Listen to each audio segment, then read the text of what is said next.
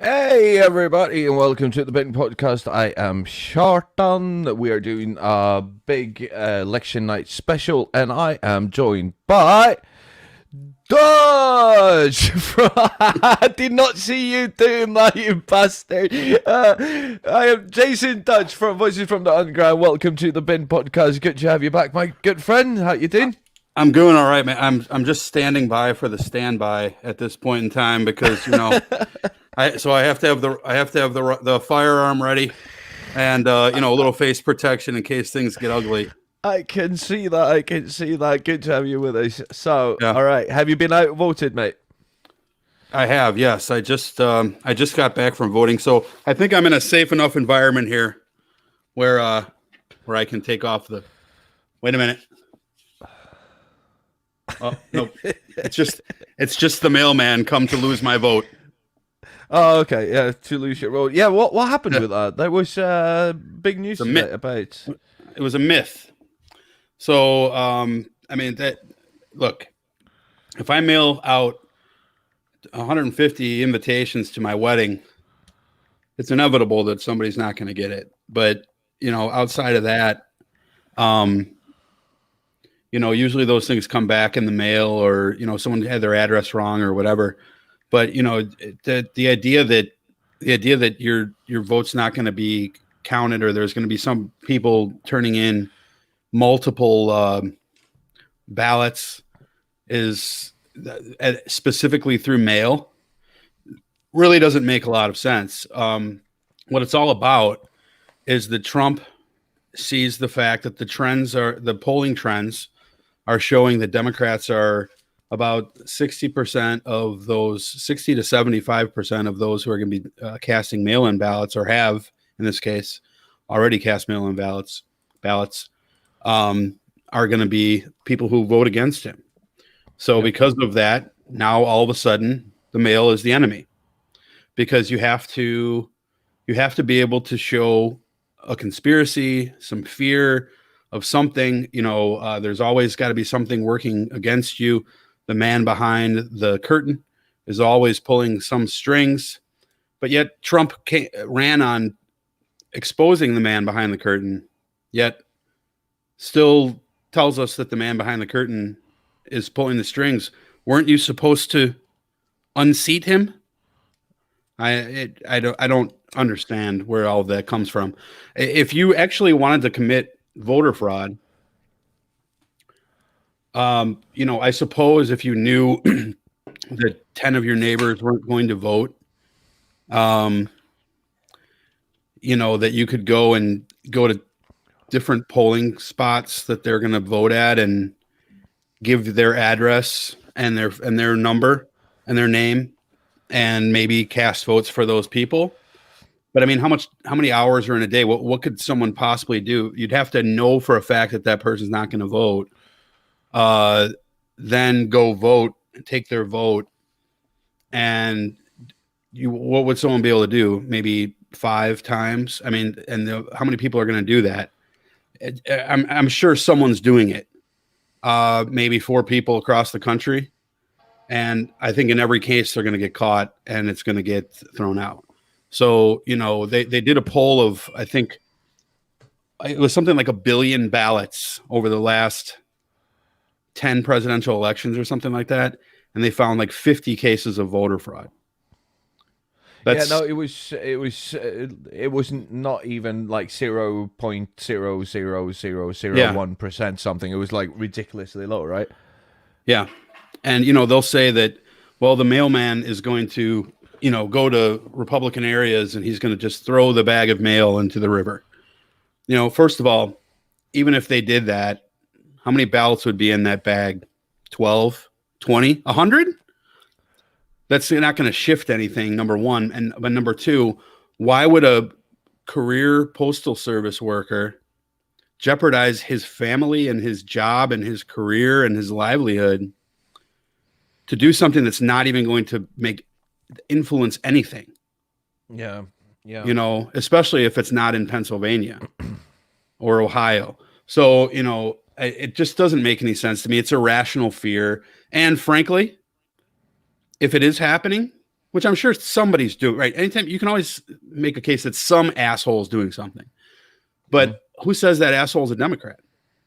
It could be that there's 6 guys doing it, 4 are Democrats and 2 are Republicans, or vice versa. We don't know.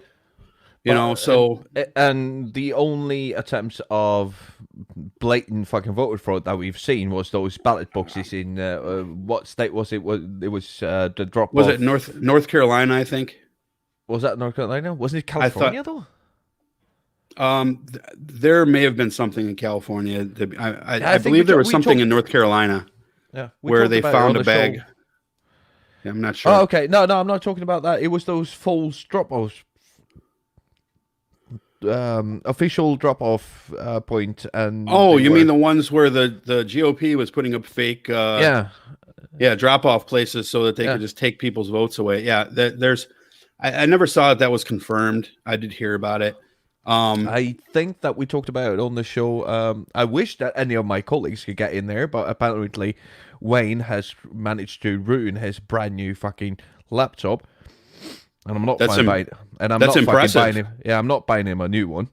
No, hey, you're able to break a brand new laptop. You got skills. Yeah, I think Wayne is like an EMP personified. Like everything electronic just breaks around him. But I want to talk to you about one thing because I watched your show last night, as you know, because I was trolling you in the comments. You were. Was a bit of a dick to you. I'm sorry about that, but hey, that's you were you and about 30 other people, so no worries. Well, at least we hey, and there we go on his phone because he broke his laptop. Mate, don't. I'm on my way to get some emergency wine. Yeah, dude. As soon as I get back, I'll shut up properly and I'll join in properly. Right. So hello everyone in chat. I'll be there in a bit. Still working. See you in a bit, yeah? Yeah. See you in a bit. See you in a bit. Right, bye. What a nice surprise. Yeah. So about that, like I want to talk to you about that map that you did with what's his face, Shu, right? Yeah, here I have it up. If you want, I can. I still have it up. If you want me to share. Yeah, please do. All right, so sharing we are. Same exact map I used yesterday. All right, cool. There you go. So this is the map that was on Voices of Underground last night, and I think it was when you marked Pennsylvania as blue. No, Arizona. You're saying that's is that what you're looking for? The worst case scenario.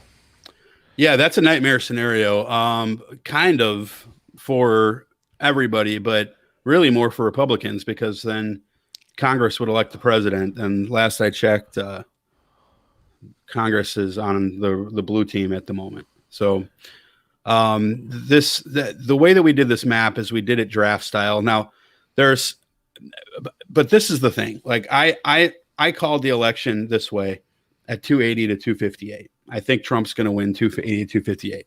That is not an endorsement of Trump. I am, as you can see by my shirt, I am the most anti-Trump person that you're going to come across. However, I do believe the polls are off by about 6.5%. If that is true, then this is what the map would look like. Now, again, this assumes it's off by 6.5% across the board. And it also, I did this on polling that was from like 3 days ago. And I incorporated into that 6.5% the fact that polls always tighten. So people have said to me today, yeah, but such and such is already like Minnesota. I think they said Minnesota is only at 6%, so you have to flip Minnesota red. No, I don't, because I incorporated that already, because it was at 7.5% 2 days ago, and I already factored in the fact that the polls would tighten, because I was looking at what it would be today, not what it would be if the election was 3-4 days ago. So I did factor in what I call the margin of error for the margin of error. But the even at this map, I have been excruciatingly conservative with my predictions. So what I mean by that is I'm giving Trump Pennsylvania, I'm giving him Ohio, I'm giving him Florida, I'm giving him North Carolina, I'm giving him Iowa, I'm giving him Arizona. Every single swing state that was within 5%, he ended up getting. The only one that's even somewhat close to there is Minnesota and maybe Wisconsin, but they were both above 6.5%. And I'm sorry, New Hampshire also was within there. So, I mean, you really, and we showed you this with Arizona, that if even one of these states, even one, you can see what I'm doing to the figures here. If even one of them goes away from Trump, Biden wins in every single solitary case. So things have to go overwhelmingly bad in every state. Now, I unfortunately think America sucks balls. And when I say America, I mean the American voter, not the country. Yep. And so I think that if I'm going to say they're off in Ohio, then I have to also assume that they're off in Pennsylvania and California and New York and Texas, but obviously they won't make a difference in California and New York and Texas. And of course I had people complaining at me yesterday. That Illinois is going to be closer than I think.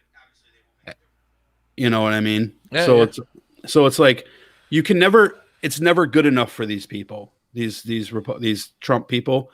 Oh, well, you're not factoring in the fact that Illinois is only going to, it's not actually 14, it's only 6. It's still a win for Illinois, so go fuck yourself. Yeah, okay. Right? But here's the deal. You're giving Trump in your prediction. So you're giving him Arizona, you're giving him Florida, you're giving him Pennsylvania, which are like the main swing states that we are looking at tonight, right? Right. Ohio, I think it's a lost cause. North Carolina, I agree. I think it's a lost cause. I'm looking forward to Texas. I think Texas is going to surprise us. I think it's going to be closer than we think it's going to be. Oh, we think it's going to be damn close. And the Republican Party knows it's going to be close. Hsu even said yesterday he's very worried about Texas, right? Which I wasn't thinking he was going to say. And you have to put his comment in perspective. If you go back and watch what we did. Yeah. He was more confident about Minnesota than he was about Texas. Yeah. So I think that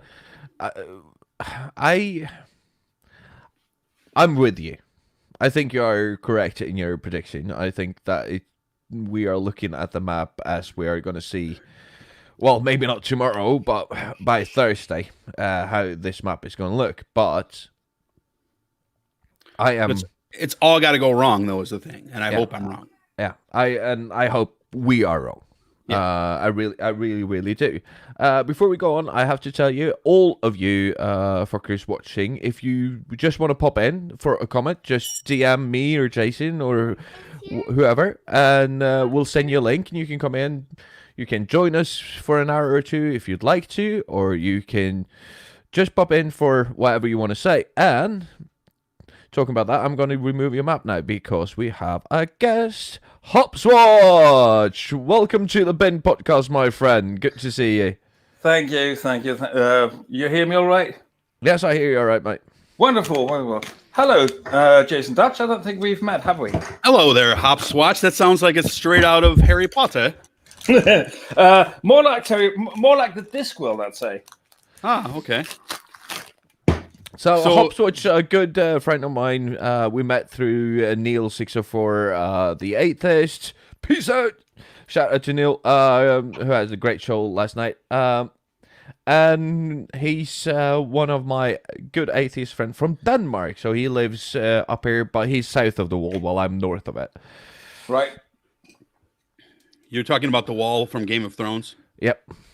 That's what I thought. Something to the effect of that. Also, Denmark, also known as was it the Bland Netherlands? We decided upon. Yep. Yeah, because we're just as flat as the Netherlands, but we don't have weed. Or it's spanned here still, because we're kind of backwards. Yeah, well, ish. I am ish. Dutch, so I like to hear that. Well, Right, it's right. yeah. So weed is banned-ish in Denmark because nobody fucking cares. The police does occasionally. Yeah, but it's not like they're going after small users. They're more after the main No, suppliers. they'll do occasionally. They you know how they are. Yeah. Well. All right. So what are you having? Because you're always having interesting beers. Well, it's one of my preferred industrials. It's an industrial IPA from Royal Unibrew, which is the second largest brewery after Carlsberg, of course. And it's a decent IPA, not least when you consider its industrial standard. It has a good crisp, slightly metallic, though that adds to the freshness. Feel to it, nicely bitter. Lacks a bit of the side aromas that you would want in a proper IPA, but then again, it's way better than what you could expect from an industrial brew, and it actually has some pretty heavy bitterness, which is quite impressive, I'd say. Yeah, and I'm having for the first time ever, I'm having one called Replay. Replay. Yeah, and it's from a local brewery here in Umeå, where I live. In Umeå, yeah. And it's very good. It's only 4.5%, but it's very, very, very good. Okay. I should have bought more of these. And I'm having Diet Mountain Dew. Diet Mountain Dew. At least your teeth won't fall out, mate. Maybe not. Maybe not. My teeth are fucked up enough as it is. So in the chat, KRS says, yeah, only reason he didn't get Ohio back in 2006 was Kasich. So help me out here, Dutch. What does KRS mean? He's talking about John Kasich, the governor, and I unless memory escapes me, he did win Ohio in 2016. All right. Instant fact checking here. Yeah, I'm like 80% sure that he got Ohio. We lost him. Oh, I did a thing. All right, guys, just so you know, it's my first time trying to be ringmaster of this shit, so I just started typing on the wrong keyboard because, I'm elitist, so I need at least 3 keyboards. Right. Hold on, I think I'll just see if I can employ my other camera. Yeah, Ohio went red. Yeah. 51.3% of the vote to Hillary Clinton's 43.2.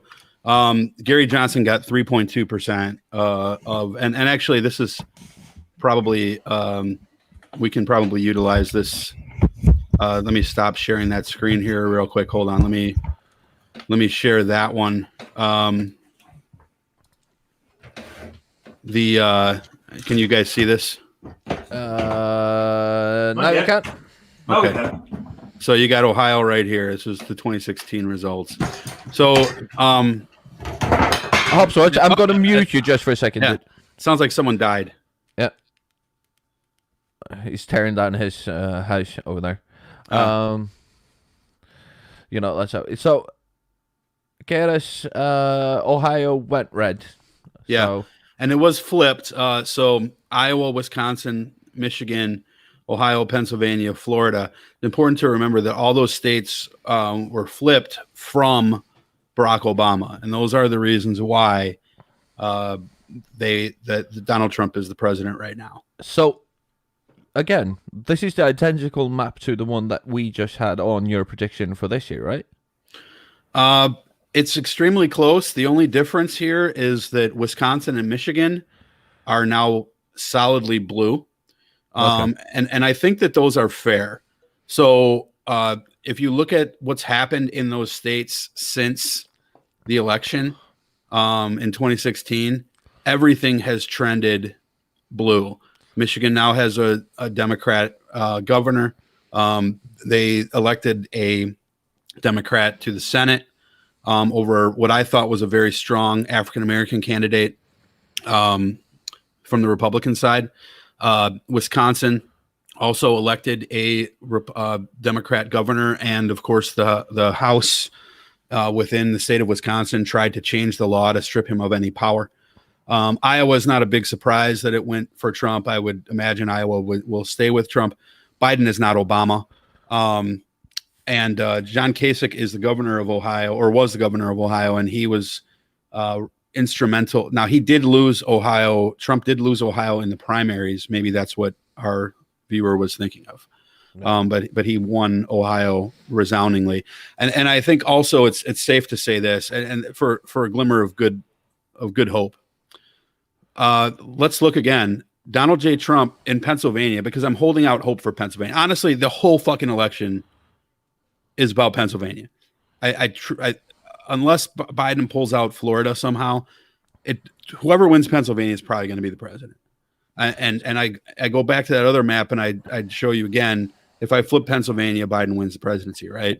Yep. So, but Pennsylvania, Trump won by 0.7%, about 50,000, under 50,000, 44,000 votes, with Hillary Clinton, the most unlikable, horrible candidate in the history of U.S. elections.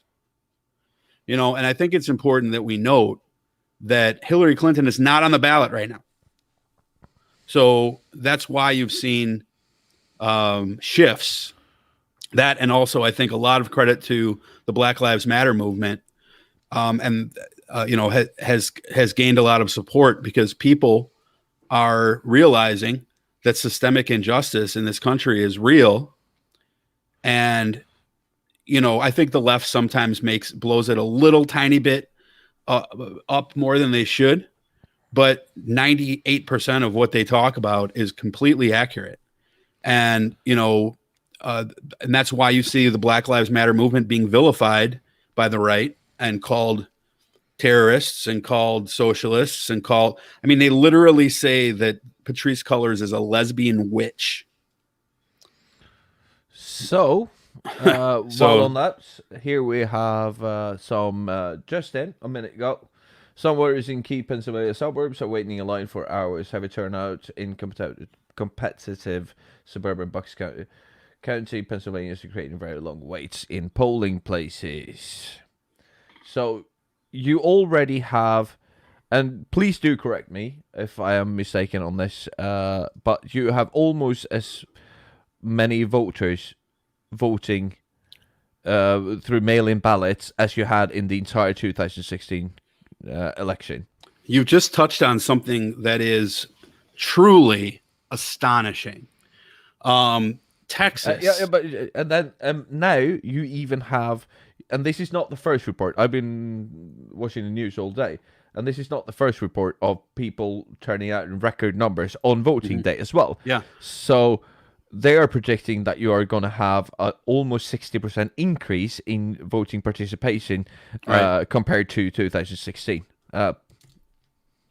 Yeah, and Texas had, as I was about to say before, Texas has had more votes cast by Friday via mail and absentee than they had in the entire 2016 election. Who are those people voting for? Don't know. Right? But they voted. And that does not include anything from today. Texas had 8.7, and my numbers might be off slightly here, but because I'm doing this off of memory. Texas had 8.7 million voters. Actually, I have the map up, right? So let's look at it. Texas had 8 point. So let's take four.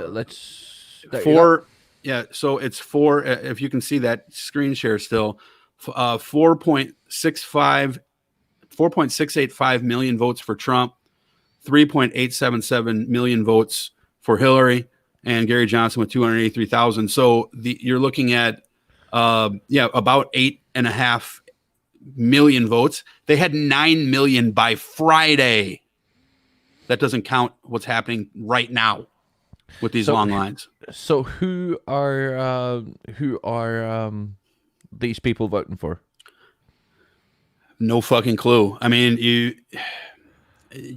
I like to think that they're first-time voters who are sick of Trump, but they could also be first-time voters who want to make America great again and support police. People are fucking. It could be both. I mean, that's probably the fair answer. It's probably both, but in what percentage? Yeah, and we'll find out, I guess. Tomorrow. I'm here, by the way. Hello. Hey, and look who showed up. How are your laptop doing, mate? Mate, I am livid. I plugged it in, opened it up, pushed the power button, nothing. I was like, oh, that's a bit weird. Maybe it's just been, it's dead, where I haven't used it since last show. So I thought, let me check the charger. Got the old laptop out, plugged it into there, and the orange light came on straight away. I was like, what the fuck is going on here? So I've got the power plug in the new laptop and hoping that it will charge. I'm hoping it's just like super dead. That's why it's not coming on. Yeah, if you fucking killed that laptop, mate, I am gonna kill you. Just so you know. Okay, we're in lockdown. Come get me, bitch. I have a unique set of skills. A unique set of skills, yeah. Yeah. Do you need to borrow the rifle? No, I'm good. I'm good. Okay. Just want to make sure. How is everyone? And Rub Server just said Wayne is lapped off.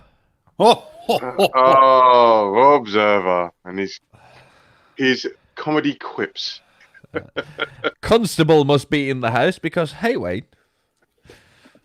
Oh Jesus! It's not even spelt the same.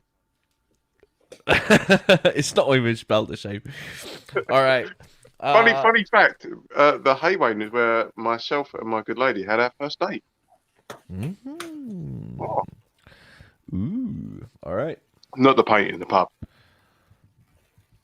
Yeah, I don't care. I know you don't, prick. Yep. That's me. Anyway, so how is everyone doing? I'm sorry I'm late to the game. I've had a fucking nightmare. Yeah, no, I don't know. I think that we are. I think that we're in. I don't think that. I think that Trump's going to win, but I hope that we are in for a party shift, and I'm excited. I really haven't been this excited about any election for quite some time because I really want Biden to win, even though I think it's a lost cause. It's what will happen with another 4 years of a Donald Trump who has nothing to lose and can't be reelected. It's gonna be so horrible. Mate. The thing is, it will be a validation of his ego, and he will just be like, "Fucking this, what? Do what the fuck he likes." All right, ladies and gentlemen, this just in. Oh, hello. More than 12,000 new voters registered today in Michigan. Wow. Is that early enough to then actually vote? Yeah, you can register the date that you can vote the same day as you registered, right? Depends on the state. Mm. Well, let's hope you can do that in Michigan then. I mean, do you think? I mean, now there's record turnout, and as far as I understood, the Republican strategy over the last many years.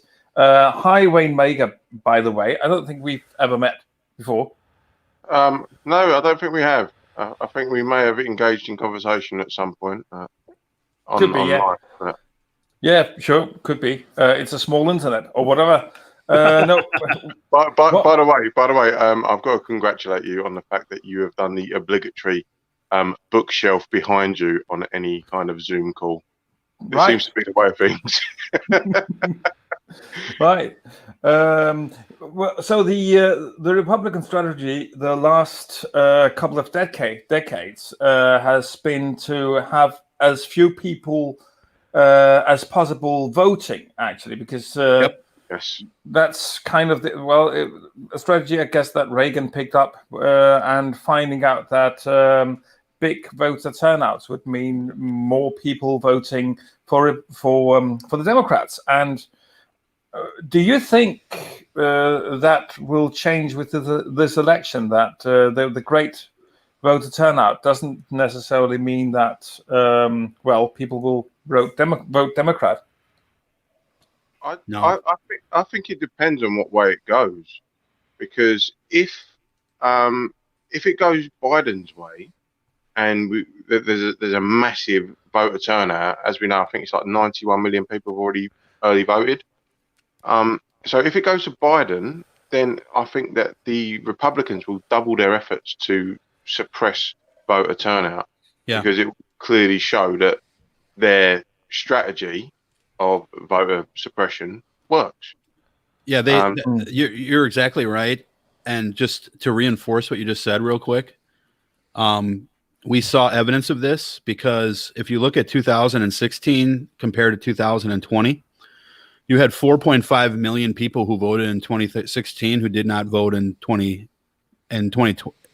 I'm sorry, 4.5 million people who voted in 2012, vastly for Barack Obama, who did not vote in any capacity in 2016.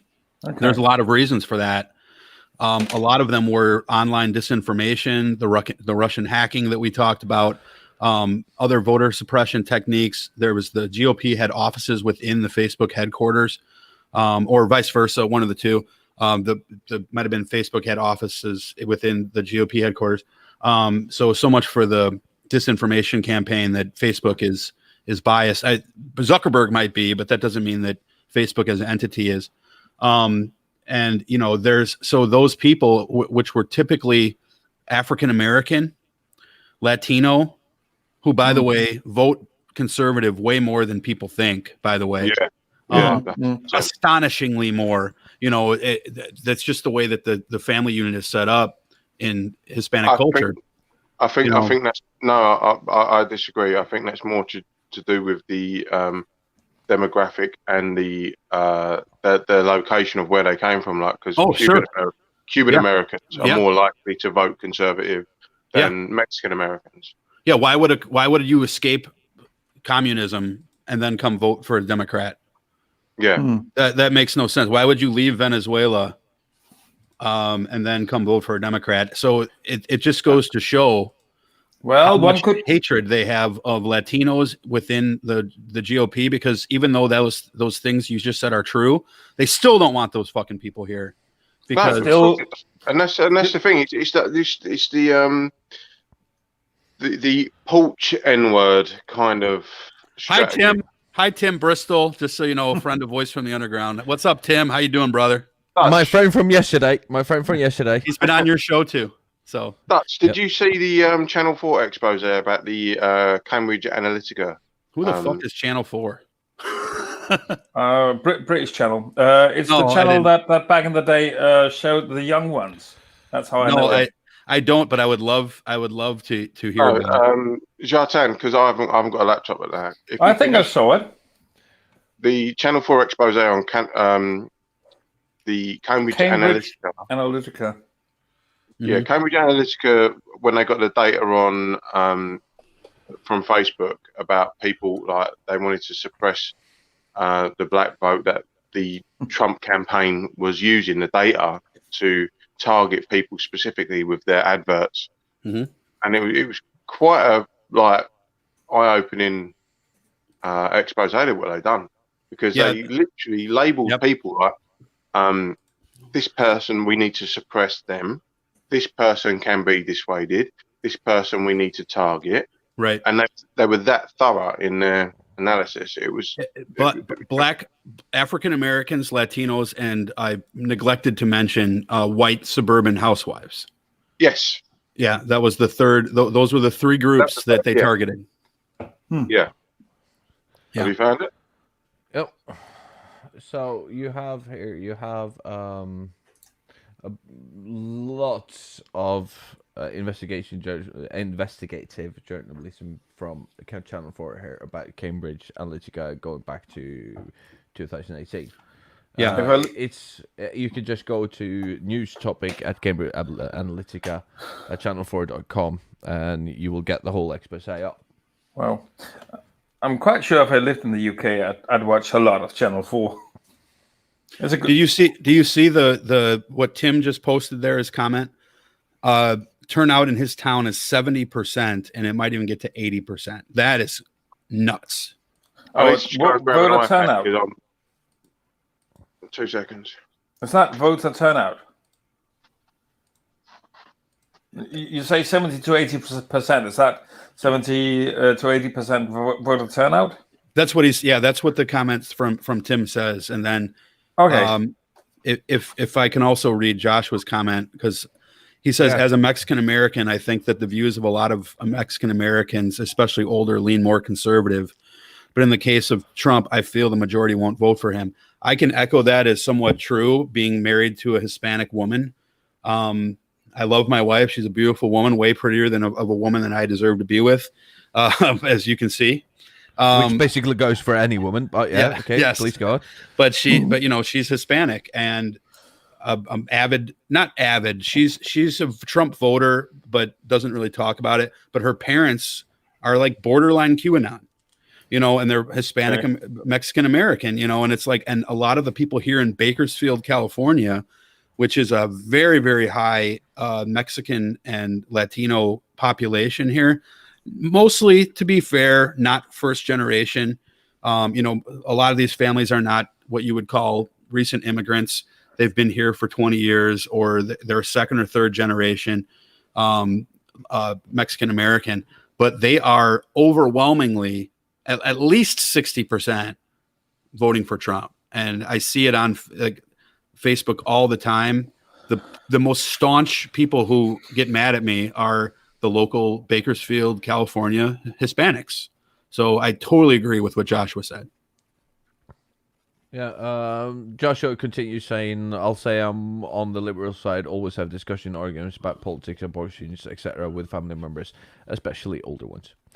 Of course, we need to call out everybody who's sitting there in the chat. Thank you for watching. We got Keres, Rap Server, Alex, Joshua, Tim, and of course, our little beautiful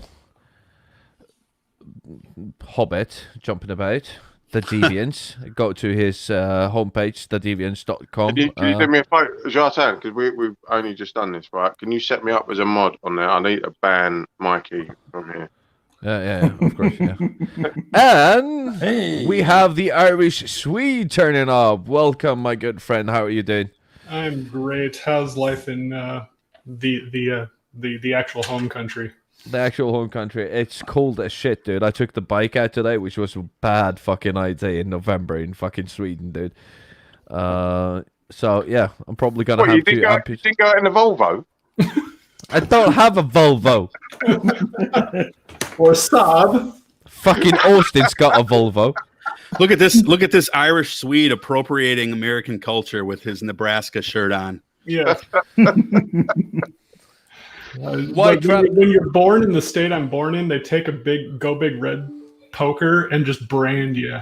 I'm going for the white trash chopper shit, dude. Irish Swede, which we were on a live stream together, as far as I remember. I almost wore this for you, Jartan. And I'm quite sure I was completely drunk. So now I forget. Now I forget which one it was. Was it one with Neil? Quite possibly. Most of my streams are. Neil deGrasse. Neil. Better than that. 604 Atheist. Yeah, probably him. It was very likely him. Yeah, it must have been one of those. So has anyone got some actual predictions, head over heart feelings on what's going to go on tonight?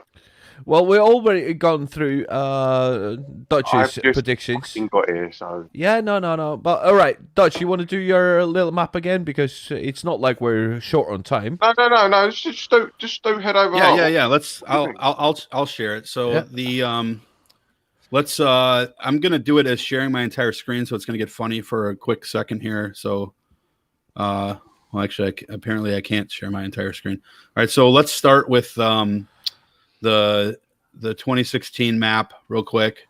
This is the 2016 map. So as you can see, this is how everything went, and it was 232 to 306 in 2016. This map is courtesy of the New York Times. The fake news, New York Times. Fake news. Yes. So these results are fake. He didn't actually win by that much. And then I'll switch over to stop sharing that screen. Sorry, because I'm not hosting. I can only show one screen at a time. Let's go to the one that I just did, and I will let you guys play with this in an interactive fashion if you guys want. Just trying to see how to. Phone. Oh, well, you can still do it from your phone. You have a mouth. It'll work. But here you go. Okay, so this is the map that I predicted. And again, I'm not predicting this because I'm a Trump guy. See the shirt.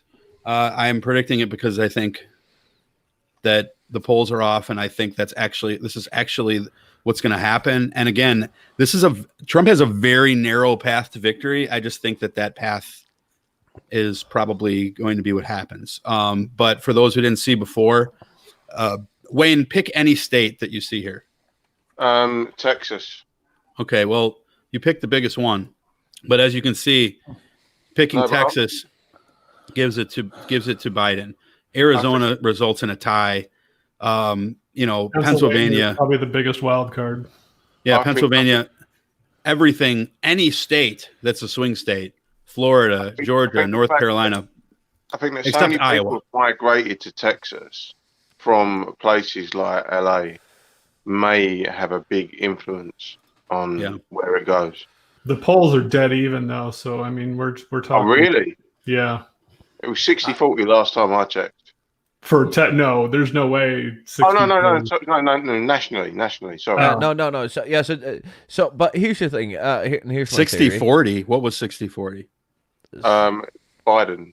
Yeah. Oh no, he's not. He's not up. It's like 52-48. Yeah, he's up 7 to 11 points depending on the poll. Okay, so here's my theory, right? So my theory is that the fact that the polls in Texas are dead even is a positive thing because people don't rest on the laurels. They'll go out and fucking vote. True. The other part is that Texas has been a bastion of Republican voters since Jimmy Carter. Yeah, Jimmy Carter. Yeah, and we got Randolph Richardson in the chat saying, "I uploaded this video. Did you? If not, why not?" Listen to Randolph. Do like Randolph. I like Randolph. Do like Randolph. I like Randolph like too. Randolph. Yeah, be like Randolph. Be He's more my like Randolph. my new favorite guy, Randolph. Be more like Randolph. I was the third upvote for my own podcast show. Yeah, but here's the deal: like Florida, Arizona, North Carolina, Georgia, Pennsylvania, all of these states, if they go the other way, and if you can be my Hans Dutch, like Pennsylvania switches, you see the whole election switches. All right, we're 278, 260. If Florida, if you go back, there we go. All right, 287, 251. So Trump needs all of these really big. Trump needs all of these really big swing states. I thought that Florida has been Republican for years and years and years, but as Tim educated me on last night, it was as late as 2012 they went for Obama, right? Yeah. And they had a very good senator, Bill Nelson, there who lost to the guy who used to be the governor. I forget. I forget who it was. I think it was the former governor of Florida. I'm forgetting who it was, but he barely beat Bill Nelson in 2016. I mean, and I do mean barely. 100 votes, wasn't it? But if we look 20 years ago, Florida was also pivotal in the Bush Gore election. The hanging chads. Yeah, Yeah. where Gore finally conceded. I thought was it 3 recounts? Yeah.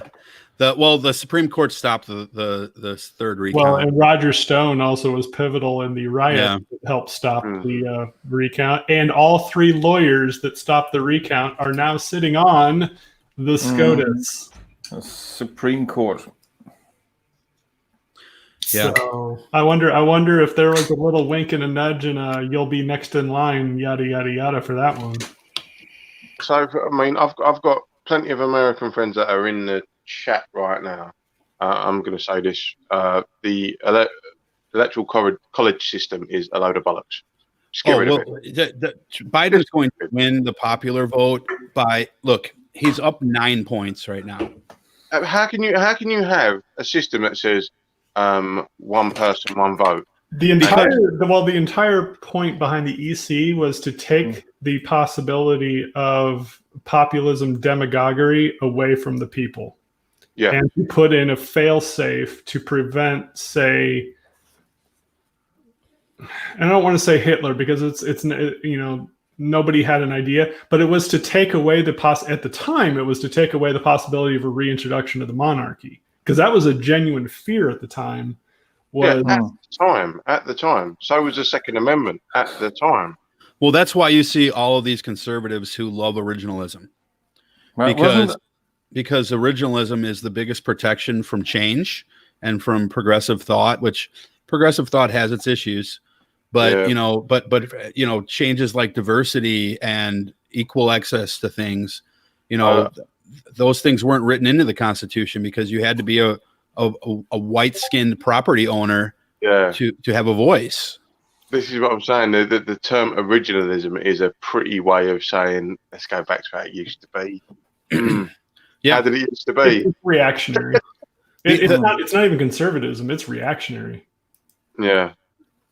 Well, that's because people are adverse to change regardless, just as human nature, where all of us are, right? Like if you could walk in on your wife having an affair and you'd still have a difficult time divorcing her in some capacity because of the fact that your whole life's going to change, right?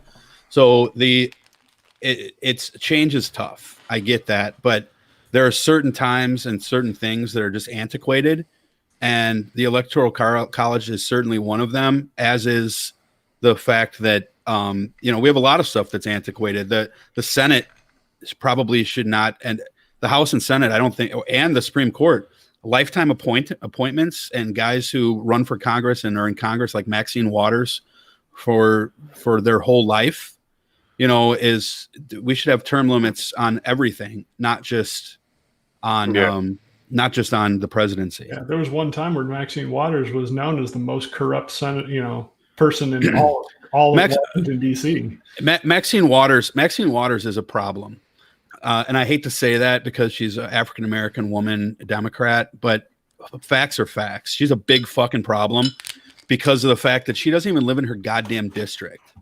And she's gotten rich off of being a congressperson. Now, again, it's astonishing that the Republicans who love capitalism and love rags to riches stories hate Maxine Waters so much. But she's not even a real Democrat. She's not someone who you would look at as a progressive thinker. Oh, yeah, all of the Californians, Pelosi, Feinstein, Kamala Harris, even, and Maxine Waters, they're not that far away from Kevin McCarthy. And can I just push back on that a little bit, because what do you define as a real Democrat then? Because that's kind of a really big umbrella statement to make. Well, you have to look at it from the context of corporate Democrats, right? So corporate Democrats are people who are going to take PAC money from, just like the Republicans do, PAC money from the oil industry, PAC money from healthcare, PAC money from the lobbyist groups, even the NRA, you know, anything that would be big business and get it. And that's why money has to come out of politics. I think I disagree with the Democratic Party on a lot of stuff. I am not a Democrat. I do not ever want to be a Democrat.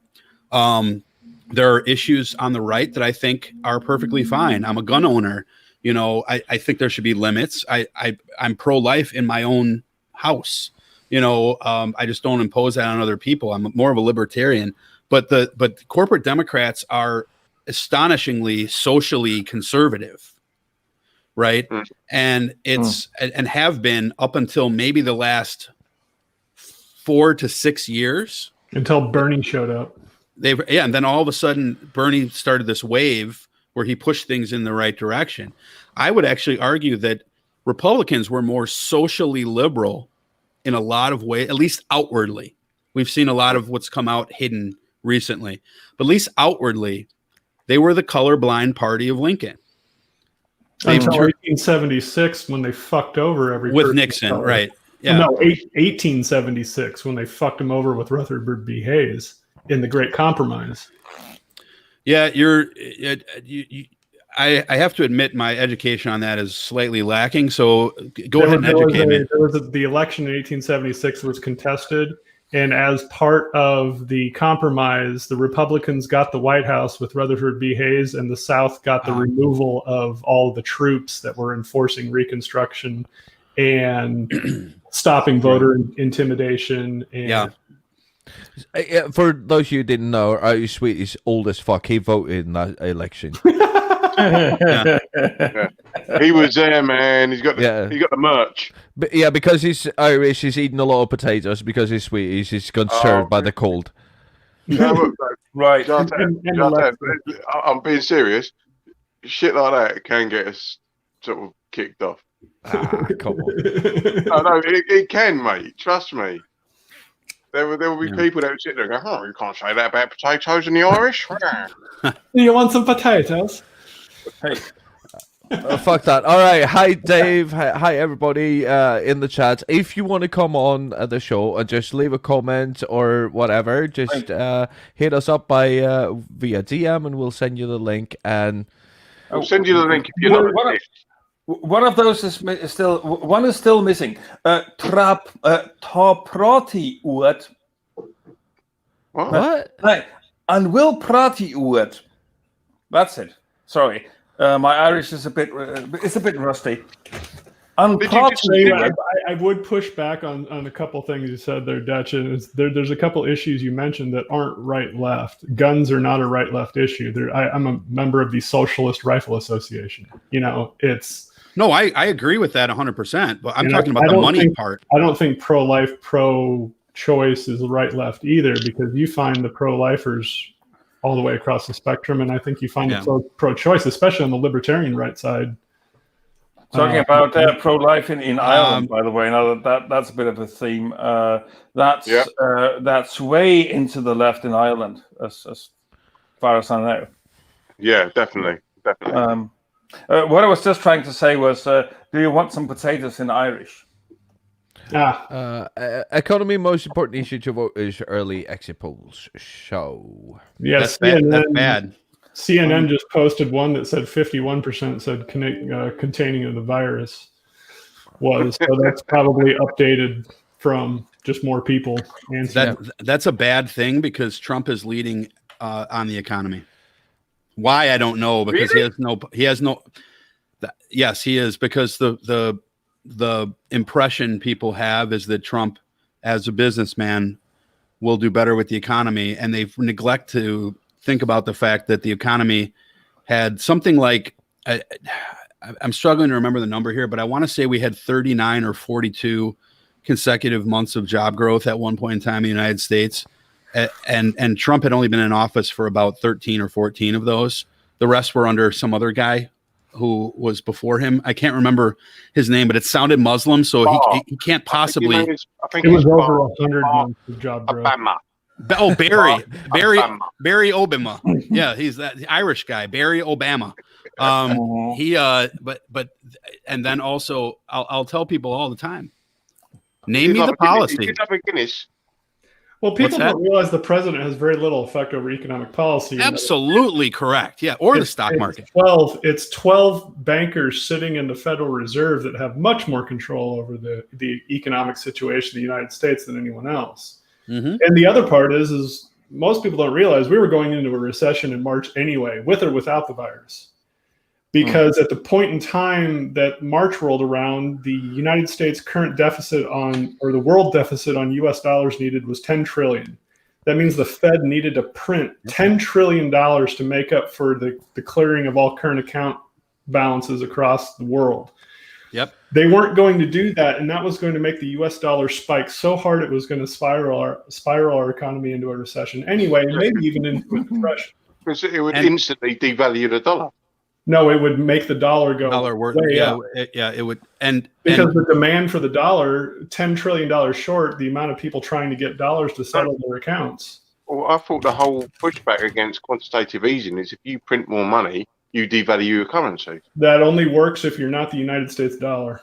Mm-hmm. The United States dollar has It's American exceptionalism bullshit. Yeah, it's the fact that the dollar is used to settle everything.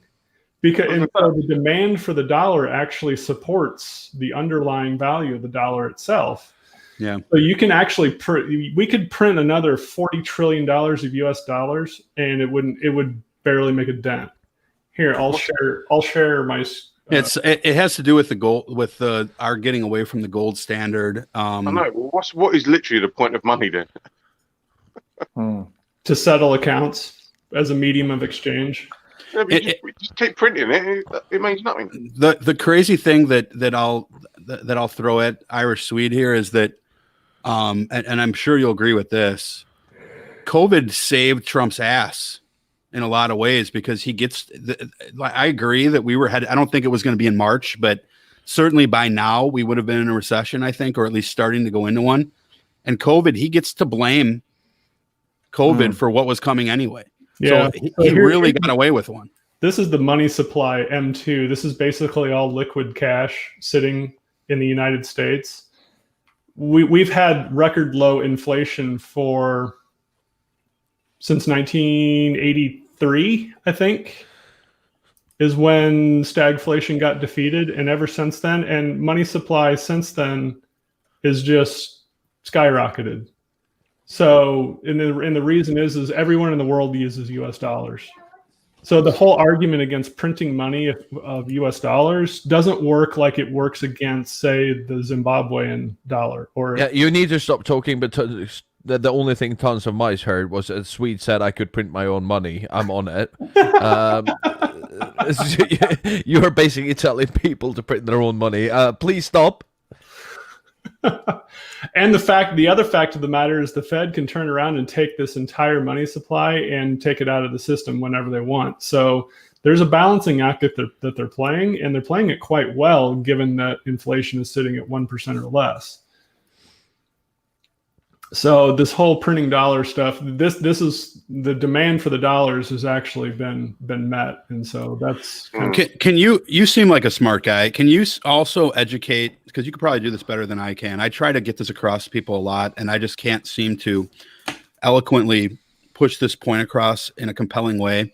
That the NASDAQ, especially, but also the Dow, is not a good reflector of whether or not we have a good economy. The president has almost no influence on it whatsoever, and it's going to bounce back. Like, I'll tell people, we're going to have a great year 3 years from now. Like, let me frame my thought. When Trump says we have the best stock market ever, we're going to have the best stock market ever in 4 years from now, 3 years from now, regardless of who wins today. Would you agree with those statements? And if so, how would you characterize them? The president can shake the stock market on a day-to-day volatility level. From a, say, quarter to quarter, it gets a lot less, and then year to year it gets darn near. It's kind of like one of those curves where it approaches zero quite quickly. And the market itself, especially the growth, has been driven by the inflationary effect. So this is one side where the inflationary effect did happen, was the growth of M2. was that there was a lot of extra money parked in, say, money market accounts that went to the stock market, and as such was creating demand for these securities that what didn't exist before all this money hit the floor. Because this money wasn't reaching, say, the average consumer, toothpaste prices didn't go up, but it was hitting a lot of more wealthy institutional accounts. The price of stocks went up. So, and that's all due to the Fed. The president doesn't touch any of that. So the president, when the president takes credit for anything, or you give the president credit for anything on the stock market itself, a lot of it is a lot of smoke and mirrors, number one. Number two, you have to look at what the multiplier effect is on the PE ratios for the stock market. So you have to look at the underlying earnings of the companies themselves before you start to translate how successful that is for the actual economy itself. So if the stock market goes up by double, but all the PE ratios, which is the price to earnings ratio, also doubles, that means earnings were flat, but somehow the stock market went up. So what does that mean for, the health of the economy? Well, it means everything was stagnant. So you have to look. Okay, so PE ratios are typically roughly in the 8 to 10 range. So stocks trade at 10 times earnings is what you'll typically hear as a moniker that they'll say. Now, when that gets to 12, when that gets to 16, and I'm not sure what it's trading at today, but I know it's above 10. That's when you're like, okay, what were earnings like compared to 2 years ago? If you were to straight up EPS, earnings per share, the thing, and just compare those. Don't compare stock price. Compare what the actual earnings per share were. Is that a direct reflector on real GDP?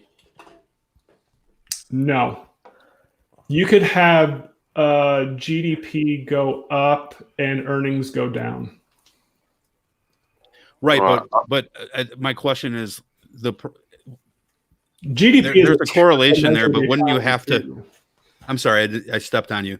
Wouldn't there have to be a higher income, a higher ratio of profits, or a propensity to show profit within the stock market to be a foundation for a growth in real GDP? That there's no correlation there at all? There can be, but again, that's a fact that there's a function of what people are trading the price to earnings at. Okay. So there's... Everybody wave to Randolph. See you later, Randolph. So you could have earnings go up, GDP go up, but the stock market go down because everyone goes, the stock market's overvalued, it needs to pull back. Yeah, it really does. Because this is something I wanted to ask you, if you wouldn't mind. The multiplier effect.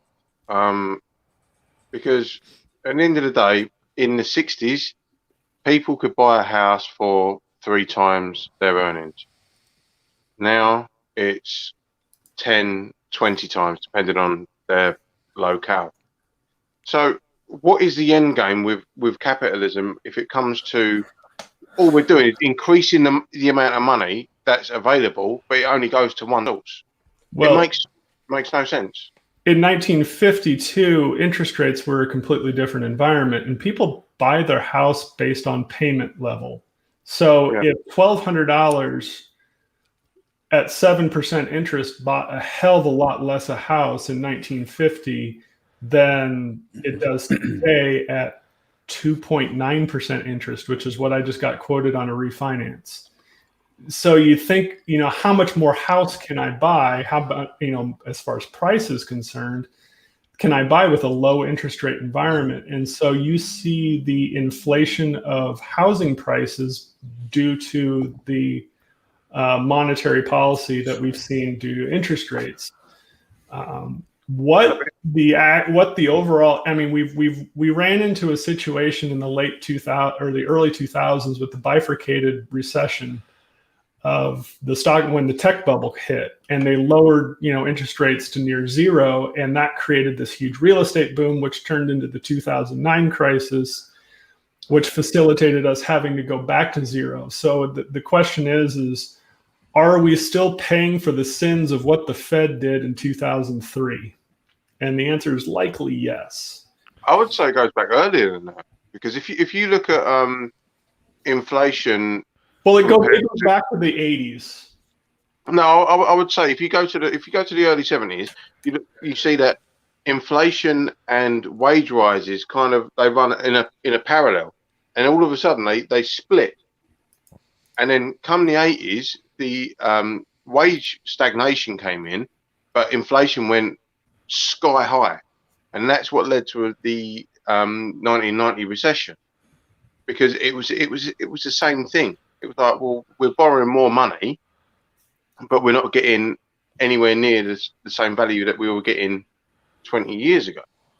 So what I'm saying is, why do we constantly keep pumping money into a system that only benefits the 1%, or people that can pick off little bits and pieces? I don't understand why we couldn't have kept that parallel of inflation and wage rises together.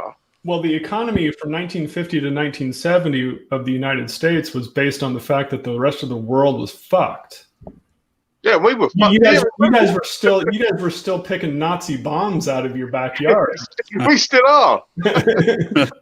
So here's the problem. In my master's, during my master's, we argued over this a lot. It's like, how can you compare the 50s to the 70s United States economy to any other period of time? We were the sole manufacturing superpower for 20 straight years.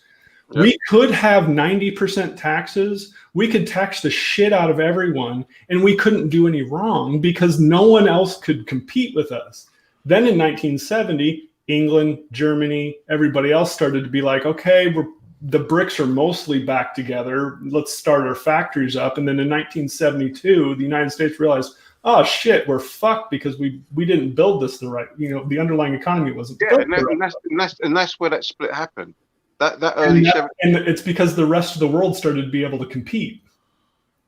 The reason that the 1950 to 1975 operation, the way it worked is because no one could compete with us.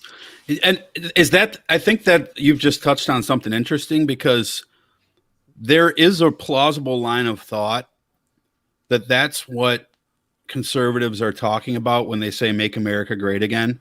Yes, that American exceptionalism. It's same here, exactly the same here. Right, and I get that. I get it. Like, if you want to say make great Britain great again. Of course, it was England at the time. Then that would have been great right before colonialism, right, and during colonialism. But obviously we don't want Great Britain to go committing mass murders. Can we just call it Britain? It's not that great.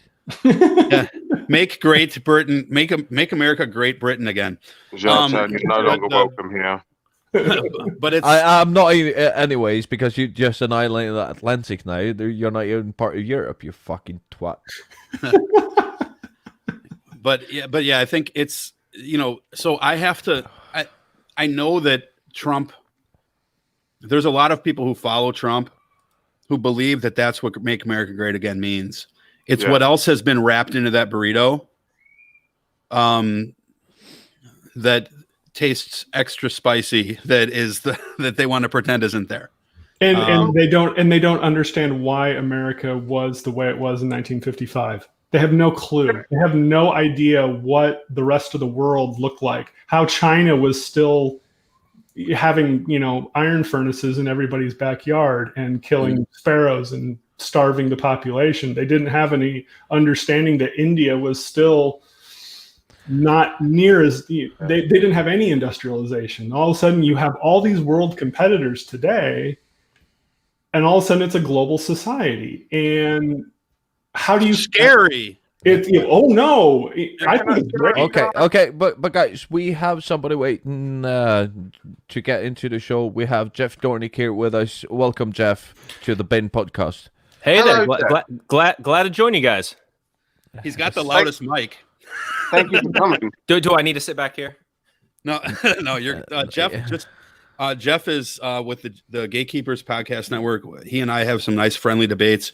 He is a Trumper. So go ahead and unleash hell, Irish Swede. No, I'm ready. I'm ready. I actually have 2 minutes, and then I have to go pick up my boys from daycare. So how dare you? How dare you now, of course, you have something to. Now you have something to do. See how he chickened out. No, welcome to the Bin Podcast. We are fortunate to have you Trumper, because we have been trying to have actual Republicans and Trumpers on the show for quite some time. So welcome. We're glad to have you.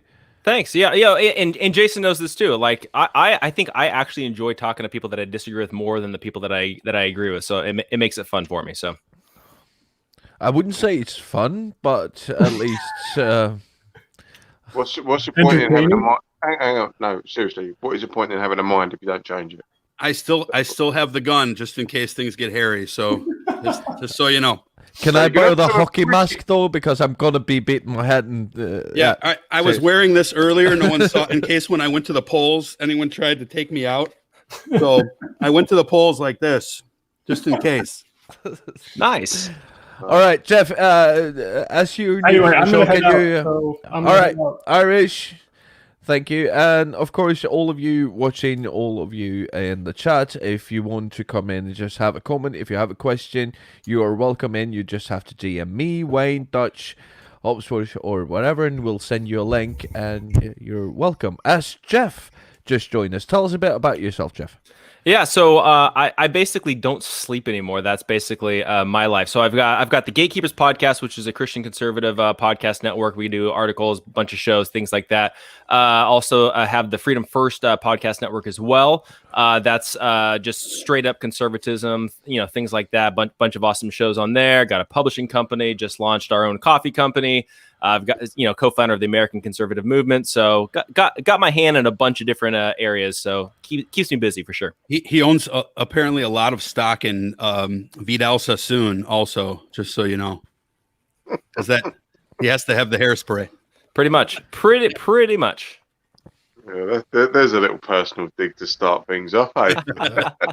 Well, Vidal Sassoon, of course, part of the global deep state, as if you didn't know. So. Yeah. So, Jeff, how are you feeling about tonight's election? Honestly, it's one of those things where I feel like looking at the polls. Obviously, it's concerning looking at it from the conservative perspective and the pro-Trump side of things. I think when you look at the vast array of indicators outside of the polling, I feel more confident. Whether it's the number of people showing up at the Trump rallies, the amount of people that have turned off professional sports because of the political activism, like a lot of different areas, it seems like would point towards it's a pro-Trump result. When you're looking at the politics, the polling, it seems to be more pro-Biden. So at this point, it's kind of like, okay, so we're going to see what happens here. Wait. I have a question straight away. Go for it. So you say political activism in sports. Aren't you all about the First Amendment? Absolutely, but at the same time, No. So why is that a bad thing that they're having their say? Well, there's absolutely nothing wrong with voicing your opinions and things like that, but also part of the First Amendment and freedom of speech is your ability as the consumer to say, I don't like the message that's being promoted, so then I don't have to put myself through that. So then I'm going to go somewhere else. So the whole idea, from my perspective at least, and this is me growing up playing sports and being involved in sports, I have a lot of friends that play in the NBA, things like that. The thing about sports is that it used to be that unifying factor for America. It didn't matter what political party you were part of. It didn't matter your background. Didn't matter anything. You were unifying around rooting for your team. And I feel like now you're dividing not only over the teams, but now you're dividing over political ideology and belief in Black Lives Matter or not, or whatever it might be. And I think that becomes the concern. So basically, John, let me jump in on that. So it's basically you can play sports, but shut up. Absolutely not. Everybody's got their right to share their opinion. The problem becomes, do I have to listen and support when the entire league is going one political ideology, and that becomes the concern. Zoltan, let me rephrase this. But before you continue, Go for it. The 1938 Olympics in Berlin, right? 1936 Olympics in Berlin, which was a big was very it wasn't very easy to get that going through. Do you think that we should have still gone through with that today? Would it be a good idea to have a fascist country host the Olympics? Well, I probably wouldn't go. You know, for me, I'm looking at it like, again, dealing with this whole free speech thing and sports and all that kind of stuff. LeBron James can say whatever he wants. That's not the issue. The issue is not everybody has to shut up on their perspectives or things like that. It's just when it comes down to if you're going to be pushing one narrative as an entire league, you are then by definition going to alienate everybody else. Just as if the NBA had gone full on MAGA, if they had gone full on Trump, full on Make America Great Again, Keep America Great, all that kind of stuff, you know for a fact people would stop watching and protest. So that's my whole thing, is when you're looking at the result of taking a strong stand on one political ideology, the other half of the country, by definition, is going to tune them out, just as it would if the roles were reversed. Let me just say one quick a two-sided comment here. First of all, we do have somebody waiting, so keep it short, go ahead. and then we'll let him in. Let him say his bit. There's 6 spots. So the first thing is that I understand what you're saying as far as what you're talking about is the reaction that people have to the Black Lives Matter movement being broadcast, within the sports arenas, that sort of thing. The San Francisco 49ers flying a Black Lives Matter flag. I think that the thing that is important that we do as people who support Black Lives Matter is that we have to. Oh, another conservative. Dude, my man Bobby Lopez. It is. I've muted you for a second, Bobby, so just Jason can have his say, and then you'll be in. All right. Yeah. So he. So again, I think that what Jeff's saying is that when people see it and they don't believe in the movement for whatever reason, a lot of it, I think, with the disinformation that happens out there regarding like it's Antifa or, they're run by lesbian witches, the things I talked about before, that they're going to say, well, I don't want to be a part of that, et cetera, et cetera. So I think as people who support the movement, what we need to do, and I'm speaking, kind of to Wayne and all of the listeners out there, is instead of getting upset about that dynamic, that I think it's important that we educate people as to why they are wrong in thinking that is a political statement in the first place. I think that Black Lives Matter should not be politicized, and the fact that it has been made a political thing is really the root issue here, because even the people who scream out all lives matter will usually generally say, of course I believe Black Lives Matter, I just believe all lives matter, and they don't realize the fact that all lives matter can't matter until Black Lives Matter, and that there's a delta there that we are in, that has been at an impasse for the last 130 something years since Reconstruction. So it's two-sided what I'm saying. One, I get the reaction that people have. You have every right to have your reaction and turn off the game. But the question becomes, why are you looking at that as a political thing? Why? It's not MAGA. This is not Joe Biden advertising for the Democratic Party. It's Black Lives Matter, which the Republican Party has decided is part of the Democratic Party, which is completely wrong. And I'll just say this too. Wait, before you continue, I'm gonna let Bobby in, and then we'll continue from there. Okay? Yeah, that's a new guest coming. Yep. Oh wait, what's going on? Hello, Bobby. Hey, Bobby. Hi. Who's the Brit? Where's the British person here? Waymaker. Yeah. Oh, okay. Down there in the corner. Oh, okay. I'm gonna be like broadcasting live with people from Europe tonight. All of the French speakers, they want to have an all-night show to march what's going on. So what's the topic? You guys talk about Black Lives Matter? No, we are doing we're footballing. We are going to be going through all election night, just having it until we have a result or I pass out. So whichever comes first. I've got work in the morning. It's not a competition, Wayne. Stop it. Yeah. I'm going to leave I'm gonna leave the reins to Wayne. terrifyingly, while I go have quite a bit of a shit. Yeah. So Okay, have a good one. Just saying, oversharing, mate. Oversharing. Too many it's details, just the man. internet. It's just the internet. Nobody's watching anyways. right. He says he's going for a shit. If he comes back with We all feathers do. around his mouth, he's going to fuck his neighbour's chicken. Reality TV at its finest. Oh, it really is. Never know with people who live in Umeå. Mhm. Yeah, Right, so- Wayne, you're in charge. Go. yeah. I know. This is a clusterfuck. Bobby, so where have you been? What are your thoughts on what's going on for tonight or today? For the election, Yeah. I just don't know. I want it to be over. I really don't know what to expect. I don't know who's going to win. I really don't. I'm just letting the results come in. Here in Texas, in some locations, the lines were very long. So we already saw, I anticipate there's going to be a lot of accusations.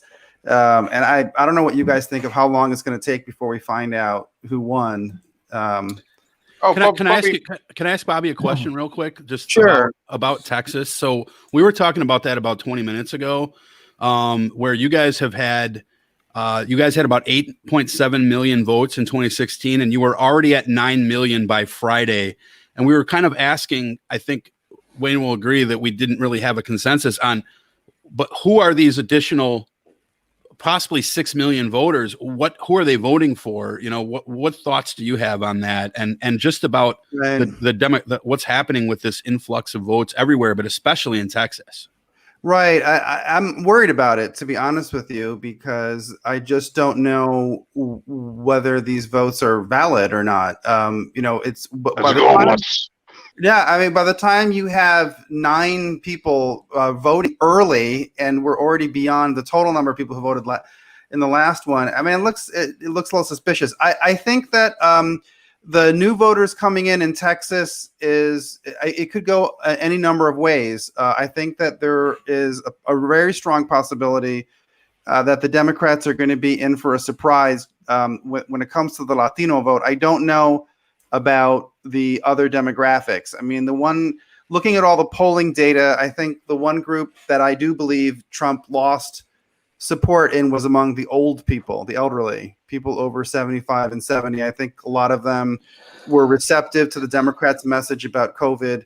But from what I can tell, the Latino vote, there is just a very, very strong, there are very strong pockets in support of Trump. And I think the political information is coming in kind of quickly, and it's hard to figure out whose information is really valuable. So we don't know what this is going to translate to in terms of the numbers. But I think you have a lot of people who are registered Democrats because they're Latino families who have been going back a long time, but who are, legitimately enthusiastic about Trump, especially a lot of the Latino men.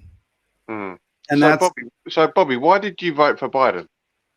Me? I didn't vote for Biden. Who said he did? The joke. I didn't vote for Biden. Yeah. When did you stop beating your wife? One of those questions. Yeah. So Jeff Dornick is the guy I know best on here. Is this all liberals, or is it just us two against these 4? Don't be rude. Don't call me a liberal. What? Yeah. Or you guys are all Biden supporters? Mate, I'm in England. Wait, let me ask this then. He's the lesser of 2 evils, yes. If you're in England, is this actual foreign interference in an election if you guys are commentating on this in America? Yeah, no, I hope it is. No, we are just expressing our First Amendment rights. Except you don't have the First Amendment. Right. We don't, but when we're talking to you, we do. We actually still have a freedom of speech according to the Danish constitution. And the Magna Carta. Well, I am surprised by how much Europe is passionately into this. I'm Francophone, so a lot of the people in the French-speaking community around the world are so completely riveted by this presidential race. Ce n'est pas possible parce qu'il y a des problèmes de peuple. 99, je n'ai pas français. Voilà. Il y a des francophones ici.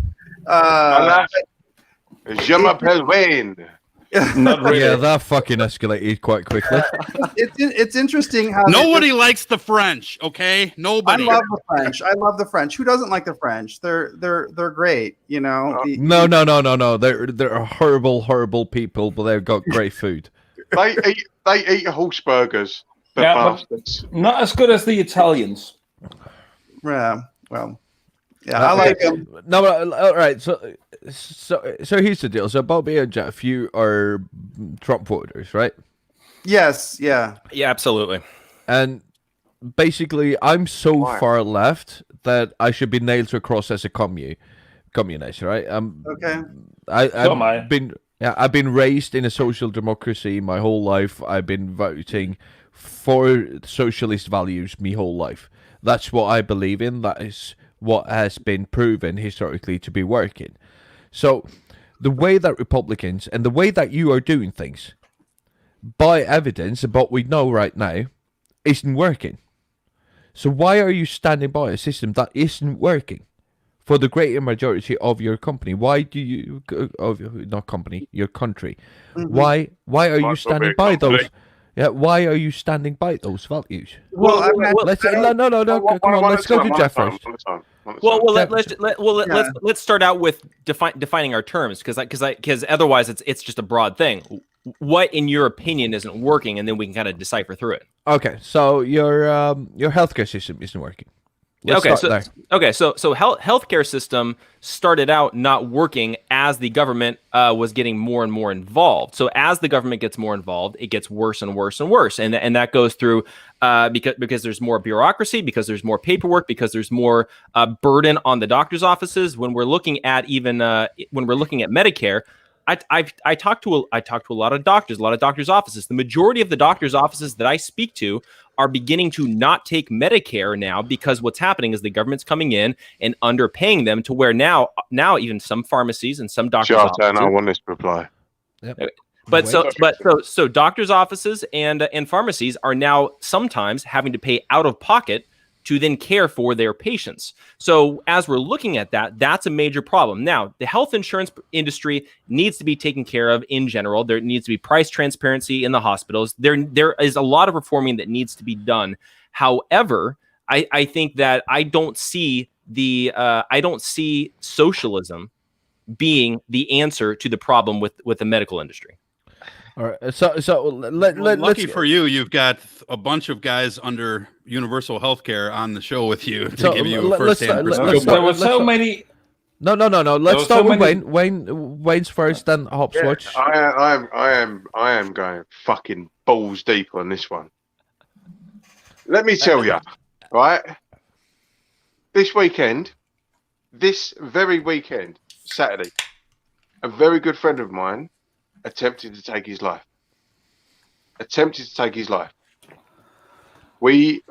Myself and my girlfriend, we phoned the police. I flew around there in my van, right? The police turned up as I pulled up. There was an ambulance there. There was two paramedic cars there that turned up later on. They treated him on the scene. They saved his life. They took him to the local hospital to him, right? They made sure he was okay. He's still there now. His missus is in that same hospital for other reasons. When all that dust settles and he's allowed out, do you know what happens?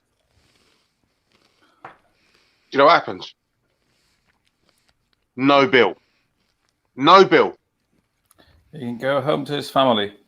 He goes home to his family, makes his peace, does what he's got to do to make amends for his mental health issues. And do you know what else happens? The follow-up care, all of the follow-up care, the social services, the mental health people, all of those people, it's already paid for. It's already paid for. Because in my general taxation, I pay for that.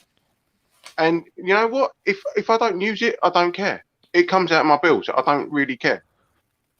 Because I know that my tax, when I go and do my job, pays for the services that just saved my mate's life. And when he comes out of it, he hasn't got a bill. He hasn't got to worry about anything else, and all the follow-up care is there as well.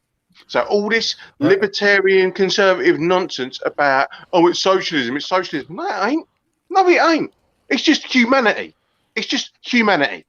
Can I piggyback on what you just said here? I'm going to share something that happened in my family recently. So 3 shows ago, I had to get off the podcast halfway through because my 14-year-old daughter took a half a bottle of Benadryl. We're talking about 60 or so Benadryls.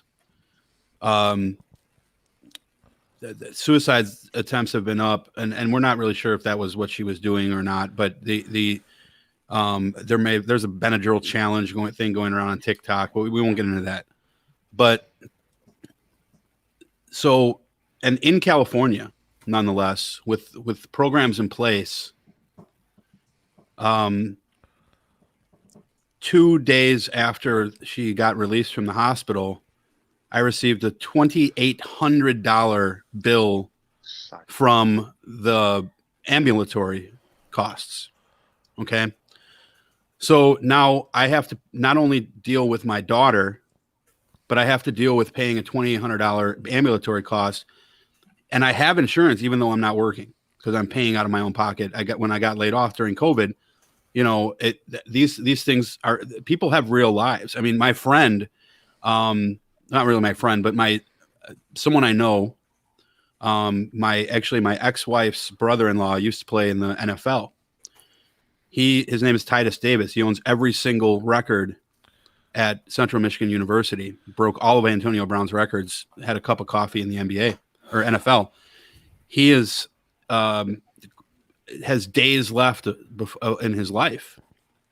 And the only care that he can get, and this is a guy who was just cut from the NFL 7 months ago when he was diagnosed, has no health insurance because he was in the NFL and the NFL cut him. He has to come up with $28,000 out of his own pocket just to see a specialist that could possibly save his life. Now, the conservative line of thought is, well, you should have a better job. And I'll give you one more quick example. And I talked about this with Shu yesterday. You probably heard it. I know someone who works in HR at a company who is doing mass layoffs right now. They had to jump through every hoop they could because corporate wanted to cut a particular guy who was literally having freaking brain surgery Friday. And they would have cut him, a guy who's working right now, has a job, has no idea this layoff is coming. He didn't do anything wrong. And thank God they were able to keep him from being one of the people who had his number pulled, because his number was pulled. They literally put him back on the list because, and thank God they did, because he's having brain surgery Friday and his benefits would have ended Friday had he been cut in this layoff. And for people to sit there and say, well, you should have been better prepared, to me, I'm sorry, Jeff and Bobby, I don't think you guys are bad guys, but that's fucking heartless. And I can't support that. Well, but Jason, here let me just say this and just a couple of things, and I'll turn it over to Bobby too, because I know Bobby has some slightly different views on healthcare than probably like I do on things, which I appreciate, and I want to hear the different perspectives and all that kind of stuff. But for me, I'm not saying that there doesn't need to be reform. I'm not even saying that we can't have certain safeguards or certain things in place in order to fix that. But when we're talking about the problem specifically within America. Number one, my major problem is I don't like that health insurance is tied to your employment. I think that's ridiculous. And Jason, like with what you're talking about with that HR situation, that's a horrific problem. And because we tied it to employment, that's a major problem. If somebody loses their job, if they need to switch to a job, if they're becoming entrepreneurial and starting a business, whatever it is, they have to make that estimate and that decision. Sometimes they can't even make the decision because the health insurance is tied to the job. So number one, that's a major problem. But going back at that a lot of it is not rooted. I agree with you. But then why? Who else is going to do it? See, and this is the problem, is that when we start getting into the roots of this, the roots of this being tied to your employment, goes back to things that were negotiated between the unions and between the jobs, and then becomes negotiated with the government, and then it becomes enforced and all this kind of stuff. The problem again was too much, either big corporation and big government forcing this onto businesses. I wish that we could have made it to where it was an individual choice and then have safeguards that are localized. My major problem is I don't think that the United States should have a federal healthcare system like the direction that we're going with Obamacare. It should be a Wait. Let him finish. The United States is way too big compared to the United Kingdom, compared to different countries in Europe or things like that. It should be very localized, where each state can localize the healthcare and make the decisions. If California wants to have bigger safeguards because they have more resources and they can raise taxes and they want to raise taxes and all that kind of stuff, they can. If people in Ohio or Iowa don't want that and they want to make their own decisions because they don't have as much overhead, they should be able to make that decision. I think that it should be localized so that way we can actually take care of the people as opposed to it being federalized and there being a major problem. Okay. So Jeff, you're just wrong on this, and I'll tell you why you're wrong on everything that you just said, and I'm not gonna use anecdotal evidence to tell you why you're wrong, because the problem when you have a privatized healthcare system like you do, where money runs the system, where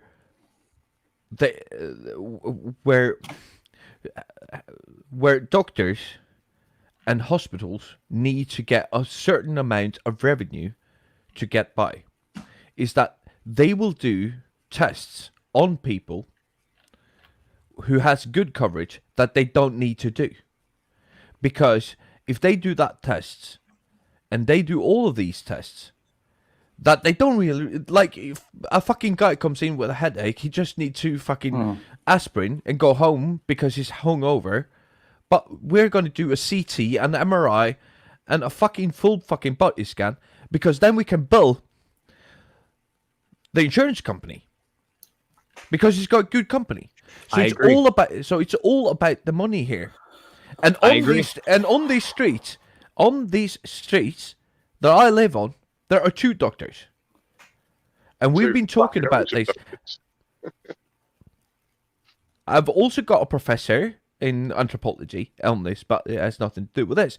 But the point that I'm trying to make is, as soon as you capitalize on healthcare, you are dead wrong, because then it's capital driven. Healthcare can never be capital driven, because as soon as you start capitalizing on that, you will do the wrong choices just because it's good for your hospital. You will start choosing your patients of what is your bottom line. Can I put a green number or a red number in my column? You're effectively introducing what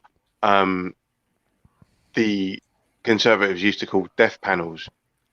So here's the deal.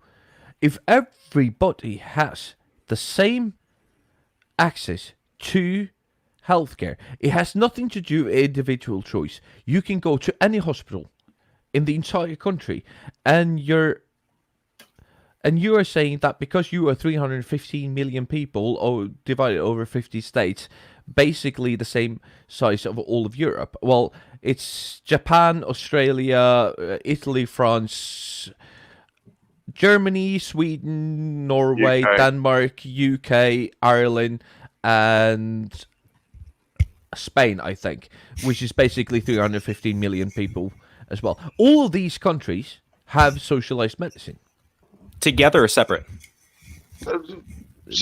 It doesn't matter if it's no. Why would it matter?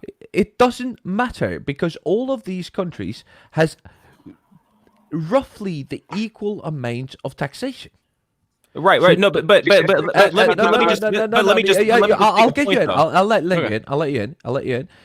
But all of these countries, which is roughly 315 million, I think is a bit more, but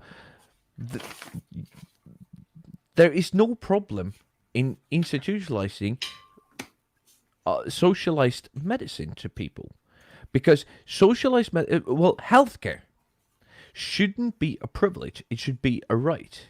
Yep. And every civilized country has this, but you haven't because it's run by capital. I really want And it's run right. No, it's actually Jeff's turn, and I'm Yeah, gonna be sorry. fair. Sorry. I'm not public service, but I'm gonna try to be fair and balanced. But you just wrong. Mate. Jartan, You Fox just wrong. News. Well, no, but my only point with pointing out, whether it's cumulative, like they're all paying together, or they're all going into healthcare together or not, is that what's the difference between all of those different individual countries adding up to 350 million people versus having each individual state having their own healthcare system that they deem fitting best for their own place? I'm sure that there's nuances and differences in each of the socialized healthcare in each of those countries. My only point is let's localize it, just like Spain can tailor theirs towards their people. Let an individual state tailor it towards theirs. There's different makeups, there's different things, there's different statistics from state to state to state in the United States. As like that comparison, I don't think fits because you are adding a bunch of different plans together to equal 350 million. All I'm saying is let's let each state figure it out here in the United States. Okay, No. I am ringleader. I am gonna mute you. I'm gonna mute you. So, give me just a second. What you are saying, my good sir, is that the amount of people is the problem, and the fact that you have 50 states is the problem. No, it's not the amount of people. That's not what I'm saying. So What is it then? I'm saying that different states have different demographics. Different states have different problems. Different states have different needs. Just as different countries have different demographics and problems and needs. So all I'm saying is let's localize it so we can tailor it. But we still all have socialized medicine in spite of those demographic differences. Are all of So those countries what the is exact the same effing socialized issue? medicine? wait, no cross talk. Hopswitch, ask your question. So we have massive so-called demographic differences between all the countries that Jartan mentioned before. So why would this be an issue for the United States when it's clearly not an issue for Europe? Are each of those countries have the exact same plan, or are they or is it tailored to their people? We still have socialized medicine. Okay, but again, I'm saying No. Oh, Jeff, can I'll have it I'll answer your question. No, we don't have a tailored system at all. It's not tailored. Socialized medicine is so all of these countries that I've said, but are having one sort of a healthcare plan, and the only healthcare plan is you pay taxes, and everybody who resides within the borders of the country gets healthcare. That's the common what's it called, the common ground here, denominator. Thank you. Denominator on this, right? So people pay taxes. So people like me, who are filthy rich, we pay a lot more in taxes. Not percentage-wise, but just in the amount that I pay every year. So that somebody who makes less don't end up in the shit when they have to go to it. And the problem that I have is that the way that you describe it is that if you haven't got the opportunity that I have, because I'm privileged as fuck, right? Everything has been given to me for fucking free. You know, school, university, all of that is free. Roads. Yeah, all of that. The roads has been paid for by tax dollars, but everybody's put their money into a pot to make sure that I have these fucking opportunities. Why shouldn't I pay back to do that? And the way that you describe the system is that if you're privileged, you should just hang on to every fucking dollar that you have and just make sure that you and those close to you are good, and fuck those other guys. Well, I'll let Bobby respond, but let me just say this really quick too. Is number one, that's not what I said. All I said was let's localize things and tailor it to each specific state, and especially here in the United States when we have a constitutional process. And I know Jason and I've had these kinds of conversations before about universal health care and things like that. If we want a federal program, there are ways to go about it. If you can get 2/3 of the state, if you can make a constitutional amendment, by all means, go for it, make it happen. But until you can make that happen, the federal government does not have the authority to implement nationwide universal health care, and that should be done on a state-by-state basis unless you can change the Constitution. There are processes here in the United States. Change the Constitution. It's called I agree. an amendment. That's what I just said. Jartan. That's what I just said. Is that not what I just said? You can make a constitutional amendment. That's all I'm saying. Let's go through the process. If you want to do it and you think you can get 2/3 of the states to agree on it and ratify it and all that kind of stuff, go through the process. Otherwise, let's make it localized because that's the way you can actually make it happen. That's all I'm saying. Let's go through the proper channels, not just try to ram it through everybody's throat in the United States unconstitutionally. Okay, Jartan, be quiet, please. Bobby, please give us your perspective. Well, I don't hold the libertarian position on medicine, so I don't know whether I can really contribute to the debate. I can't. Basically, I think that we need healthcare accessibility for everyone. I do believe healthcare is a right, not a privilege. I think that the federal government has to take action on this. But I do want you guys to understand that all of the stuff you're talking about and you're spinning your wheels on, Joe Biden basically does not support any of that. Yeah, that's a problem. Donald Trump is closer to what you're talking about than Joe Biden. I know so many people who voted Obama 2008, Obama 2012, and Donald Trump in 2016. Why? Because of healthcare. Because the Republican Party establishment that Donald Trump challenged and defeated was an establishment that basically really messed up the healthcare issue because they went around and they thought for some reason that people were going to be receptive to this. They would say, well, let's get government out of it. Instead of subsidizing some kind of universal plan, instead what we're going to do is we're going to give you $2,500 tax breaks and you can go find a job or whatever and pay for it yourself and cross state lines and none of that shit actually helps anybody. I mean, I just lost my job at I left academia last December. And I know what's out there. Obamacare does not do any of the thing that you guys are talking about. Obamacare, if I have a family of 4, if I wanted to get Obamacare after I got fired, I was going to have to pay $2,000 per month and then have a deductible of $6,000. It was not going to work.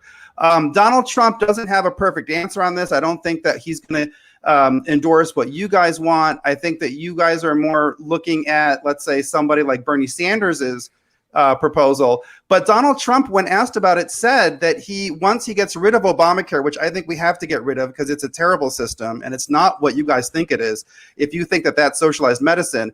But I think Donald Trump did say that Donald Trump said that he was comfortable with expanding Medicare and Medicaid. We have national health care plans like Medicare, Medicaid, and TRICARE, which is the military benefits thing. I'm a veteran, so I'm familiar with that. It's just a question that there are people who don't have the ability to buy in and can't qualify for it based on their age or income level. So I think what a lot of the Democratic candidates in the primaries were trying to push for was they were trying to push for an expansion of availability so people could get in on those things. But Joe Biden defeated all of those people. So of all of the people on healthcare, Joe Biden is the worst possible person. So I have no regrets whatsoever about voting against Joe Biden, given that healthcare is a very personal issue to me. And I do think that like our anxiety in a country it's very bad that so many people are anxious about losing their healthcare because you have something like COVID and people are panicking, and that's why the stock market crashed because we don't have a lot of. Okay, now we're moving to the stock market, yeah. Wayne's going to get the word in a second, but just one short comment before we move on to Wayne is that Yeah. So everything we know that everything Donald Trump's been saying for 6 years has been a lie, but he's told the truth on healthcare. Oh, I don't know All right. that. I'm Okay, not good. going to sign on to that. That's like, why would you So- ask me to buy into? No, I'm something not. that I'm not just saying. absolutely do not I am. believe? No, I did not ask you a question. I just stated a fact. Wait. Donald Trump is in the Supreme Court right now, trying to get rid of pre-existing conditions.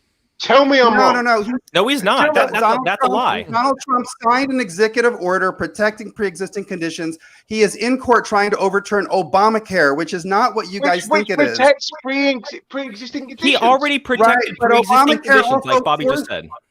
Obamacare also makes it illegal to not have health insurance, but it does not offer you Medicaid or Medicare. So you have to pay for insurance, which is really expensive. So it becomes this massive tax. Do you understand? I just told you, if I were to get Obamacare, I have a family of 4, I would have to pay $2,000 to a private company and then have a $6,000 deductible. I can't afford that. Luckily, is that the free market? No, Well- that's well- Obamacare that you guys have a problem with Trump overturning. No. Well, wait, and let me just say this. Wait. Let me give you an example. We're talking past each other because we're not defining our terms. That's the problem. Okay. Let me just say this. Bobby just said Trump signed an executive order protecting pre-existing conditions, and he's trying to overturn Obamacare because it's not actually socialized medicine. It's not what you guys are actually for, but it's like we're talking past each other because we're not defining our terms. Okay, right. I appreciate that. What I'm saying to you is that if you have to pay a certain amount of money to get yourself healthcare with a pre-existing condition, that's ridiculous. If you pay a flat rate, and that's it. That's it. It doesn't matter about your job. It doesn't matter about your status. It doesn't even matter if you're employed or not. If you are existing as a human in this country, you get looked after. Why can't you guys see that is a good thing? Because the libertarians have taken over the Democratic Party and the Republican Party. So when you're talking to me, you're talking to someone who was savagely attacked, and Jeff knows this, and they tried to kick me out of the conservative movement because I'm not a libertarian. Do you understand? So I'm a conservative because I believe in socially conservative values.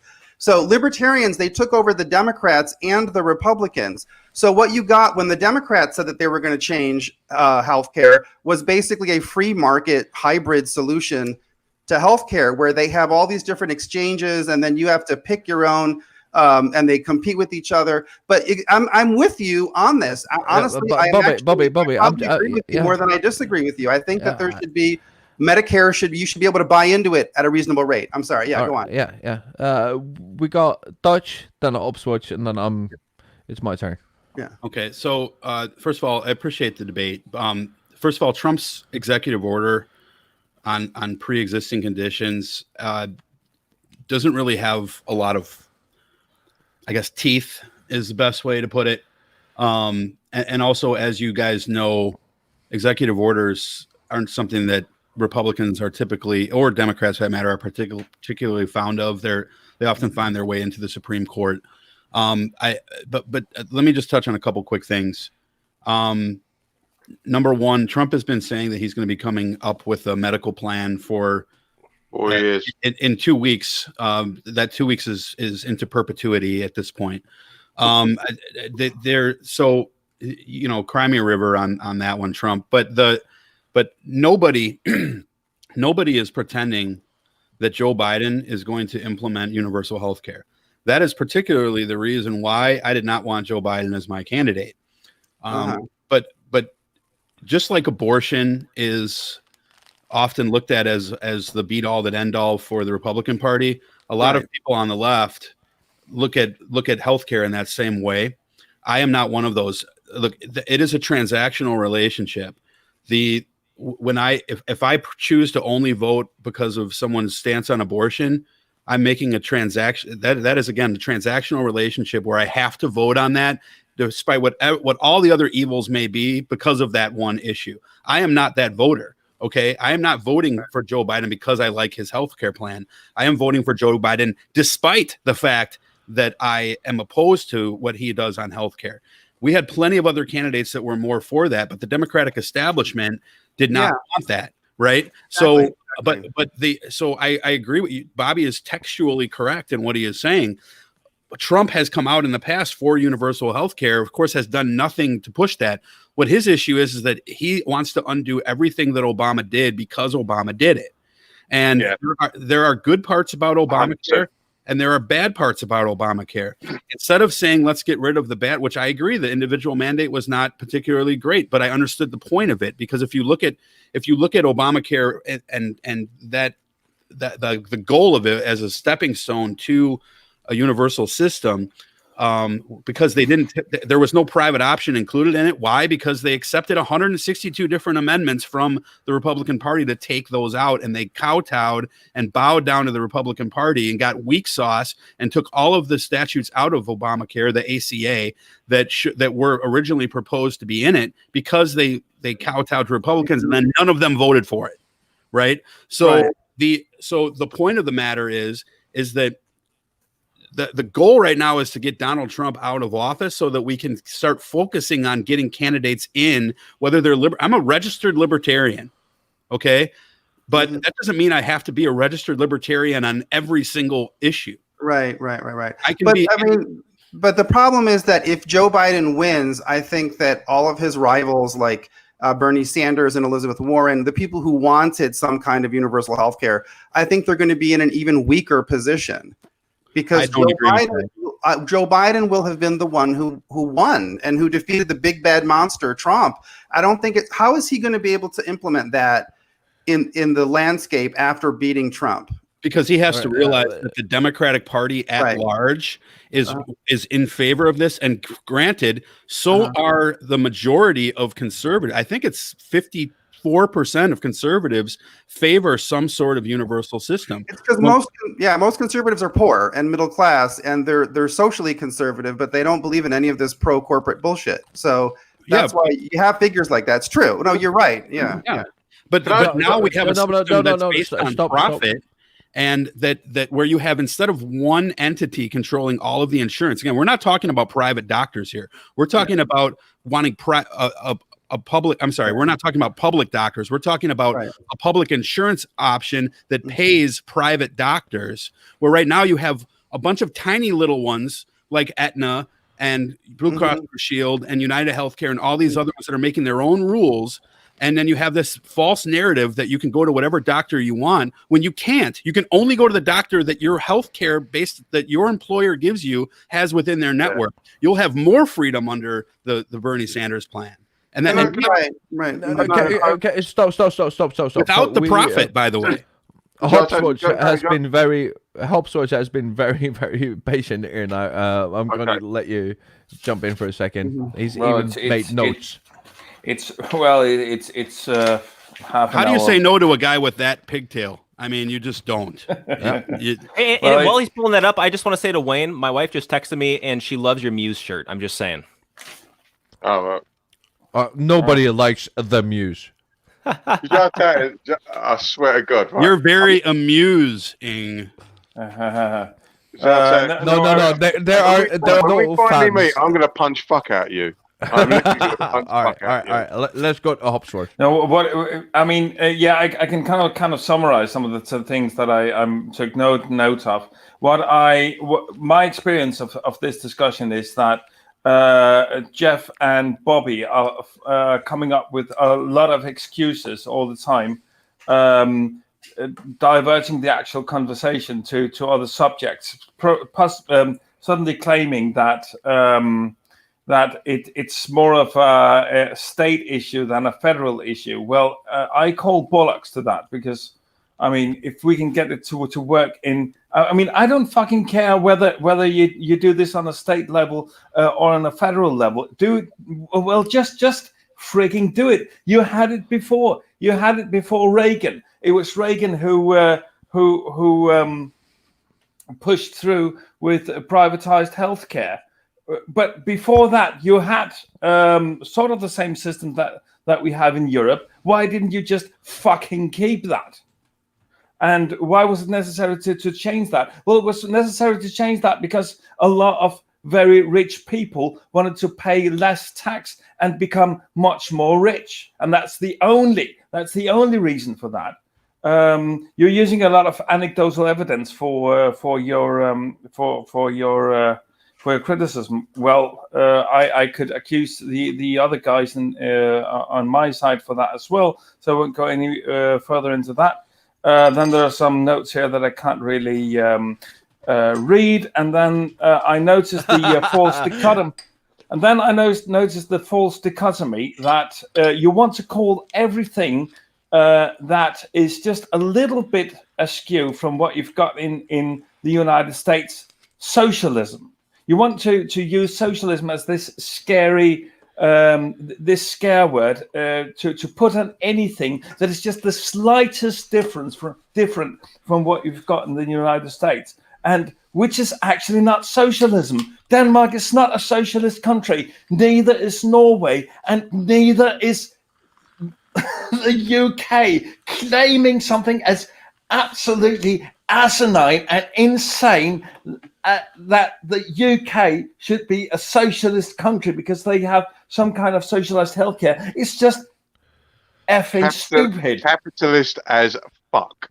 You have no fucking idea, and you're calling it socialism. But I think there's a lot of claims that are being made against Bobby and I specifically that we haven't actually been promoting. I feel like what's being thrown out there is a lot of what conservative talking points are, but not necessarily what either Bobby or I have made. I actually do have to say that I agree with that statement because, like, I think that as folks who are on the left side of the healthcare argument, we hear the same echo chamber from the right very often. And I do admit, like, Bobby has come out and said he supports universal healthcare. You've said that you are not against it from a state level. Right. It's just to me the typical right wing talking points on this are so absorbing that when this fear of socialism is so absorbing and everything like that, when you're basically paying into a system with your employer where if you take that burden away from your employer and you just put it as a tax, you're going to pay less money overall, and your employer is going to be able to be more competitive. I mean, a quick example. Why do we have a Buy American? Why do we have the Buy American slogan in the United States? Well, it's a direct effect of Toyota coming in the 80s and dominate 70s and 80s and dominating the car market and disrupting the car market. Why was Toyota able to come in and disrupt the car market? Well, because because of the unions, number one, but also number two, right there with it, was the fact that the companies like Chevy and Ford and Chrysler had to pay their employees, because they were union, for their health care, which was an exorbitant cost, which raised the price of the vehicles, which allowed Japan, who has a social health care system, and their companies had to pay less to be able to inject those vehicles into the market. So we wouldn't even have to have a Buy American campaign right now if we had some sort of public option back in the 1970s. So for people to assume that that their taxes are going to go up any more than what they're paying right now with the $350, $400 a month that you pay to your employer, not to mention the fact that your employer pays 2/3 more than that, everybody has more money, and you take the profit away from companies like United Healthcare. So I mean, I don't really see how. Not only that, you have a third party, being the insurance company, coming in taking their bit. So if you eliminated the insurance company, well, that's who I was talking about, was the insurance company. My problem's not with the medical industry; it's with the insurance companies specifically and independently. Mm-hmm. I agree with Jason here. I also agree with you, Jeff, that we are holding you responsible for everything wrong on healthcare, what we see as the Republican side. And yes, We are. Yeah, I mean, one of the things. Give me a second. I'm not done, and you'll get your turn to speak.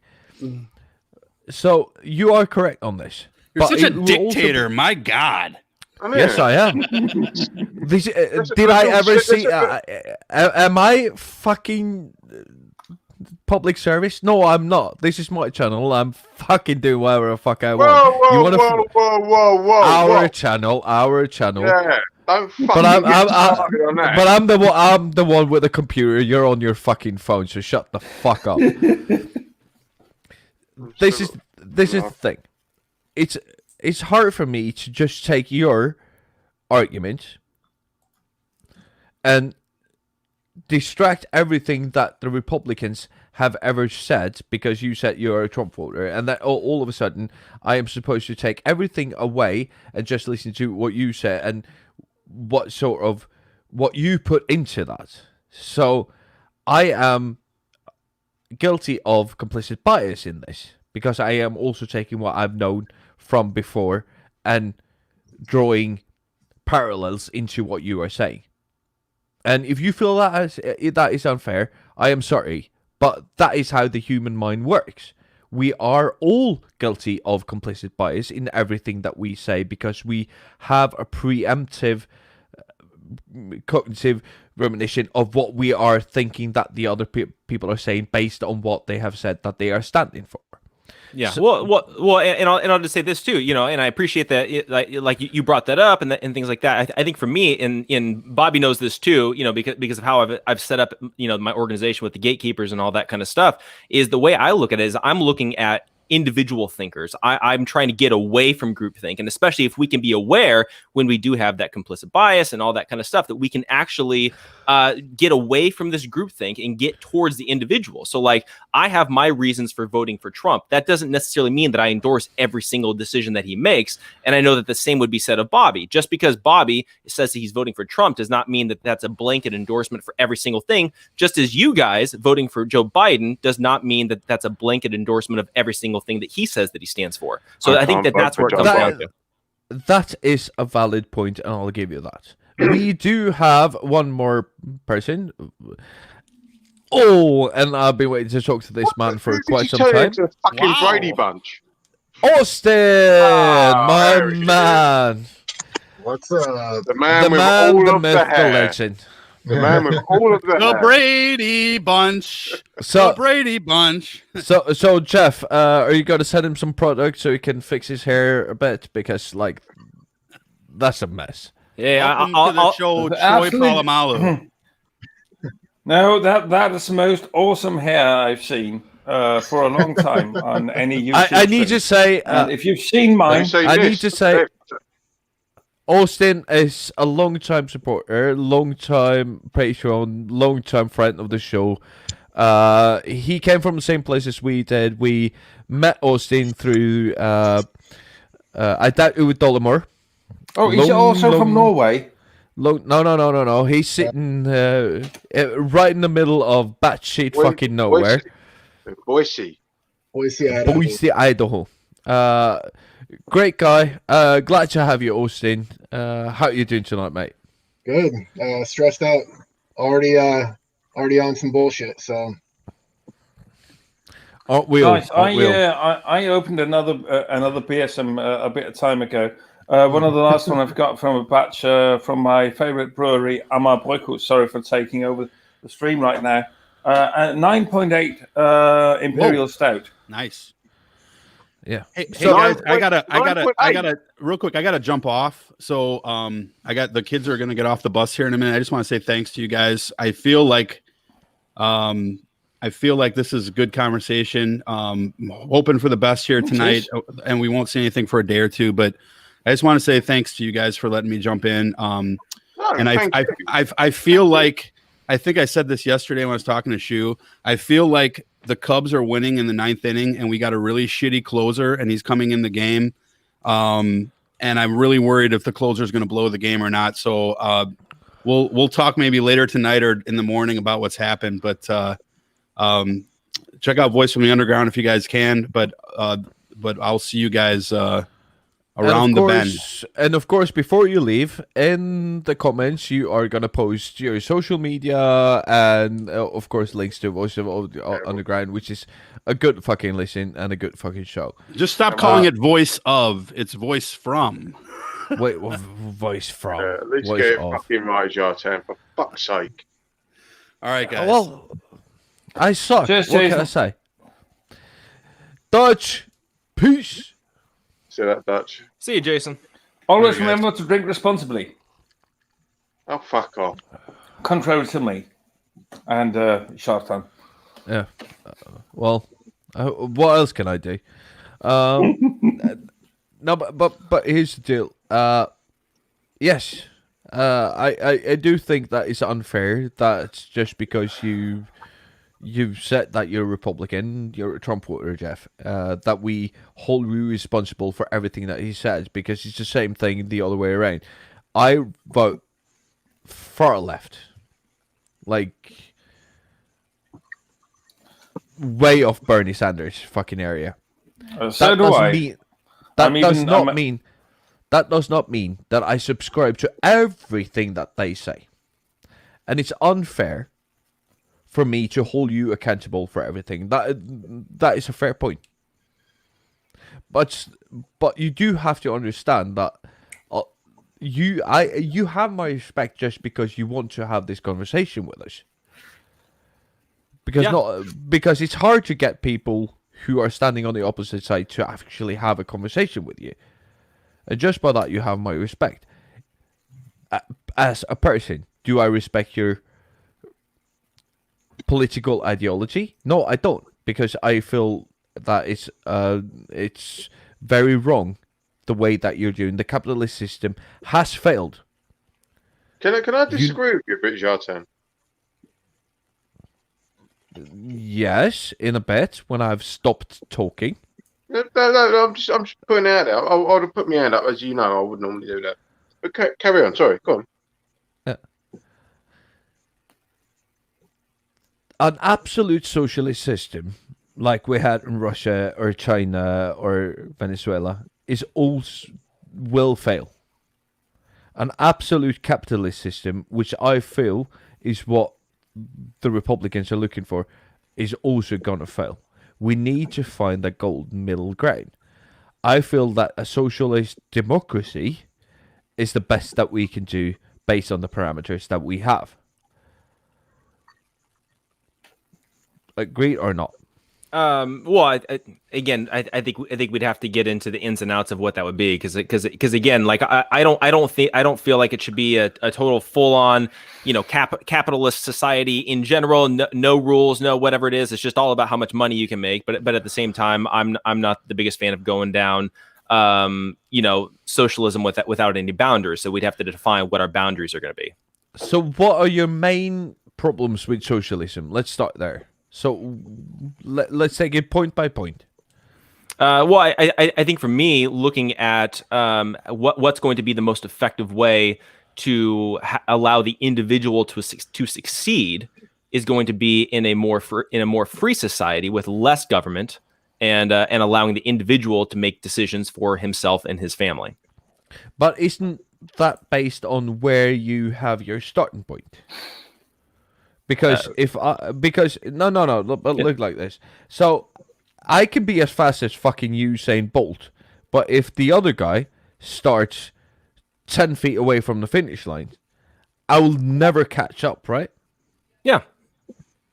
So I can be the fastest guy on earth and the best at everything that I do, but I can never catch up to the fat kid 10 feet away just because he's got rich parents. Jartan, you are the fat kid. Well, all right. So I'm the fat kid, and what? Hopswatch fucking Usain Bolt. I don't care who's who in the analogy. The analogy is the thing. Calm down, love. Calm down. I didn't mean you to buy it. You're 5'5". Shut the fuck up. But you get the analogy, right? So for this system to work, we all need to start on equal grounds. I don't think so. I would disagree with that premise. I don't think we all have to start on equal grounds. Why? Well, because when you look at the capitalist system and you look at the amount of wealth that America has gained, the capitalist system allows people to be able to get themselves out of poverty. And so, I've got plenty of friends, minorities even, that grew up homeless. I know, I did not grow up wealthy. I did not grow up with any kind of handout whatsoever. Everything that I've been able to build, I built on my own, right? And so for me, I see the capitalist system where people can work for themselves, they can become entrepreneurial, they can get themselves out of poverty. That's going to be the best way to get the masses out of poverty and get up into the middle class, as opposed to socialism, which is going to make things more difficult, more regulations, more government control, more centralized power, which more centralized power, in my concern, leads to more potential corruption. So again, do you know what country has the most millionaires per capita? Monaco. I don't off the top of my head. Norway. Do you know who's in second place? No. Denmark. Do you know who's in third place? Nope. Germany. Do you know who's in fourth place? Nope. Oh. Do you know where the US is? I do not. 23. Cool. But that doesn't no. And every country above them has socialized medicine, has the equal footing, has free colleges, has free universities, and all this. Cool. To have people start on equal footing, to have the same people have on your merit, not on where you came from. Because I just looked at this with Mikey, one of the co-hosts on our show the other day. What it would cost him to send his kid to Harvard for, what is it, like college 4 years? Is it? Yeah. It's ridiculous. I was looking at going to Ivy League schools. I was getting recruited for basketball, and then I ended up not, because it was going to be like $250,000 or hundreds of thousands of dollars and no scholarships for athletics. Why wouldn't you rather have that as somebody you just on merit, your grades, not if you're good at throwing a sport ball. Yeah, nobody cares what sport ball you fucking toss. Like, why would you fucking go to a fucking Ivy League college just because you can like hit a ball with a stick? Like, who fucking cares if you hit a ball with a stick? It doesn't fucking matter. Just Mello, I saw two people on this call with the most sublime hair have a problem with Jeff's comments. So I would really like to open up the floor to them to portray their views, please. Yeah, of course. Sorry, I'm being very bad at this. Yeah, you're being rubbish. Austin, right. Austin, please, could you start? Because you're new to this conversation. Yeah, I think that this idea of capitalism versus socialism working better in our current dynamics is absolute horseshit. Because there's so much systemic oppression in certain communities specifically, that just the foundational fundamental support and infrastructural groundwork that's been laid in these communities, or the lack thereof, doesn't allow for particularly school, because that's the example on the table, right? For university, for kids from the inner city of Detroit versus me in Boise, Idaho, going to a state college, it's unattainable. You're preoccupied when you're preoccupied with things like working multiple jobs and providing healthcare for your family, and all the other rigors of life that this current system demands of us. That's the back burner issue. College isn't the goal; it's survival. Yeah. So, Austin, you've made a claim. Do you have any statistics to back up that claim? Not off the top of my head, no. I mean, no, but do you have them to? Yeah, yeah. I mean, I can find them certainly. Yeah. You know, Which claim were you wanting him to back up? Just so I'm following. No, for sure. The meritocracy claim, as in like you being from Idaho and someone from Chicago not having the same experience and the outlets. Yeah, I mean, give me a few minutes and I can certainly produce Yeah, that. no. This is what I'm saying, like, because we make these claims and like you can back them up. I know you can because you've lived it, you've been there. But when people from the other side just say anecdotal shit, it winds me up because it's like, well, I can prove it statistically. So how can you deny it? That's to you, Jeff, by the way. How can I deny what? I'm not following what the concern is. What am I denying? To say that things are statistically like out from certain demographics and for others. I never denied that there's different difficulties depending on which community or culture or background you come from. We kind of did. No, okay. So here's the deal. What you are saying, basically, what I get from what you're saying, anyways, is that you are saying that pull yourself off by your bootstraps is sort of a premise that you are subscribing to, right? It's up to you who you want to be and how you want to be it. Yeah, essentially, different people depending on your background and where you come from will have to work harder or work differently than other people. But in order for capitalism to work, my premise was that for capitalism to work, not every single person has to start off on the same level. Austin. Right. So I understand that concept in theory, and that is a very idealistic, wonderful, like utopian structure of the capitalistic system. However, when you are born without the means to make or purchase boots in the first place, you got to make it yourself. You're stuck on a treadmill that doesn't go anywhere but laterally. You know, you're stuck. You know, seriously working multiple jobs to put food on the table with the current minimum wage standards set in the U.S. You're stuck doing that for your entire life. There are generations of individuals who have done that, and I do understand the concept behind working hard and ousting yourself out of a position, but there are so many people in the United States who aren't afforded even the opportunity to look beyond their bare feet. They don't even have the boots.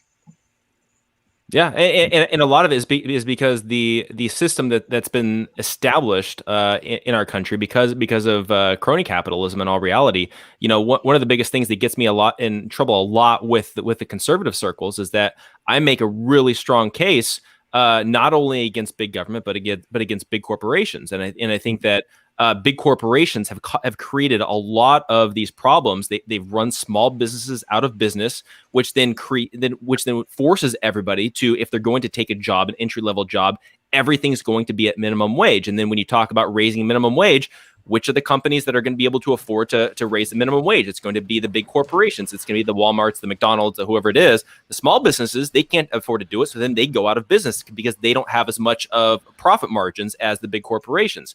If we're going to fix the system, we have to stop allowing the big corporations to control everything and have ends with the government. And so that is one of my biggest concerns when it comes to how are we going to make the capitalistic system to work. It's going to be stop giving so much power and control and passing all these laws and regulations that benefit the big corporations and then push all the small businesses out of business. No, give me a second. KRS says crony capitalism is just capitalism. And he said it in all caps, so it's basically crony capitalism is just capitalism. I appreciate keeping true to the writing. I gotta say. Yeah, I'll do my best. Yeah, there you go. Because at the end of the day, we're playing a massive game of Monopoly, and the money only ever goes one way. So, what you're advocating for is no, actually, you're not. Why don't we try and share the money out a bit more to these smaller companies, these smaller like little startups and stuff, and stop favoriting the big companies, your Amazons, your Googles, and your Vodafones, and all these?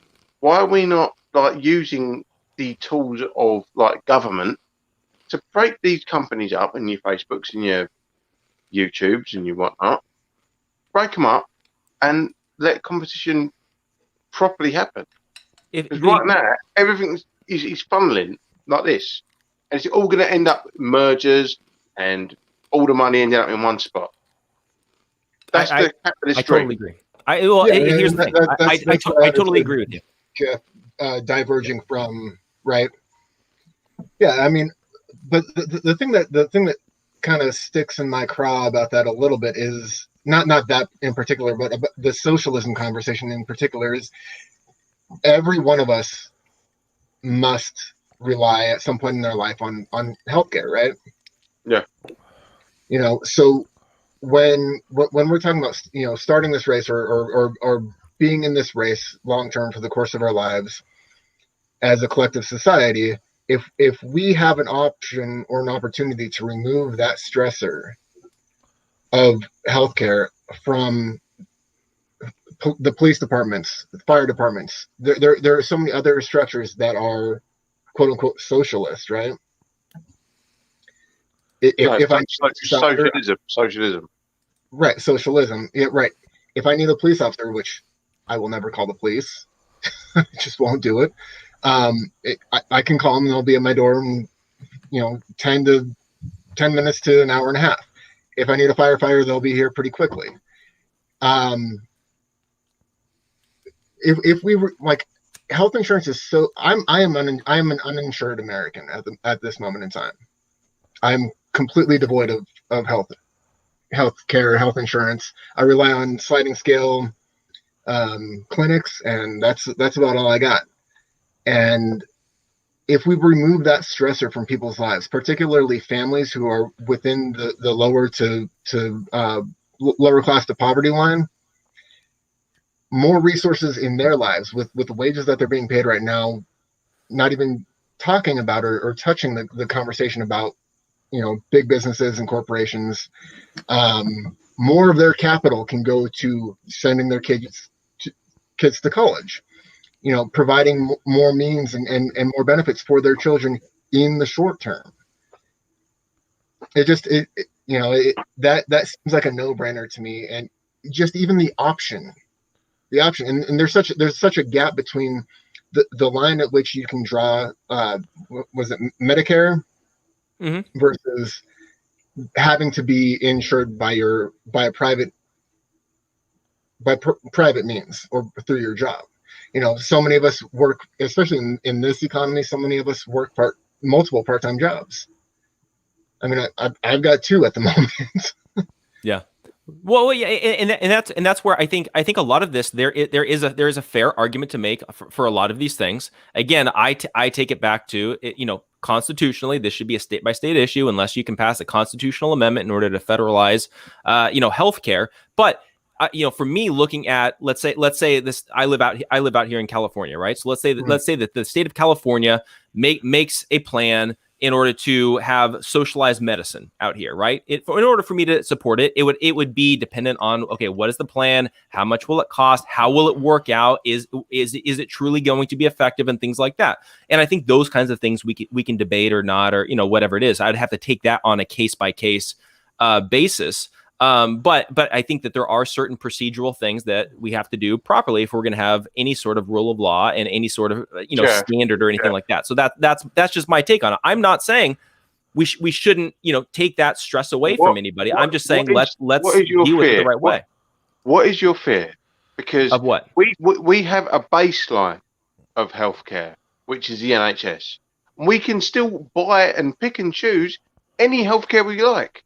We can fly ourselves to America and do that. We can go to a Bupa hospital and pay for it privately. It's fine. We have a baseline. What is your fear? But you're countering an argument that I never made. I keep saying if we're going to do it, no. You said why is the government getting involved in healthcare? They're setting a baseline. No. He's saying federal government. When he's saying government, he's saying federal government. He's talking about they should do it state by state, and the states. That's all I'm saying. Yeah. So this is the argument that he's been doing. We haven't got federal government here. We haven't got federal government here. Yes, you do. Yeah, you do. You live in a country, don't you? We live in a 4 countries together become Great Britain. Okay. And all of the power is devolved. Yeah, but now you're talking. Now you're splitting hairs. Yeah, because Scotland, Wales, and Northern Ireland and England is a part of 5 states union. Of Great Britain, right? Yeah. So you have made the decision that these 5 independent, quote unquote, states are going to have one system. That is what he's saying. No, Jartan, this is where you misunderstand. They can make different laws for those devolved states. Right now, and that's exactly what Jeff is saying. That's exactly that all 50 states should be able to make those distinctions by themselves. Yeah, but what I'm saying, there's a baseline. There's a baseline, and the baseline is everyone gets looked after. Cool. Like what I was responding to Austin here was not anything about what you're countering. I'm literally just saying let's allow each state to figure out what that baseline is and if there's going to be a baseline. That's all I'm saying. I'm not saying one way or the other, but I'm just saying I would rather make it localized. That way we can deal with our local people and deal with their needs, and then we could figure it out from there. Especially because here in the United States, we have a particular process. And again, if the Constitution does not delegate a power to the federal government, it gets delegated to the states. Again, I'm just saying, let's just follow the rule of law. But surely, yes. No. Give me a second. Yes, but what you are basing your everything on is a 278-year-old Constitution written in a different time in a different world, right? Yeah, and there's a process to change it. That doesn't work. Yeah, it absolutely does. We've had many amendments here in the United States. It can work if people will actually do it. Cool, 28 amendments. Cool. It's been done. It's been changed. It's been amended. 20. When was the last amendment? What was it? 40 years ago? 50 years ago? Exactly. Yeah. But do you know why there hasn't been an amendment in that long? Do you know why there hasn't been? Why? Because you can't agree on anything. Exactly. You have to have consensus. You have to have the majority of Americans agree on something. If you can't have the majority of Americans agree on anything, you can't change the Constitution. So thus, I go back to my original premise. We take it back to the states where the majority of, let's say, Californians might support socialized medicine. The majority of Alaskans, maybe they wouldn't. I have no idea. But let's take it on a state-by-state issue until you can have consensus. You guys here on this show, you guys have consensus. So, in your countries, more than likely, you guys have consensus. Here in the United States, we don't. So why are we going to allow, 50.1% of Americans dictate to the other 49.9% of Americans how to live their lives? That's all I'm saying. Because it's the right thing to do. Then convince me with a superior argument. And if you can convince 2/3, I can. I can convince 2/3 of Americans, then you can pass a constitutional amendment. That's all I'm saying. I don't know why that's a bad thing. No, it's not a bad thing. The thing that I'm saying is that it's amazing to me that you have a great party on your loft, but you are still sitting in your basement with your door locked because Canada has had socialized medicine. And it's working great for them. But you are still sitting there and you're saying that we can do it state by state. Why do you need your union? Yes, you need your union because you have California, where you live, right? What is it? The 5th biggest economy in the world? Yes. Mm-hmm. Right? And the smaller states that has a very bad economy needs that big economy to even get by. Idaho. Hi, Idaho. Boise. Hey. I'm going to say They something. need this. No. So this is socialism in its core, right? So Idaho needs California because they need that big economy that California contributes. What would happen to your union if California's like, we're out. We are not the state of California. We are the country of California. Well, originally, the United States was originally set up to where each state was supposed to be its own individual country, and we were only unifying for national interests. This is 300 years ago. I was allowed to beat my wife, rape my kids, fuck chickens. And you could own me. And I could fucking own you and fucking Austin. And it wouldn't be fucking illegal. Why would we have that as a standard? And we changed it. Yes, but you just said that we did it like this 300 years ago, and it was a good thing to do. No, I said we have processes in order to change the Constitution, just like we did to abolish slavery. But you need to change them. Okay, cool. Then that's an argument to make. And then the question then becomes, can you convince 2/3 of Americans, 2/3 of the states in order to sign off on it? You better have a dang good plan in order to pull that off. I don't know. I have one. Let's make sure that 2/3 of fucking American has a fucking education. Cool. Yeah, and healthcare. Cool. Because a healthy population, but then you have to. No. Shut up a minute, mate. Shut up. I'll let you get this. I am gonna mute you now because no, you're not. Fucking you're not. No, I'm not. Get that.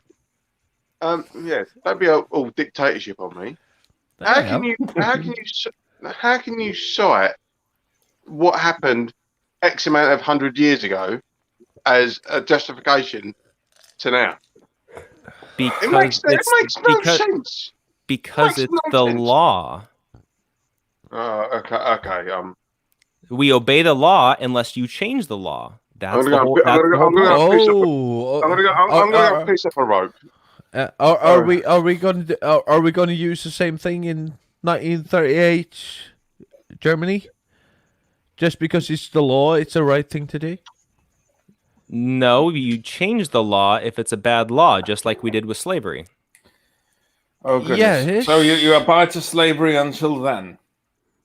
Last I checked, we had the northern states in America went to war, shed our blood in order to stop slavery, in order to abolish slavery. That's not how it went. That's not how it went. It started with a rebellion in the southern states. Read your own history. Started with a rebellion over what? Yeah, that the southern states didn't want slavery to be abolished. Okay, so again, it comes back to slavery, right? Yeah, sure. Yeah, and we went to war over it because enough Americans said, "F that, we're not going to take that anymore." Correct? No. That's not what happened. The southern states went to war because a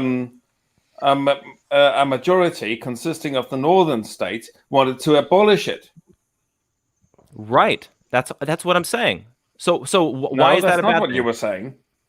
Because the northern states wanted to abolish slavery? That's why we went to war? Yeah, that's right. That's why you went to war. But that's not what you initially said. You said the northern states went to war because they wanted to abolish slavery, and that's not what actually happened. The northern states wanted to push through legislation against slavery, and the southern states rebelled against that. So it were the southern states that started the friggin' war. Okay, so hold on. Let's back up here. So the northern states wanted to abolish slavery. The southern states said no, right? So we agree on that, right? Yeah, right. Okay, so the northern states want to abolish slavery. The southern states said no, F that, basically, right? Mm-hmm. We then went to war because the southern states rebelled and wanted to keep their slaves. The northern states felt strongly enough that we should abolish slavery. It's the other way. No, it's the other way around, because the law was that you could own other human beings. And so the northern states wanted to change that, correct? The rebels. So who was the rebels? The southern states. So the south. No, the north. The rebels were the south, the Confederates. No, the rebels were the ones going against what was the law of the land at the time. You're redefining history. The rebels were the Confederates. I know my American history. Austin, drop in. In name, it's the rebels were the South. It's the Southerners. I know my U.S. history. I studied the Civil War extensively. I know what I'm talking about here. I'm pretty sure the rebels were the South. The Confederate flag was the South. The Confederate battle flag was the South. They wanted to take themselves away. It was the South and Texas, I think, that wanted to be their own state. So country, yeah. Okay. I think So here's the reason I'm as an analogy. It doesn't. But here's why I get confused about who was the rebel. So the law of the land was that you could own human beings, right? Correct. And then the North wanted to change that, and the South wanted to continue to have slaves. When the North essentially put the ultimatum, the South was like, "F that. We're going to keep our slaves, and you don't have the authority to take that away from us." So that's how the Civil War began. And your point is that every law that we have now should have a civil war to change it. Last I checked, that's not what I said. No, but you said that we need to go through this very elaborate process, and if that doesn't work, even if it's morally wrong, and it doesn't make any sense, then we should just leave it be. Okay, so the majority of the North, out of their own, let's take that. Let's take it out of a true. Can we dial it back to the original conversation? Yeah, can we take it back to now? Cool. Changing law. All right. Cool. Yeah. So we're going to change laws. So the laws as they stand today are wrong, right? Which laws? The fact that anything that has amendments in it. All the amendments are wrong. No. That's not what you said. Go on. Can I please continue? Yes. So the fact that you were saying that we need a constitutional amendment to have socialized healthcare in every state. Federally, right? yes. On the federal level, yeah. On a federal level, yeah. So if you're wrong and I'm right, we need a civil war to change that, unless you can do it democratically like you did with slavery, because you couldn't do that democratically and then you needed a civil war. So to change healthcare, you are basically saying we need another civil war. No. What I'm saying is that if you can't convince 2/3 of the states that socialized medicine is the way to go, then you're going to have to do it on a state-by-state basis until you can prove to 2/3 of the states to make it a federal thing. And then we go back, and would you agree with that? Would that be the right way to go about with slavery? We should do it state by state?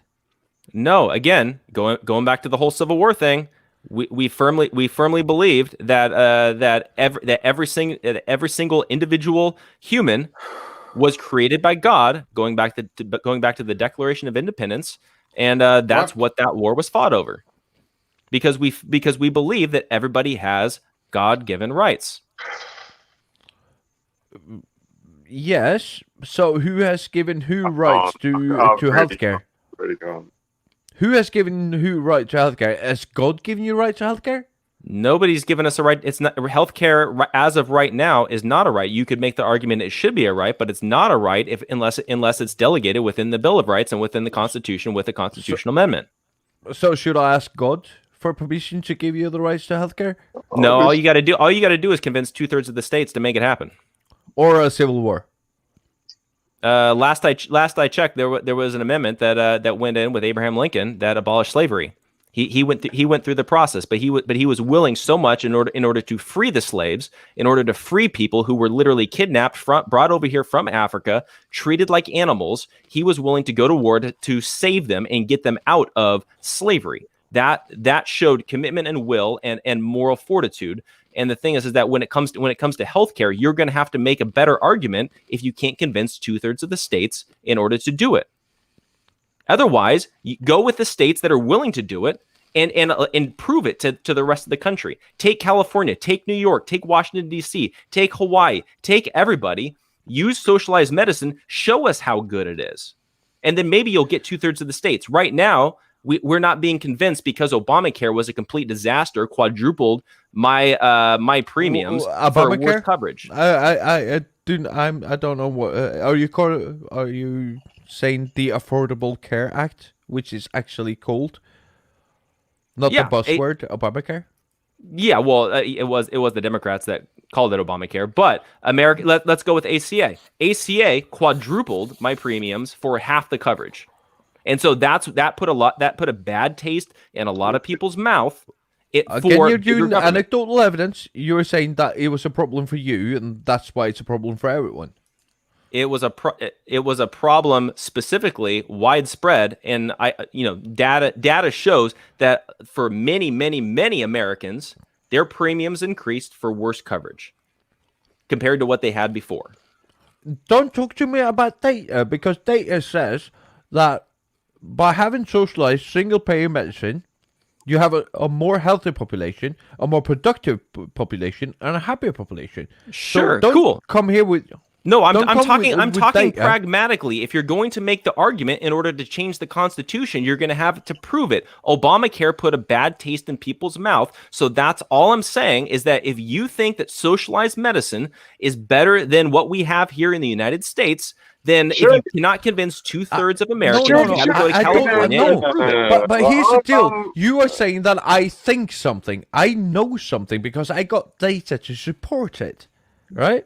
Again, you have to convince 2/3 of Americans in order to do this on a federal level. That's all I'm saying. We keep going in circles, I feel like. Perrier, shut up.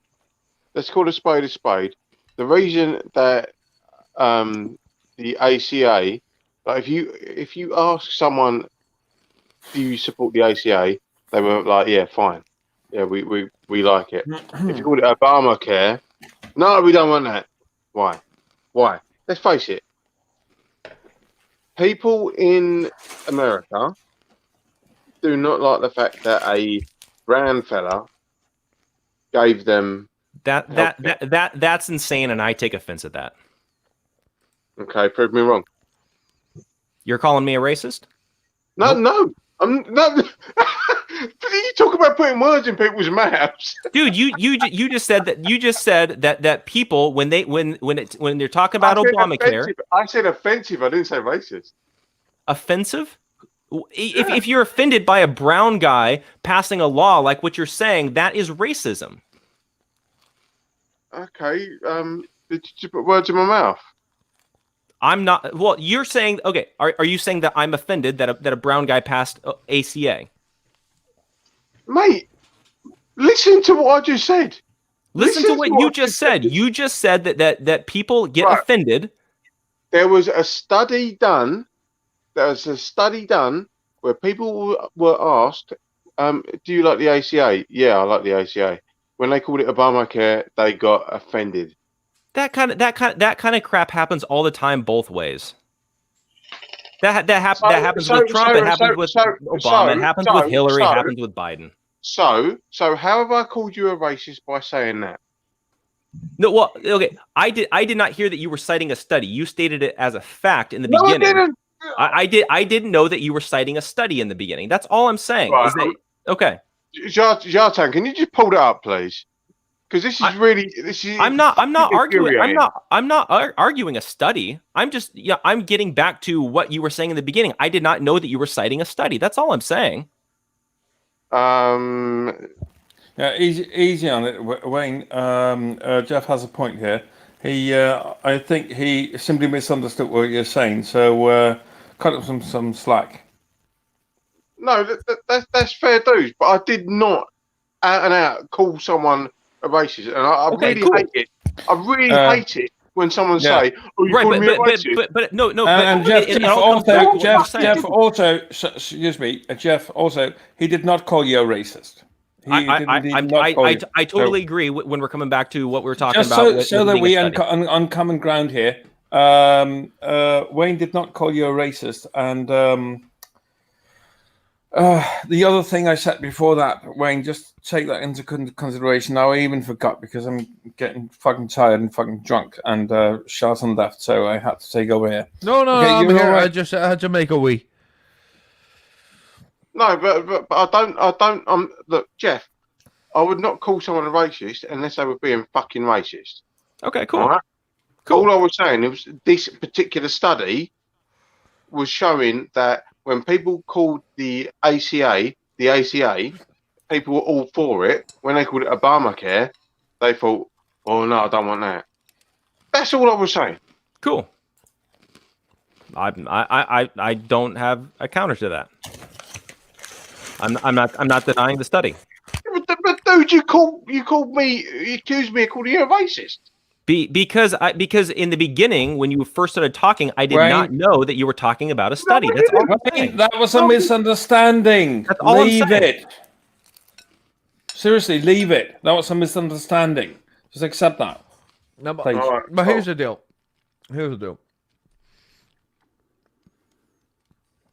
I believe that, and for me, there is no middle ground here. Donald Trump is a blatant racist. I disagree. He has made several extremely racist statements. Such as? Mexicans are rapists. He didn't say that. He did. You sure about that? Go. Pull. Are you guys able to play video? And some of I can't do it, but YouTube is going to take it out. Jartan, in his defense, he didn't. He said they're not sending their best. They're sending rapists. They're sending criminals. They're sending whoever. He didn't actually explicitly say that what you stated. So Potato. Fair dues. And he also said some of them might be good people. yeah, He has. Yeah, he says that about some other people as well, didn't he? again, Is there a problem with crime? Yes. With illegal immigration? I don't know. I don't live in America. But again, that's what I'm talking about. no. Based on statistics, Hopswatch. Based on statistics, legal Americans are more. Problem with illegal immigration. Sorry, no. That's begging the question. If I've ever heard that, is there a problem with illegal immigration? It's a tautology. Yes, of course you can claim that because you call it illegal immigration. No, but that's not. You've already put the crime there. However, whether it's a real crime or not is what's up for discussion. Forget that. No, I'm not talking about that. No, that's a completely sorry. That's the most dishonest kind of discussion that you could ever come up with. Is there what are you talking about? A crime issue with illegal immigration? You said something to the effect of no, Hopswatch. What are we talking about here? So calm down a bit. So yes, so what you were saying that illegal immigrants are more prone to do crime than legal residents. Is that what you're saying? No. Okay, so what are you saying? Be specific. Okay, so I grew up in Arizona, which is a border state. I have many friends who are actual illegal immigrants, correct? And so I've seen a lot of this up close and personal, right? I've heard a lot of the stories. Again, we can say that's anecdotal, fair enough, right? But when you look at the problem with illegal immigration, the main problem with illegal immigration is not the illegal immigrants themselves. Is that the most compassionate thing that we can do as America is to close the border and stop illegal immigration, because it takes away the power from the cartels. The majority of illegal immigrants that are coming across the border are coming by paying money to the cartels. When a lot of people are coming up in their caravans and things like that, it's expected of a lot of these people that they will be sexually abused, that they will be raped, that they will be dealing with sex trafficking. There is drugs that are coming across the border. I have to stop you. I have to stop you. Can I see your data? Can I see your data? So you need to get a source on this before. Yeah, I'm gonna let you. Not only that. No, Jartan, let me. I am no. I am gonna let you share. Give me a Wait second. a minute. Wait a minute. No. I'm pulling rank on this, right? Jeff. Yes. You accused me of calling you something, which I didn't. Okay. Again, a misunderstanding, but okay. Yeah, but you accused me of calling you something and using no data at all, just saying, "Oh, you're calling me." That's not what I was saying, but okay. What's a misunderstanding, Wayne? For fuck's sake. A misunderstanding is. Look, the thing is, accusing someone of being a racist is a very big label, and when someone labels you as that, I'm like, mate, no, I didn't say that at all. I concede. We're going in circles here. Again, it was a misunderstanding because I didn't know that you were citing a study. I don't know what else to say. We can keep going in circles on this, but I don't know what else to say. But what I'm saying is, you're kind of doing the same here with Jartan, in the sense of you're talking about illegal immigration, but you're not citing anything. You're just using anecdotes. You need to back this shit up. Okay, so the New York Times reported in 2017, smugglers and cartels profited up to $2.3 billion from Central American migrants in 2017. Yes. They do make money. That's not what I'm saying. Are cartels the good guys or the bad guys? But that's not my question, though. Okay. Are they making a bigger impact on your crime statistics than legal immigrants? I never made that claim. Or legal. No. I never made that claim, and Trump never made that claim.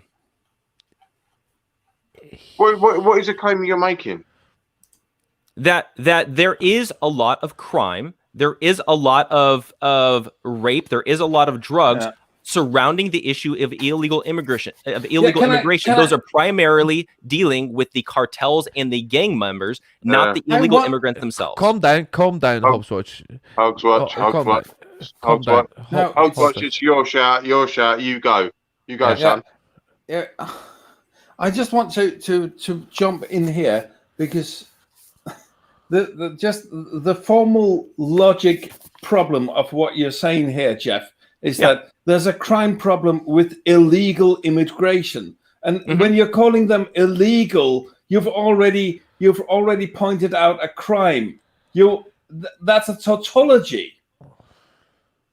So number one, according to the wording you're using, there's already a crime. So. But that's not what I'm talking about. There's a crime problem there. Jeff, wait, I know, Jeff. Illegal immigrant. Whoa. Cross talk. Everyone shut up. All right, Hopswatch, go. No, Hopswatch, go. No, give me a second. So, Hopswatch, when he's calling it illegal immigration, he's not talking about the crime of them crossing the border, right? I know, but still, it's a dishonest discussion tactic as far as I can see. Because is it illegal? No. Wait, Jeff. Why are you talking while other people are talking? I am trying to get this on the fucking path again. Please let Hopswatch answer the question. I'm sorry. I'll I'm try used to be being. fair I'm and used to. balanced. I'm used to being a host, not a guest. So I'm sorry. Yeah. So I'm not public service. I will mute you. Go for it. yeah. Hopswatch. Right. So the point that you're trying to make is that calling them illegal immigrants is already claiming that they've done a crime, and they are already criminals by definition as entering the country. Yep. Is that a summary of what you just said? Yes, it's Jeff's use of the term illegal immigrant that already is problematic. In him trying to make a point, because he's already marked them down as criminals when he called them illegal immigrants. That's not kind of give, all right, but let's not. Jatan, let him finish his diatribe, please. No, I'm just saying. That's pretty much it. That's pretty much it. He was pretty much done. Come on. What I'm saying is, let's not give attributes to Jeff that he has not said. Is that what you tried to say, Jeff? Is that they are, by definition, criminals as they are entering the country? Is that your view on this? Well, the fact that they're okay. I don't know how to differentiate. If you guys give me a different word, how do I differentiate between the people who go through the immigration process the right way and the people who go across the border? No. And I'll use that. Are people who cross the border illegally already criminals? The point that they're crossing the border. Yes, because they're breaking the law, but that was not. But that was not the data that I was citing about crime. I know. But that was Hopswatch was saying, that by saying you are already a criminal just by being here, right? Mm-hmm. So when you use that data that you are using, and you're saying that illegal immigrants that just by crossing the border are already criminals, you are using a false equivalency, right? So all of these people that you are citing are already criminals just by residing in your country. Yes, but that's not. No. Just give me a second. Just give me a second. Okay, I'm following you. Yeah. So let's take that crime away. The crime of crossing the border. Let's take that away. Yeah. And that is not a crime anymore. Let's take that out of our statistic, out of equality, and only crimes committed while residing in your country, illegally or not. You get where I'm going with this? Yeah. Because I think that this is Hopswatch's point, that you can arrest a person for just entering your company and say, country, for fuck's sake, and saying they're a criminal. But can we focus on the crime being committed while residing in the company? Jatan, you're wrong there. If someone enters your country, they're a felon unless they're seeking asylum. If they're seeking asylum, they have every right to be there until their asylum case is seen. And that is law in America. It's the same law that we have in the UK, everywhere. So please, let's not get this. No, but you missed the point about Hopswatch's point here that I am trying to make clear, is that can we take that crime about crossing the border out of the equation? No, I'm backing up exactly what he said. Exactly what he said.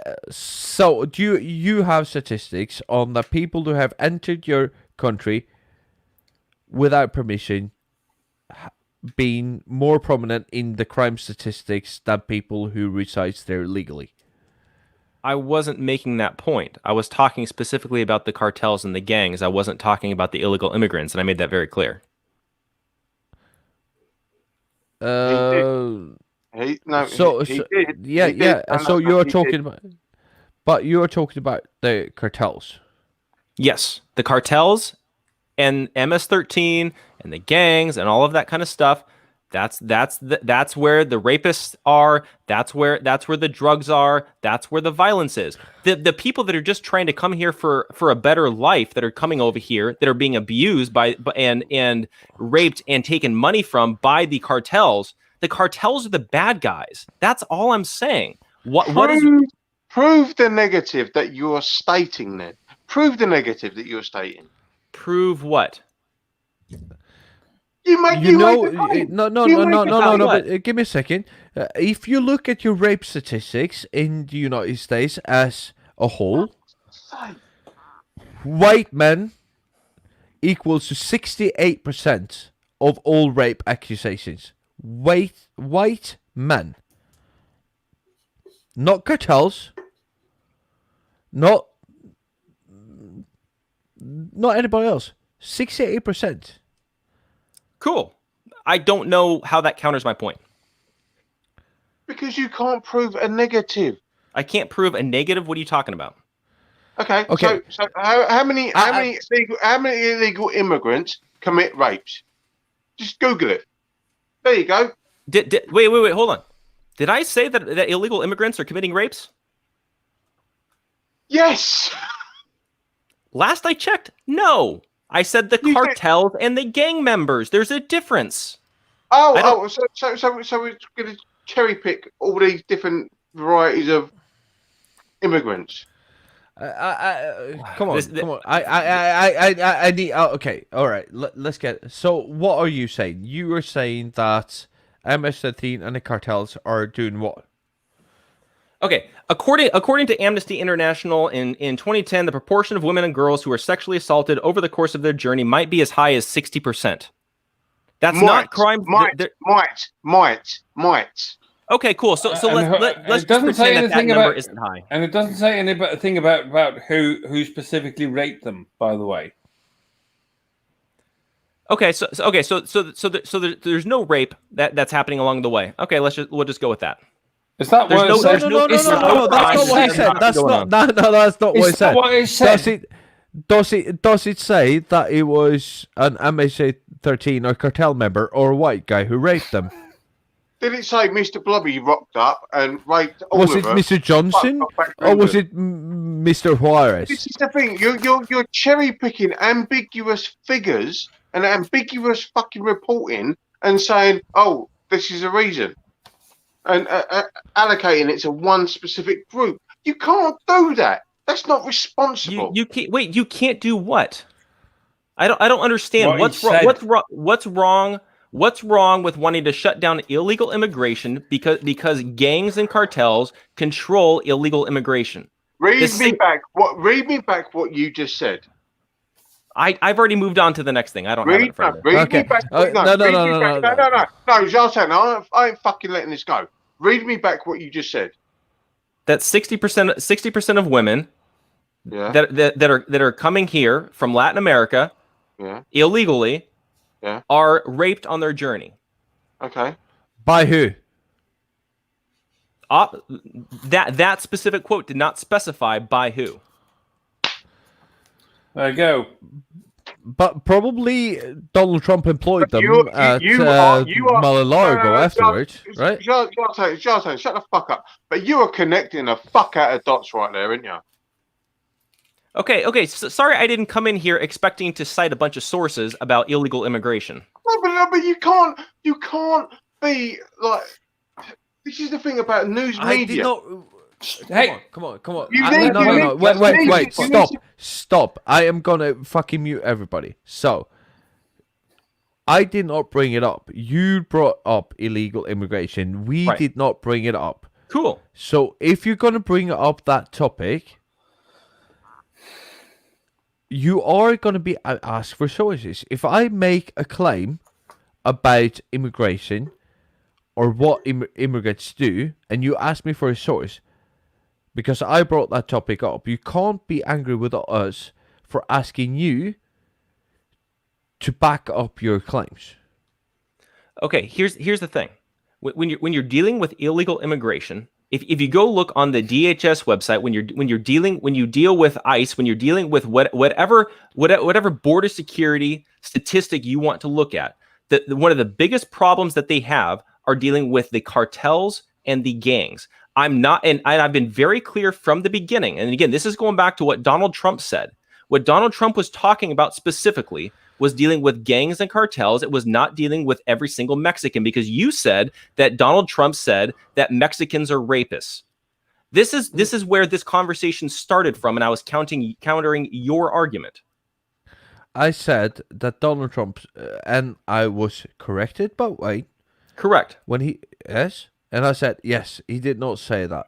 The point that I'm trying to make is he has been very, very adamant. He did not, in any point during the last 6 years, has he disavowed white supremacists. Not right? once. Not once, huh?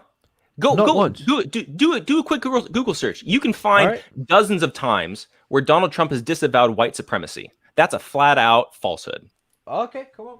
Pull it up. So what should I Google for? Donald Trump disavows white supremacy. All right. Good people on both sides. Do you know the context of that quote and what he said immediately after that? Yes. I am not talking about the white supremacists. Not talking about the Nazis. Come on. Okay, so what did he say after that? He was talking about people that are dealing with both sides of the argument over tearing down monuments, and he's saying that there's people there's good people on both sides of the argument about whether we should keep up on monuments or take down monuments. And then he specifically said, "I am not talking about white supremacists or neo-Nazis." I understand you're still manning the one you're voting for. I understand why you're doing that, but I'm talking about but you're also deluding yourself, sir. How? By giving you context of what he said. No, by really yourself believing that was what he was actually doing.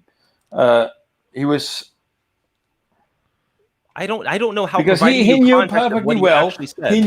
He knew perfectly well what happened before he said that quote, and he knew perfectly well what kind of people he was talking about.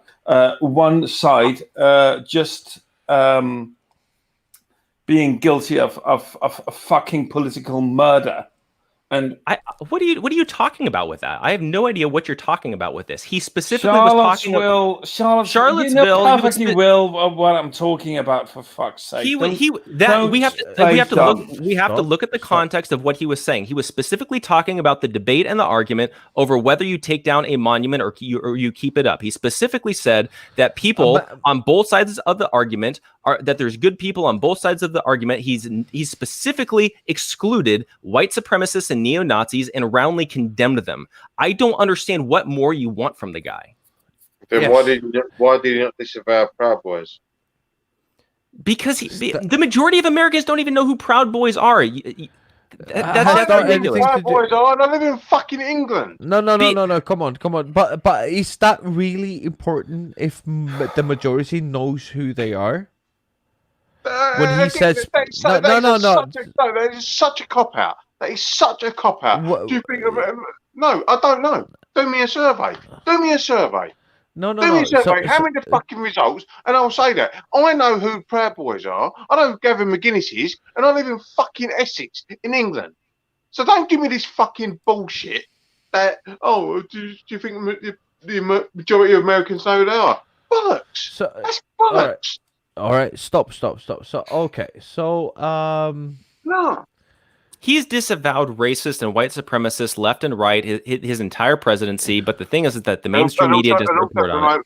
Oh, come on. No, come on. Okay, so here's a quote, and I'm going to read it. I don't know anything about David Duke. But by the way, just a heads up, I've got to run in about 5 or 10 minutes, so just giving you guys a heads up. This is going to take about 2. I don't know anything about David Duke. I don't know what you are even talking about with white supremacy or white supremacists. I don't know. Did he endorse me or what's going on? I don't know what group you're talking about. I don't want I wouldn't want me to condemn a group I don't know anything about. If you would send me a list of the groups, I would do research on them, and certainly I would disavow them if I thought something was wrong. Tapper says the Ku Klux Klan. You may have groups in there that are totally fine. The Ku Klux Klan. And it would be very unfair, so give me a list of the groups and I'll let you know. I'm just talking about David Duke and the Ku Klux Klan here. Honestly, I don't know David Duke. And we all know that he's been in meetings with David Duke, and he's even retweeted him. Is this disavowing white supremacy to you? I mean, I don't know. He knows nothing about the Ku Klux Klan? I don't think he specifically said that he knows nothing about the Ku Klux Klan. Okay, a quote again. I don't know what group you are talking about. And then Tapper says, the Ku Klux Klan. You may have many groups in there that are totally fine. I think he's talking about the entire list. He's not talking about the Ku Klux Klan. No. So this is the actual quote. I'm gonna put it right. up I on know. screen. I heard everything you said. But again, you're talking about a transcript of a physical conversation. You're talking about an actual conversation going back and forth, and you have to look at the broader context of what he's saying. You're assuming the worst possible interpretation of what he said. You already assumed about the whole situation with the cartels. You assumed the situation about Charlottesville. Here you're making an assumption as well. Yes, but here's the deal. No, wait, because I can back it up. So back in February 28th, 2016, Donald Trump retweeted David Duke, who has Il Duce 2016 as his handle. It is better to live one day as a lion than 100 years as a sheep. Make America great again. Cool. And how do you know that Donald Trump knew who that was? David Duke? Right. David Duke, the Grand Wizard? I one time retweeted a Westboro Baptist person before I realized who it was, and then I finally after the fact realized it. It happens all the time on Twitter. You gotta understand how Twitter works. Yes, I do. I retweet shit on Twitter all the time. It even says on my Twitter fucking bio, I can't express myself in 140 characters or less. That's how old I am, because it wasn't 280 back then. I just retweet shit. But do I retweet everyone who agrees with me? Would I fucking go out and retweet fucking Stalin just because he said some socialist bullshit that I believe in? No! You're making the assumption that when Trump saw that tweet, that he went and he saw, okay, that is David Duke. He's in charge of the KKK. Blah blah blah blah blah. I'm going to retweet him because I'm a white supremacist. Yes, because he's a fucking president of the United States. And if you don't fucking even Google the guy that you're retweeting, you should be a president of fucking everything. You shouldn't even be the president of a fucking kindergarten. Because we should be Googling everybody that we retweet. Okay. Yes. I got the standard now. Yes. Every fucking time. Cool. Jeff. Because that proves racism. Yes, it does. Because he didn't Google somebody. Yes. Cool. Okay. Now I know where you stand. Jeff, can I ask you a question? Go for it. Why are you so keen to run interference / defense for Trump on these clearly ridiculous excursions of his own? So far, out of all the examples you guys have provided, I've heard one out of the four that could possibly be plausible. No, but why are you so keen? Why am I so keen for what? To run interference. Why don't you just say running interference for trying to get down to the truth? Why don't you just say, yeah, he got that the fuck wrong, dickhead? That's fine. That's fine. You can say I still support him, but yeah, he got that wrong. Why are you so keen to just not say, yeah, he fucked up? He fucked up. the thing in this political world now is that we are so proud that we can't say that. Yeah, we got this wrong. We got it wrong. I've criticized Trump many times. I am happy to say when I shit the bed, I got it wrong. I'm like, oh fuck, yeah, I dropped the bike here. So don't listen to that, and I'll completely redact that comment and apologise if it caused offence or anything like that. I'll just say sorry. I fucked up. Why do people that support Trump in his worst just keep blindly supporting him and say make excuses for him? I don't understand. And this is not me attacking you at all. I'm not attacking you. I'm not calling you any names. I am not labelling you anything at all. Please do not think that I'm doing that. Because I'm not saying that. Yeah.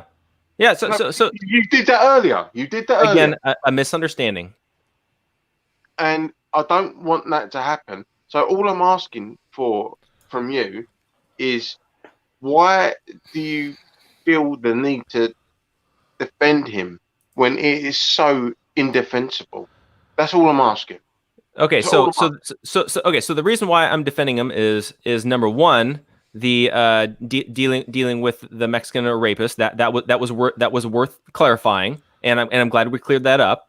Number two, when we're dealing with Charlottesville, I feel like that was worth clearing up because we need to understand the context of what he said and what he specifically disavowed versus not disavowing. So there was that. Dealing with the Proud Boys, that's something that was sprung on him during a debate. Also, on top of that, the premise of the question. If you go back and you look at the premise of the question was actually dealing with trying to make it look like all the violence was being instigated by the Proud Boys, and that was the problem with Portland. So there's that side of things. So I get why he kind of deflected there and things like that. But again, we have to look at the context of what's being said. You guys specifically said that Donald Trump is a white supremacist, that Donald Trump is a racist, and I'm not seeing the actual evidence for that, except maybe one thing where he deflected on David Duke was the worst thing that I've actually heard that could be halfway legitimate. Okay. Or when he said that Somali-born Minnesota representative Ilhan Omar should be sent back, or when should be sent back to Somalia. What was the context of what he was talking about there? He said that they should sort their own countries out before they come here and start talking about. And he asked for Obama's birth certificate because his dad was from Kenya. He also said that Don Lemon made LeBron look smart. He said that his impeachment was lynching, and he said suburban housewives, low-income housing will invade your neighborhood. I'm not hearing the blatant racism. He said that the shithole countries in Africa should have AIDS and should go back to their huts. Wait a minute. Laziness is a trait in the blacks. Jeff. Look at my African American over here. Jeff. Get that son of a bitch off the field. Jartan. These aren't people, these are animals. I'm gonna play the race card here. They should be executed. How long you want me to go on?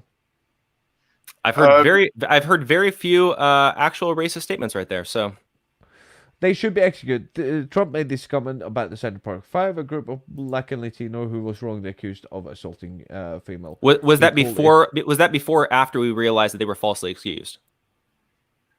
It doesn't matter. It's down to the judicial system. The judicial system. Okay. So then let's use another example, right? Is it wrong for everybody to be supporting Jacob Blake and saying that the police shooters were wrongly shot him? All right.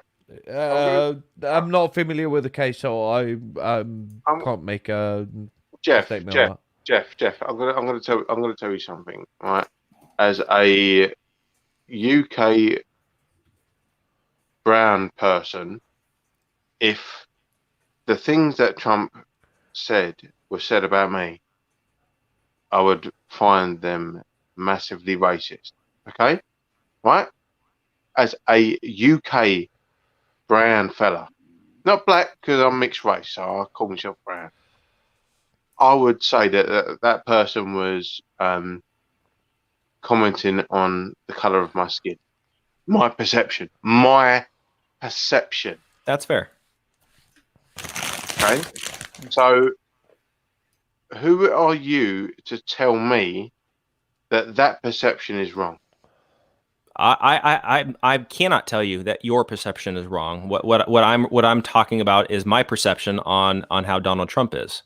So that he told don't matter. so that he told Representative Alexandria Ocasio-Cortez, Ilhan Omar, Ayanna Pressley, and Rashida Tlaib to go back to the crime-infested places from which they came. It's not racist.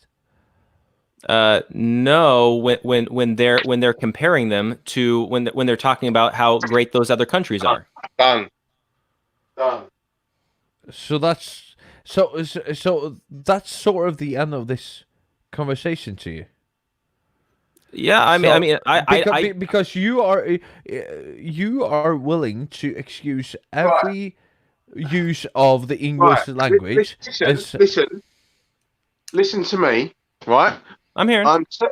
I'm telling you now that if someone said to me, "Go back where you're from," when I'm in Britain, I was born in this country, and someone told me, "Go back to where you're from," that's fucking racist. I would agree with you. And for you to say that what Trump said, oh no, it's just taken out of context. I would really like to swear at you right now, but because you're a guest on our show, and I appreciate the fact that we can have a conversation. I'm telling you now that if that happened and you was in my presence, it'd be a different story.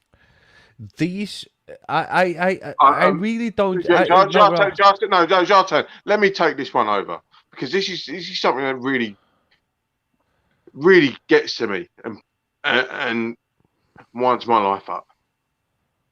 Because I'm supposed to sit there and just be like, oh yeah, okay, yeah, it's fine, yeah, it's fine. Right? I was born in the hospital in a town where I still live. And when I'm asked, where are you from? I'm like, yeah, the town, and I say the town where I'm from. And then they say, no, but where are you really from? I get that every week. Every week. And for you to sit there and say that what your president said was not racist is massively disrespectful for me. Well, and here's the thing, is that in your context specifically, I feel like that would be racist, especially if they're basing it on the color of your skin, which it sounds like people would be, correct? What did he say? And how That is they it should- different from what he said? It's different because of the context of what was happening at that time. Because when they are there comparing what we've had in the United States, can someone take over for me? Because I'm Yeah. Okay, then. But here's the deal, Jeff. What you are doing right now is that you are saying that anything that he says, even if it's racist, can be interpreted as not being racist if you want to twist it that way. The thing that we are saying that to the majority of black and minority background people, it is racist. Do you and me, we do not have, as white men, the right to choose if this is a derogatory statement or not. The actual people who are being offended by this, if I'm offended by this, on behalf of people of color, has nothing to do with the fact that he said things 28 instances that I have just read up to you that has been interpreted as blatant racist.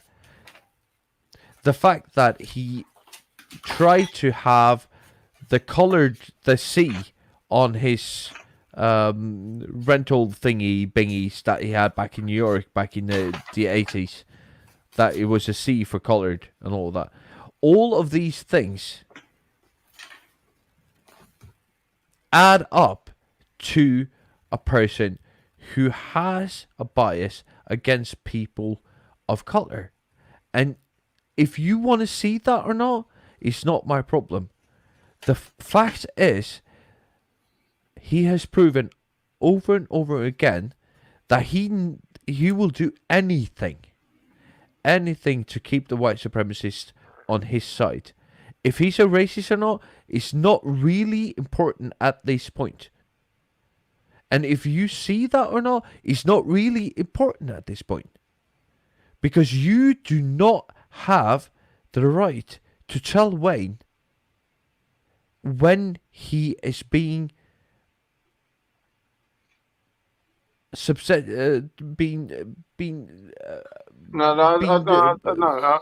don't have the right to tell Wayne whether or not he can be offended at something that Donald Trump says. I'm not taking away the offense of that. What I'm looking at is when you guys are saying that he is obviously blatantly racist and there's no other explanation or definition of that. I'm looking at it from the perspective of looking at the context of what he's saying and the things that you are citing. I don't see that specifically as evidence of racism. I'm not taking away anybody's perception. I'm not taking away anybody's offense. That's fine.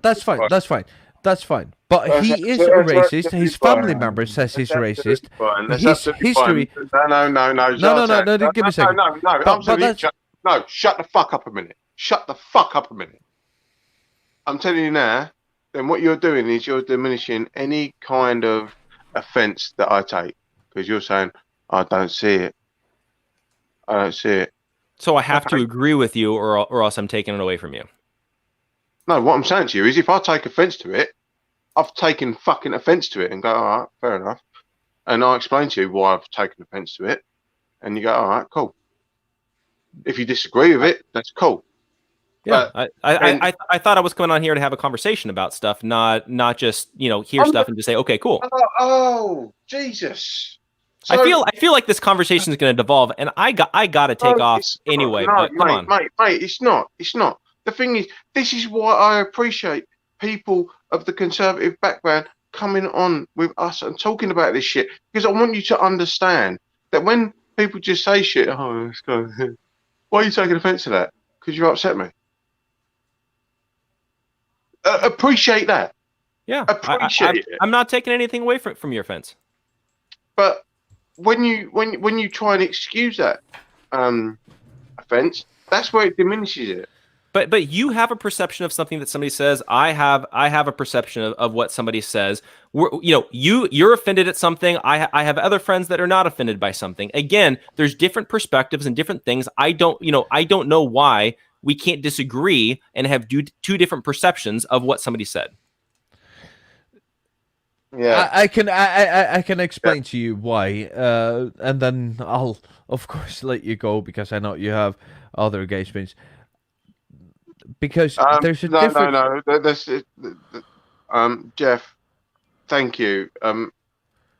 I really appreciate you coming on our show, and I would love to explore this conversation more. I know you honestly anytime, honestly.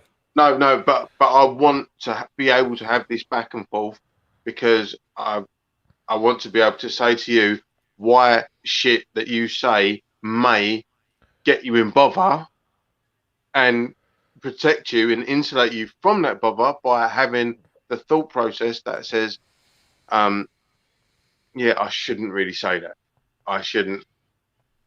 This opinion that I have has been mitigated by the fact that I've spoken to Wayne or Austin, and I've realised that by having that attitude, I should probably adjust that. Because I don't learn from sitting there talking to the wall, and you won't learn from talking to the wall either. So the fact that we can have this back and forth is brilliant, because we can have an open dialogue, and it's not an angry one. Yeah, absolutely. It's frustrating. But it's Yeah. not. It's not. It's, Well, it's not. It's and not wait- one that.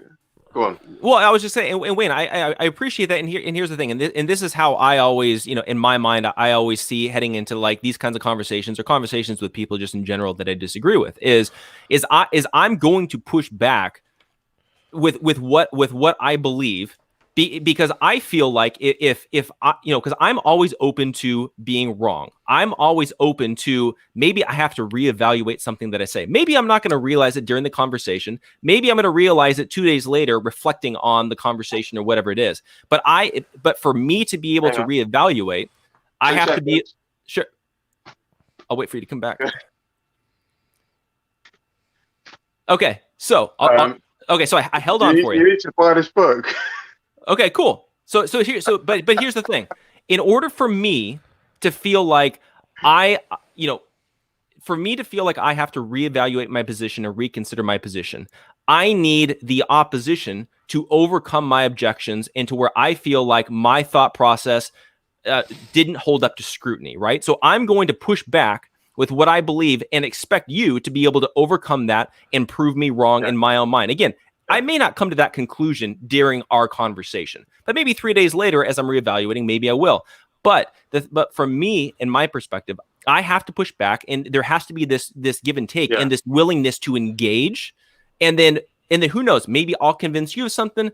Maybe you'll convince me of something. But that's the only way I see us actually getting anywhere. Yeah, and that's why, like, I don't believe in the hostility of that particular argument. But at the same time, the frustration of listen to what I'm saying to you, and I'm telling you, when people tell me I'm not being racist, I'm like, well, you kind of are. Listen to what I'm saying, and at the same time, I'll hear what you're saying, and I'll hear and understand and appreciate everything that you're saying, because I want that back and forth to be able to mold my mind into a place where I have the understanding of people that have disagreements with me, because I don't want to live in an echo chamber. I want to live in this harmonious kind of kaleidoscope of everyone kind of getting along, but at the same time, these disagreements not evolving into like violent language or violent activities. I want to be able to sit there and say, I have a disagreement with you. But me and Jartan, we're as left-wing as they can be. We have massive rows online. Even. Yeah. And but every now and then, well, very often Wayne has to say this wrong, but every now and then I have to do it too. Yeah, and this is the thing. Being able to accept that you're wrong on something is something that we all need to do. And like my consensus on my beliefs is open to interpretation. I want to be able to say that, yeah, I got that wrong. I want to learn from people. How do you learn if you don't make mistakes? Yeah, I'm with you. I think that you're wrong on a lot of topics, Jeff, and your logic doesn't add up because history doesn't. But I do think that you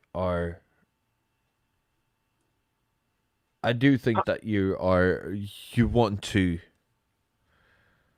No, but I think that you want to have the conversation, and I would implore you to invite Wayne, especially Wayne, onto your show to have a conversation, because I think that would be a good conversation, and I think it's a needed conversation. I think Jeff's coming from a genuine place, and that's why I've not like properly blown up at him as I would someone else. And here's the thing.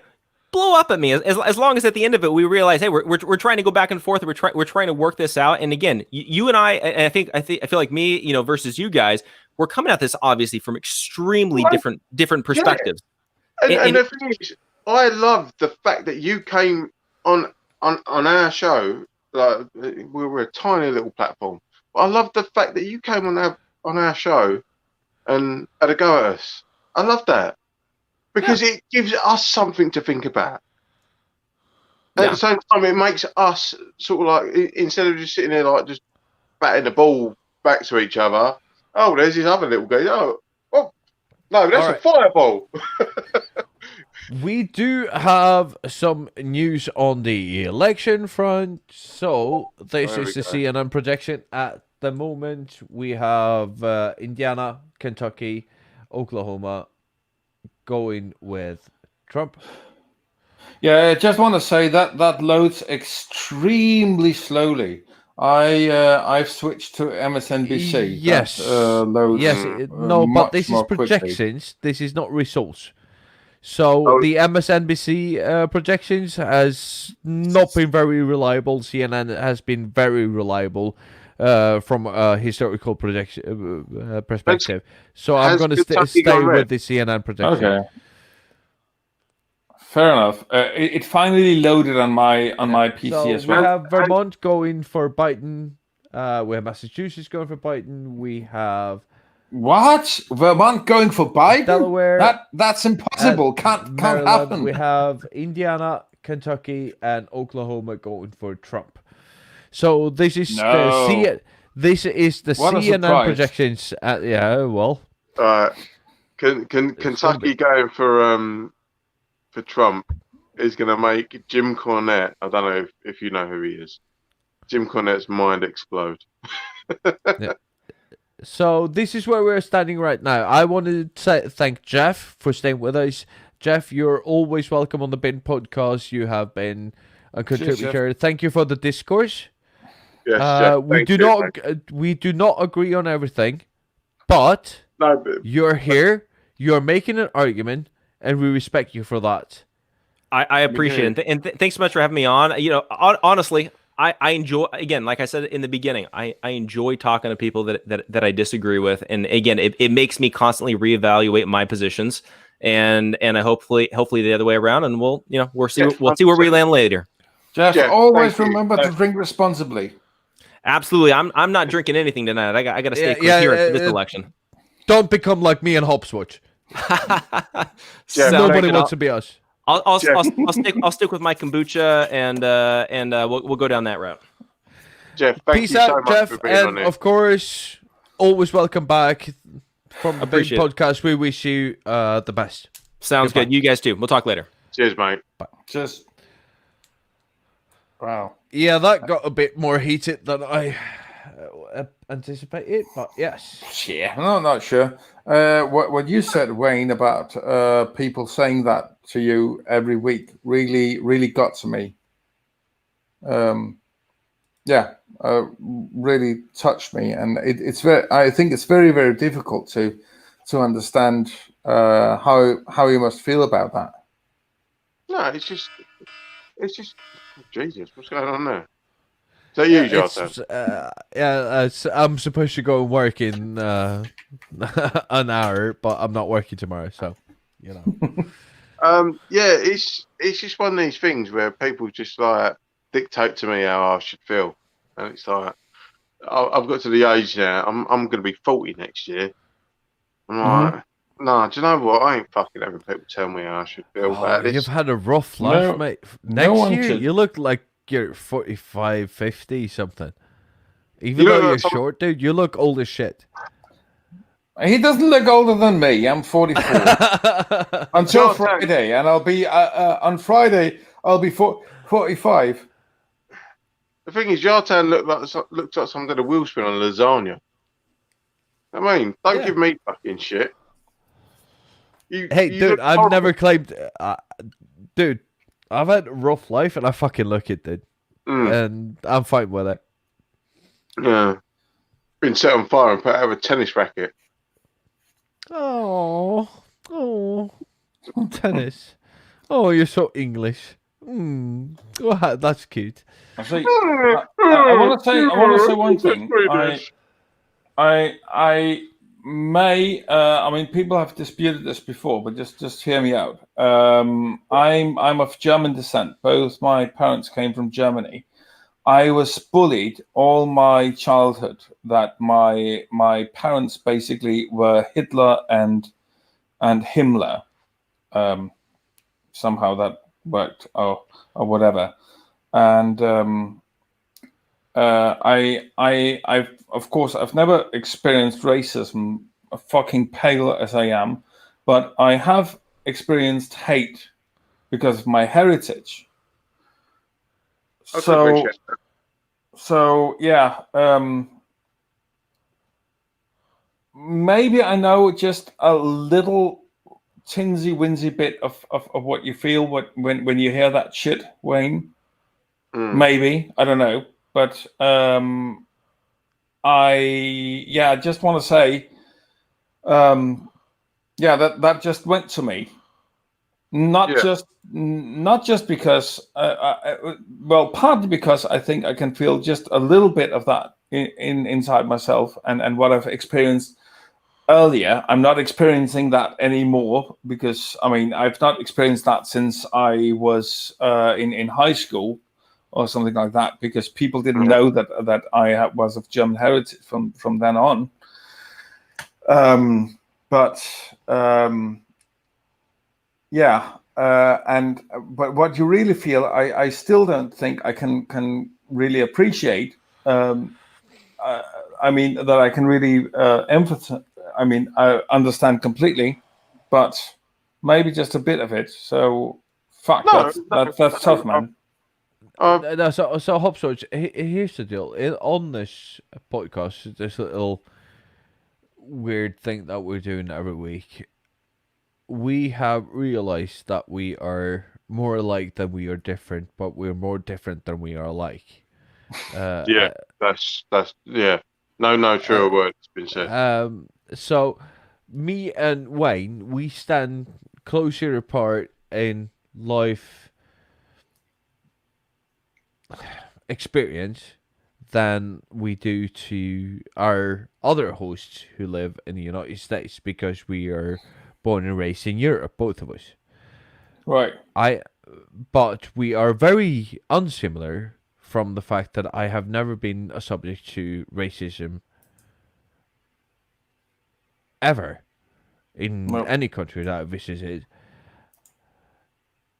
But I will never forget the day that Wayne called me after we had one of our shows. I think you called me the next day and you just realized that being black, Brian, in the UK, it's totally is different to massively different, totally different to what our co-hosts in America are going through. And there were tears, like, actually, when we talked about, when you realize how different it is. Right.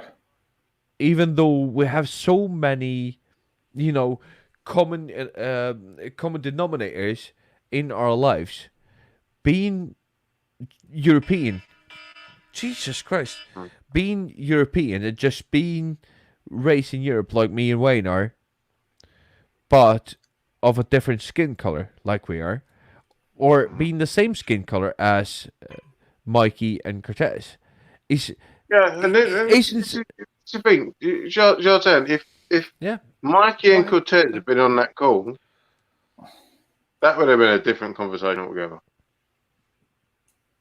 100%. They would have lost their actual shit at what was being said. I've never experienced Mikey when he loses his shit. I've only experienced Mikey when he's really, really funny, and I just love that guy completely. I think I'd love him also when he loses his shit, but I am not sure if I still not sure if I want to experience that, because if he can get enraged as he can get funny, he can get extremely enraged. No, I mean I'll push Mikey's buttons many a time, and even on the racial thing because we have a different experience, and I've tried to highlight that to him. It's a different thing, and again, I've been emotional about that. And when Mikey goes, Mikey's fucking cutthroat. if Mikey been on that call today, Right. I'm telling you now, that would have been a different conversation. Because I can sit there and say, look, you don't know what it's like. I love your British way of saying that. I love your British way of saying that. That would have been a different conversation. Yeah. That's a very British way to put that, isn't it? Yeah. But it's like you're trying to dictate to me how I feel.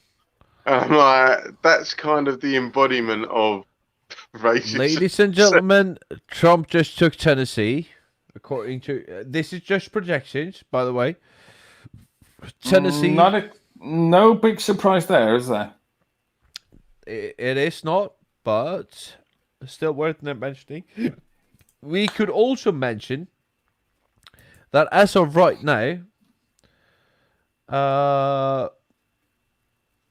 Biden is ahead by 9 points in Texas. I would love Biden to take Texas. If he takes Texas. We can also say that Biden is ahead by 60% in Pennsylvania, but with only 200,000 votes counted. So, right. Yeah, I did see that statistic also. There was some rather disturbing news in Henderson, Nevada. There'd been a shooting, apparently. Yes. I just had that up. Give me a second. Shall I tell I'm going to dip off for a bit? I'll be back in a minute, yeah? Okay? Yeah. Let's see. Wrong fucking keyboard. I actually risked getting a phone call this morning from the school that I'm teaching at. They may need a substitute teacher. They've got a number of teachers sick at the moment. Guess from what? COVID? I'm not even sure, but could be that. I'm actually not sure, but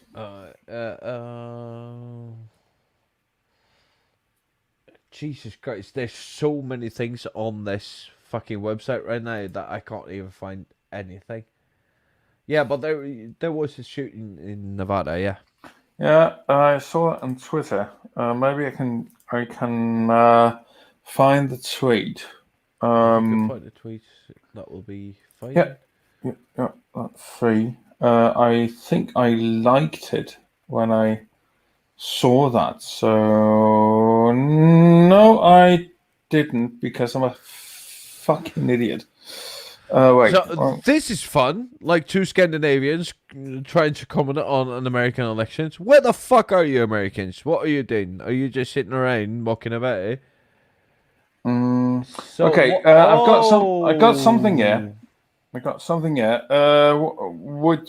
Should I just share my screen? Share screen, and I'll let you. Let me see. Do I have any porn open on any? Just share the tab. Just share the tab that you want to share, and I won't see any of your other. Okay, good.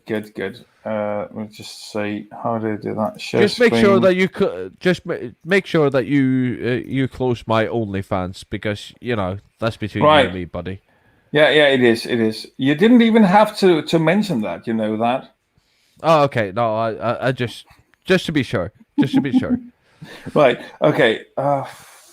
For fuck's sake! Wait. This is no. Wait. There you go. Twitter. By the way, Hopswatch. There you go. Yeah. This one, the Soundboard Session Hazy IPA. You need to try this. It was fucking amazing. Is that from that local Imel brewery? No, it's from the Destil brewery. Let's see where they're from.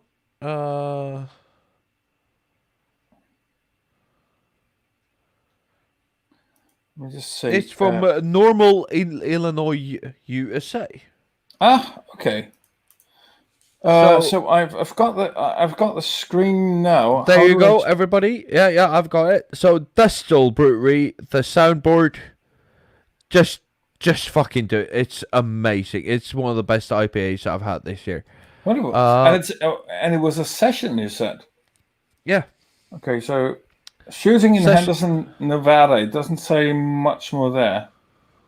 Apparently, 4 people are dead after a shooting in Henderson, Nevada.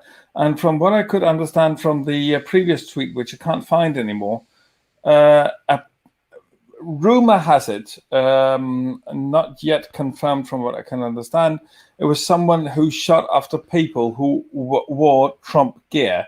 And I want to say, as someone who would definitely not vote for Trump, still, I, of course, completely denounce this absolutely insane attack, if that is actually true. But even I mean, I when it comes to things like this, I don't care who you subscribe to or what your political beliefs are. Just stop. Are you fucking insane? Exactly. Like you are fucking insane if you run around and you fucking shoot at people because you don't think like you do. Like, come on, what the fuck? After what, like 9,000 years of fucking civilization, and that's how far we've come, that we're gonna start shooting people who don't think like we do? Nah.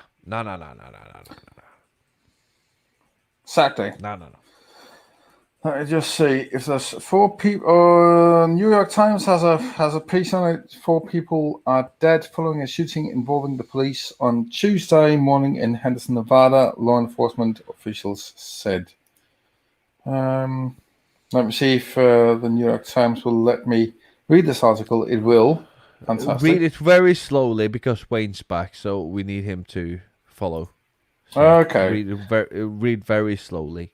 Okay. 4 people are dead following a shooting involving the police on Tuesday morning in Henderson, Nevada, law enforcement officials said. About 11 a.m. Tuesday, a dispatcher received a call about a possible shooting at an apartment complex on Stone Lake Cove Avenue in Henderson, about 16 miles southeast of Las Vegas, officials said. The caller reported hearing what sounded like gunshots and seeing someone with a possible gunshot wound in a nearby doorway. Captain Jason Kuzik of the Henderson Police Department said at a news conference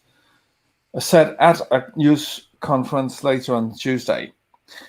When the police arrived, they found 2 people who had been shot and a possible suspect in a parked car that was nearby. Captain Kuzik said, officers tried to contact this person and it resulted in an officer-involved shooting, he said. Asked for the condition of the officers involved in the episode, Captain Kuzik said, I don't have any information right now. The possible suspect in the vehicle was among the 4 people who were killed, Captain Kuzik said. A 5th person was taken to the hospital, he said. A spokeswoman for the police department later said no police officers were killed.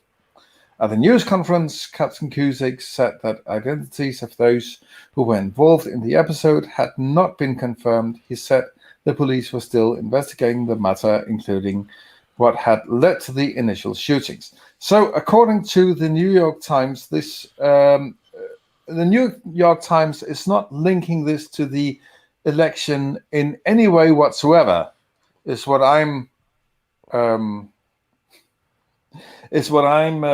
just noticing.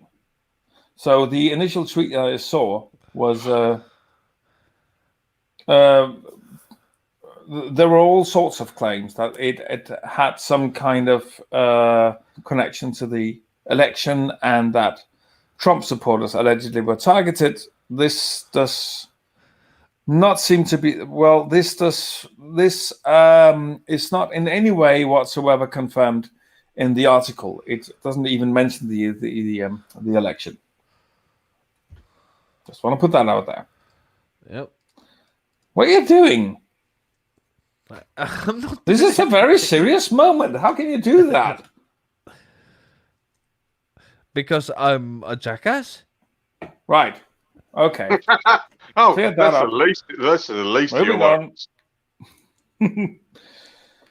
Well, I kind of risk being called at about 7 tomorrow morning or something. I am actually considering. Do you see that one? Did you see that one? I did that just for you, dude.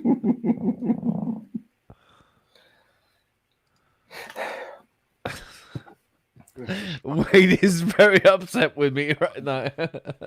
This is fucking I would, pathetic. I would be too. Yeah, I didn't put allegedly in there. So I can't even see his chat right now because I'm on my phone. Oh, I can't be arsed right now. Whatever he said is some juvenile shit, no doubt. Mikey, how drunk are you lot? So pretty damn drunk then. It is kind of funny. Like, we have some development. So right off now, and of course this is very early on, just started close. We have Trump at, oh sorry, I forgot to do this.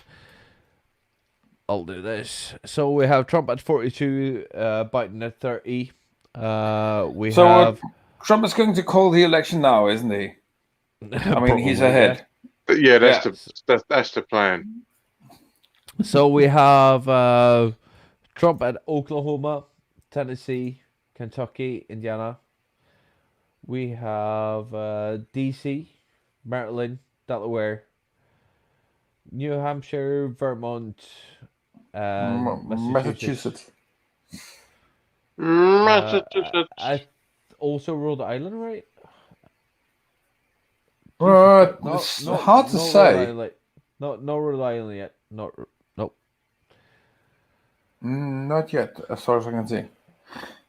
So actually, when I was going to, as you can see here in Florida, we have over 10 million ballots counted. We have Trump of 2 points over Biden. In Texas, we are only at 4 million ballots counted. So pretty far off getting something. So Texas has now turned. Wait, you goddamn idiot! So Texas has actually now turned to Trump's advantage, has it? So Texas? Yeah. You said Texas, that. No, Texas is still at Biden, but we only have 5 million ballots counted, so it's too early to tell yet. Oh well, that's the entire population of Denmark, roughly. Yep, it is. And of Norway, by the way. Yeah, we're about. By the way, Shartan, do you have trouble on this? I mean, there's only what. My goodness, that just keeps going, doesn't it? There's only one place in Sweden that I think that people are more difficult to understand than in Malmö, than in Skåne. They're pronouncing the R's just like we are, and it's awful. They shouldn't do that, like we shouldn't, but that's a different story. No, stop it. Just stop it. Stop it. Just stop it. But however, this Umeå Swedish, I find that very difficult to understand because they mumble and draw the words together just like exactly like we also do in Denmark, and you can't understand the word they're saying. There was actually this bloke I met from Umeå once, and I asked, so which city are you from? And he said, Umeå. What's that again? Umeå. What again? Umeå. Okay. Umeå. Okay. That, I think, the third or fourth time I actually understood it. I think that, like, you know, like, we have a lot of cities up here. We have Umeå, Luleå, Piteå, Skellefteå. Fantastic. Yeah, but none of us say the last O. So where are you from? I'm from Umeå. I'm from Skellefteå. I'm from Piteå. I'm from Luleå. Okay. You don't use the O in the end. So you just say Umeå. Okay. Yeah, so all of a sudden it gets very. So then all of a sudden, because O is the exit of a river, right? Yeah, Well, I it's know. actually the river. We have the Yeah. same word for in Danish for exactly the same. Yeah, yeah. So the O is sort of like the outlet of a river. So then instead of saying, And not exactly O- the same Danish, but yeah, to an extent. so you just say. So instead of saying Umeå, you say Ume. Ume. Right. Or Skellefteå, or Piteå, or Luleå. Right. Yeah, again. So where you live, Ume. Hey, I know a joke about Swedish dialects. So what does a bird in Stockholm say? Don't know. It says tweet, tweet. And what does what could we say? Well, let's just go to Denmark then. What does a bird in Copenhagen say? Good bit. It would actually also say tweet, tweet. But what would a bird say in Skåne, in Scania? I'll tell you. It would say a twayot, twayot.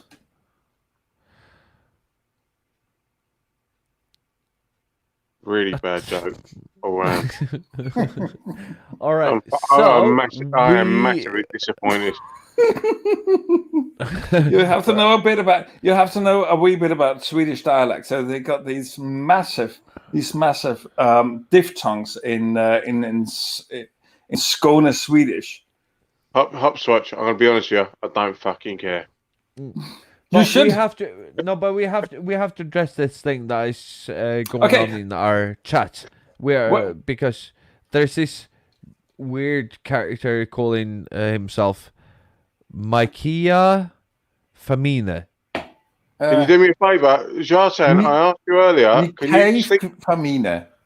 Can you make me a mod in our chat? Go to our chat in YouTube and make me a mod now. I don't know how to do that. You allocate mod.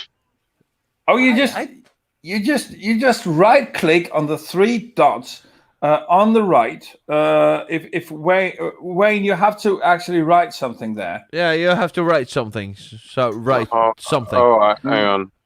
Then he can make your. But we have this real weird character called Mikea. Before I tell this next joke, I just want to say, don't tell any more jokes. Yeah, it's about as bad as the other ones. Still, I really love Scotland and especially Glasgow. It's it's my favorite fucking city over the world. No! I have to tell this. So we wanted Wayne to write something in the chat so that we can make him a mod, and then he wrote it on the private chat on fucking StreamYard. Oh Jesus Christ, dude! No, in fucking YouTube. That is on YouTube. That is on YouTube. You absolute melt. No, it's not. I'm on my iPad. I can't chat on the things on my phone. You suck. Fuck's sake. That's on YouTube. That's no, on it's YouTube. not. It fucking is. No, it's not. Oh, right. Here, look. Look, I'm going to show you. Look, there you go. It's right there. Maybe you actually have to exit the StreamYard app and I don't know, and go on YouTube and do that. I'm there. Anyway, do you know what you call a Glaswegian in a suit? No. The accused. BBC just called West Virginia for Trump. Still no big surprise there, is there? Nope. Jesus Christ. Right. I'm in there now. You're in there now. Right. So I'm gonna do the same. Does she know you're in there?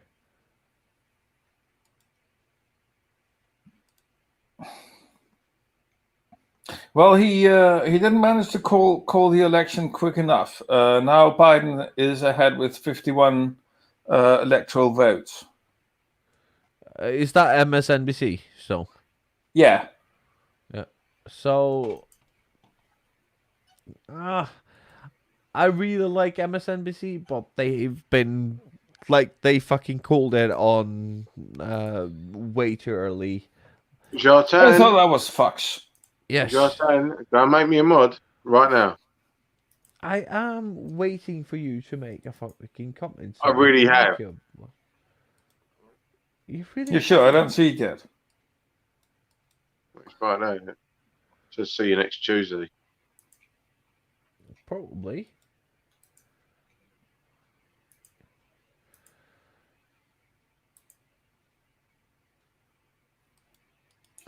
Oh, for fuck's sake! Do you know that when you go into Twitter and you see the tweet on top and you think that's really interesting, and then it just disappears. It just drops down into S.J. Thomason is saying something. It's probably stupid. Let me see. If your politics has become your religion, you may need to rethink your priorities, looking up to light and love and away from darkness. Yes. Why did I even read that?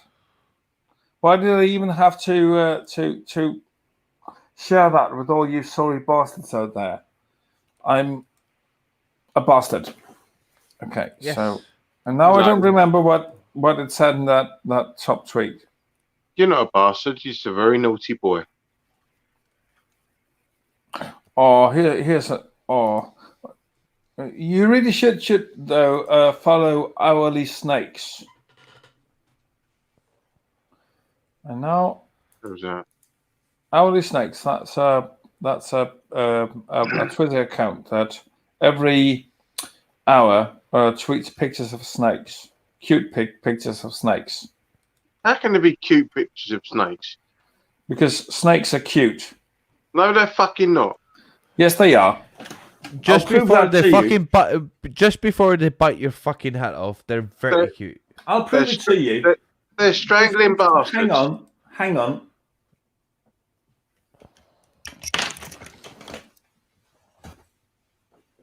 If you've got a snake. Jartan, have you not seen me in the chat? Can you not? Yeah, I've already made you a fucking moderator. Hang on a minute. Calm down. No, you ain't. Ah, there we go. We've got a spanner now. Right. Yeah. Got you, Right, spanner. Now, Only spanner I'll ever give you. Oh, why can't I time out Mikey? I can only block him. I don't want to block him. I just want to time him out. No, but you can't do that because he's also a moderator. Oh, you arsehole! Oh, yes, I am. I just wanted to time him out. I know you would. So I fucked you. Proper fuck you. Wow. I love you, Mikey. Prick. All right. So how could you ever say that snakes are awful after looking at this little beauty here? It's no joke. The snake's Damien. What's that again? It's no joke. The snake's Damien. That was a snake. Damien? Yeah. Jake the Snake Roberts had a snake called Damien. I don't know the Snake Damien or the other bloke that you were talking about. That's because you're not a geek like me, who's a wrestling fan. Possibly. Who's a what fan? Wrestling. Ah, right, yeah. I saw that on your Twitter profile. I've added you. Care for a follow back? I will do, but my phone is here, so I can't do anything. Right. Okay, we'll get to it. Yeah. My phone is basically my camera right now because my laptop is not charging either of them for some reason. No, I understood that from the beginning of the stream. Yeah, so I'm restricted to my beauty light and my phone. All right, so here is the MSNBC Oh, here we part go. of it. So we have Vermont, Massachusetts, Kentucky, New Jersey, Delaware, Maryland going for Biden. We have West Virginia, Kentucky, Tennessee, Indiana, and Oklahoma going for Trump. So we are 51-42 going for Biden at this point if we're looking at the embassy poll. But here's the deal though. If you look at... Sorry, lean away from the microphone. So if we're looking at the CNN map, we have 30 Biden, 42 Trump. So yeah, it's not very. Let's do our. Let's look at the devil. Let's just be Let's careful. look at the devil. Let's see what the devil says. You mean Fox News? Yes, of course. Fox News. How does the devil deserve that? Because he's devil. Yeah, well, I mean, comparing the devil to Fox News, I mean, what did the devil ever do to deserve that? Condemn everybody to fucking internal fucking pain and misery. Yeah, but that's according to God. And what do we think about God? There isn't one. That it doesn't exist. But here's the deal. So Fox News has Joe Biden at 91, Trump to 73, which is confusing. It is. That's the devil. Why can't it be one person, one vote? Because because America. Fuck yeah! But by the way, Wayne, it's not that much better in the UK now, is it? No, mate. I'm not even trying to say that we're better than anyone else, but the whole principle, like they I know, but still, just before we go all heavy on the United States, I mean, it's just like when we mock the United States for their knowledge about European geography. I mean, who can tell the state capitals of the United States? I can. I can do a few. I can do maybe a few as well. I know Rochester, that's New York. And Bismarck, that's South Dakota. And Tampa. Really random. No, Topeka. Topeka, that's Kansas. And that's about it. What I can do. Well, you can do Georgia. Atlanta? Yeah. Okay. You can do Florida. I'm not sure. Tallahassee. No, I couldn't. I would have gone Tampa. I would have gone Miami, Orlando, Tampa Bay, and then I wouldn't. Then I would have run out of options. Arizona, you can do. Phoenix. Yes. Oh you wait, can do- Austin, Texas. No, No. Houston. That's Houston. Yeah, that's Houston. Yeah. Oh Houston. fuck. You can do California. It's Los not the Angeles. one that you think. No, north. Go north. San Francisco. Go north. Sacramento. Yes. Right. I wouldn't have been able to say that neither. So Washington, is that actually Seattle? No. Oh God, Seattle Nope. is a state in itself. No, it's not. No. Oh no, Seattle's Oregon. No, Seattle is Washington. Yeah. Seattle is Right. Washington, but I'm quite sure because you know the big city, Oh, no, you know about the big Oakland, cities, but they are Oakland. never the capitals. It's so toxic.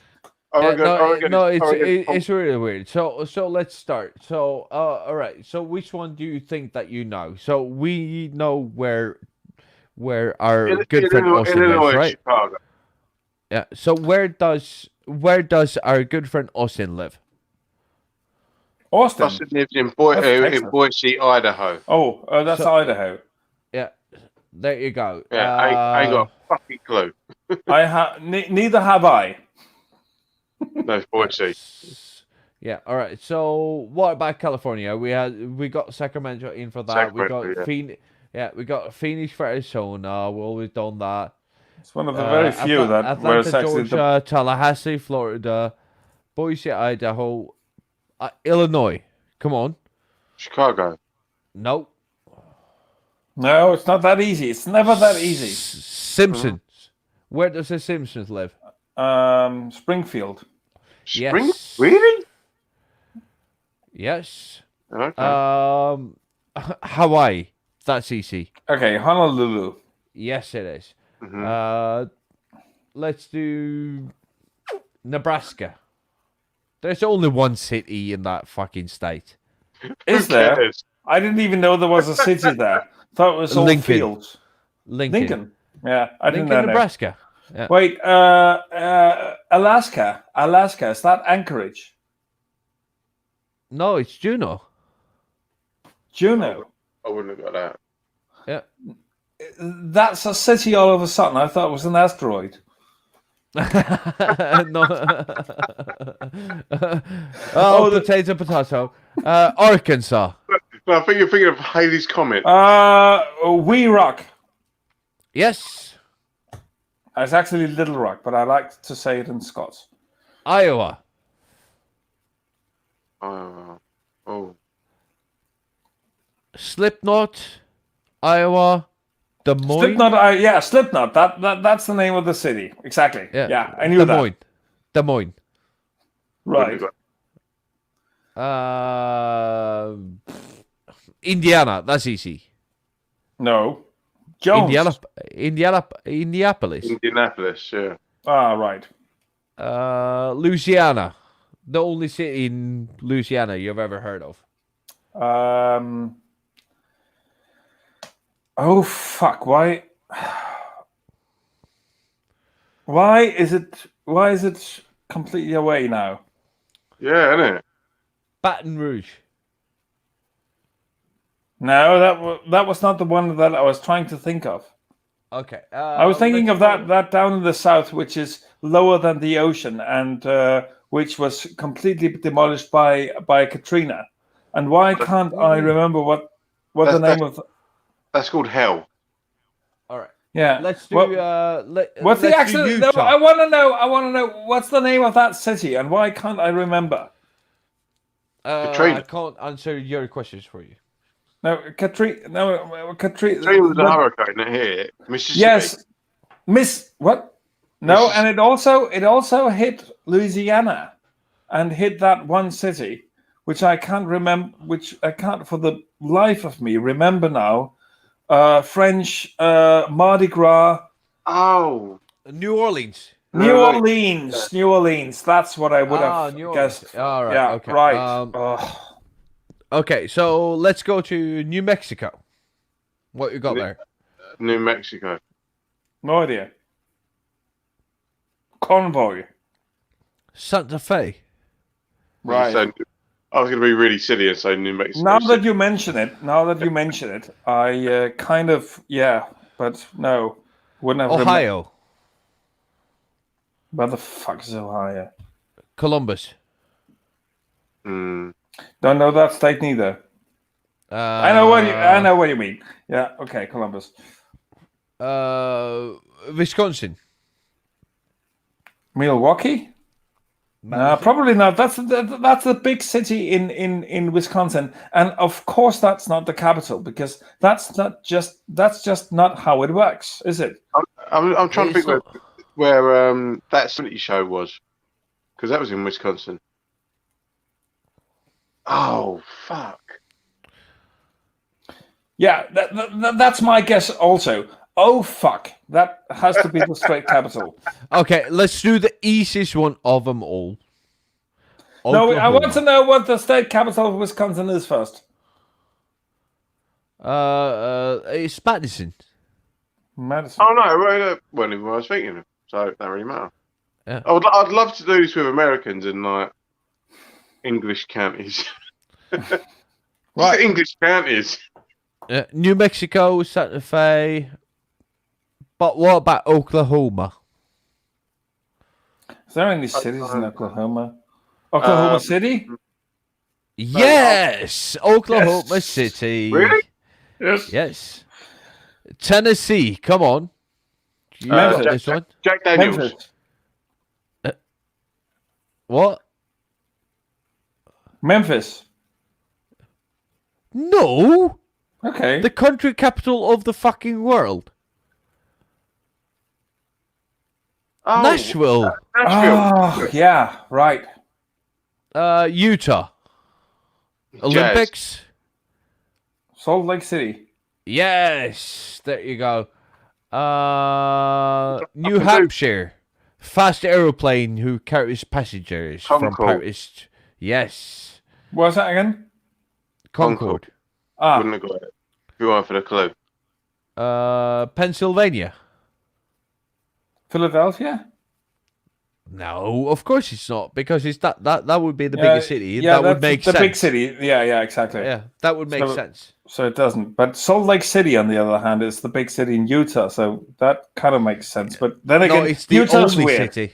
It's Yeah, only yeah, the you're only right, city. right. Yeah, exactly. Uh, I'm not very good at this game. I could do states, but not state capitals. all right.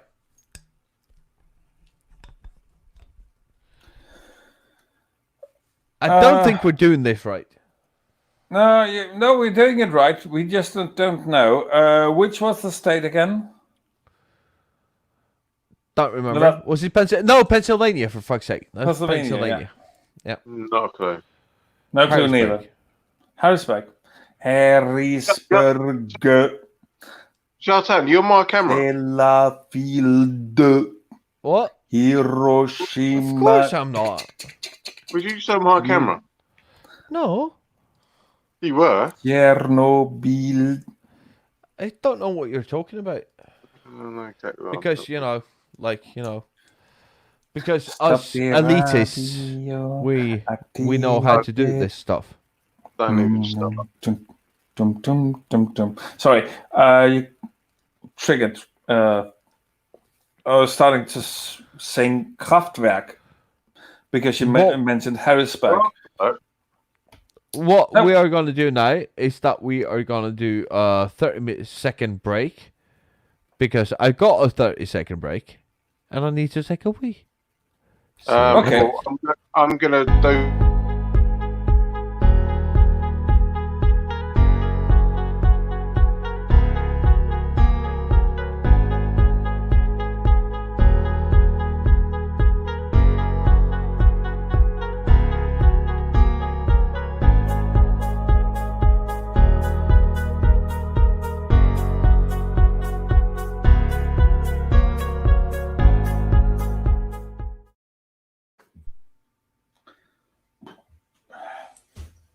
It's just me on my own because these cunts can't piss in 30 seconds. Look at them, empty chairs. At least I turn my mic off, my camera. These fuckers. Everything's open.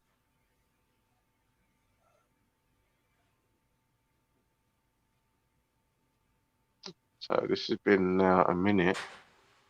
Well, Jartan and Hopscotch go for a piss, and I'm sitting here manning the station all on my own.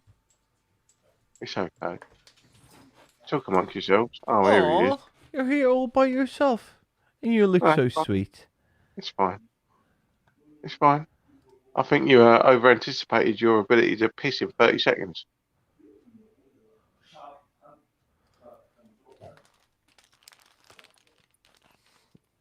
But Sorry. mate, I'm gonna legit jump off because I've got work in the morning. I've also got to Bitch. take the big girl to school in the morning and watch after the little girl. Ooh. And then go to work. So got a busy one. And also I need to sort my pissing laptop out. Call Jeff. No, just call Jeff. He'll sort you out. I'm properly angry about that. No, fucking call Jeff. He'll sort you out. No, he won't. No, he won't. He really won't. $1 trillion fucking wanker. Fuck him. All right. Right. So yeah,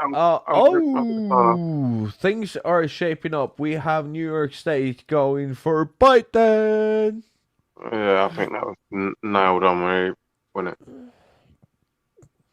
We have, let's see, 14% of votes in Pennsylvania counted, and we have Biden at 66.8. But that's only after 14% of the ballots have been counted. So Exactly. Right, dude. I'm going to shoot off. It's been emotional. most definitely, mate. Appreciate your logistical sorting out of this tonight. Enjoyed the banter earlier. That was pretty good. We are gonna have more of the same. So, a man came back. We are gonna do like this. We are gonna say goodbye to one of my best mates in the fucking world, Wayne Menker fucking Lynch. You absolute fucking cunt. I love you. Thanks for staying with us as you can. From all of us here and around the world. Bye bye, Wayne. Been emotional. Cheerio. Are you going? Yeah. Are you leaving, Wayne? Okay. Yeah, What else did I miss? No, he's just got work. You work? Right. Oh, things are happening fast and furious right now. So we got New York State being projected towards Biden. So as it stands now, I am gonna pull this up because Not much of a surprise, is it? because I'm an admin professional. Right. So we have Massachusetts. What state is this? Which one? New York, Massachusetts, Vermont, District of Columbia, New Jersey, Delaware, Maryland, and of course, Rhode Island going towards. No, I don't think Rhode Island is on that one. no, sorry. That's Massachusetts. Massachusetts, Connecticut. Sorry. No, that isn't there neither. The little piece of string you can see there, that's part of New York. That's Long Island. That's because it's not very short. Yeah, it's New York. Yeah, sorry. New Jersey, Delaware, Maryland, New York. So we have off right now. Looking at the CNN projection, we have Biden at 73 and Trump at 42. So CNN, as far as elections concerned, are the most conservative. Is that correctly understood? Based on earlier elections, yes, they have been more conservative because we have now Fox News at 91.73. We also Okay. have MSNBC at 80.48. Right. All favor Biden. Interesting. But looking at previous, CNN has been the most conservative at waiting ballots in and also being Okay. most predictable. So that's why I'm using CNN. Uh-huh. I might be right, I might be wrong, but that is my choice. I also, of course, have MSNBC and Fox News open at this point. I also have a couple of European outlets like BBC and Channel 4 Sweden open, but they are Right. using numbers from other outlets, so it's not really that important. No. They would draw their information from typically American news channels, I guess. Yes, so. Right. Ooh, finally. I'm sorry, but we have a special guest. We have Tim. Welcome, Hey. Tim, to the Bin Podcast and our election night drink off, sit off, bin off. What the fuck we're gonna call this? It's a lot of bearded, long-haired man from Europe just talking about shit. So Yeah, I welcome. We're glad to have you. How are you doing tonight, mate? Pretty good. I mean, I'm watching the election results, getting a little depressed about Florida, but you know, So, can't win 'em all. which projections are you looking at? You're looking at the CNN poll. MSNBC. You are doing an MSNBC. Let me pull that up. So you got Trump at 51, Biden at 48 after 10.6 million votes being counted. Is Yes. that correct? Yeah. All right. The But fuck? yeah, so we have at 10.6, we have the same result coming from CNN, and I do think that Fox News has already called it at 47-51. Yes. All right. I do believe that based on what we talked about last night on Dutch's stream, I do believe that you will be correct about Florida. Yeah. I don't know. Right now, it looks like Florida's going to Trump. There's a lot of underperformance by Biden in the more Democratic counties. But you're Floridian, am I correct? No, I'm from Connecticut. You're from Connecticut.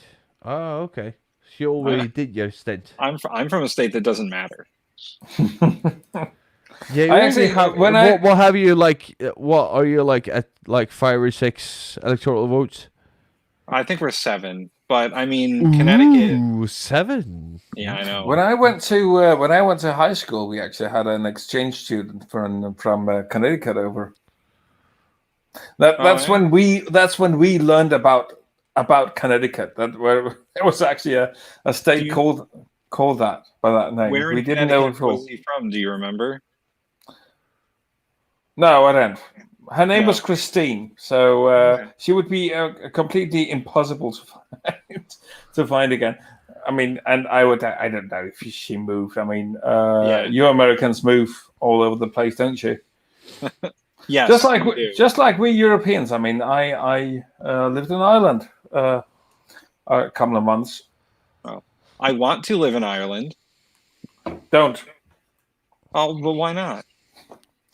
It's not the best place in the world to live to work. It's a bit rough, but then again, if you're in the United States and used to those conditions, maybe not. Maybe it would be an improvement to go to Ireland. It wasn't for me, but then again, I'm from Denmark.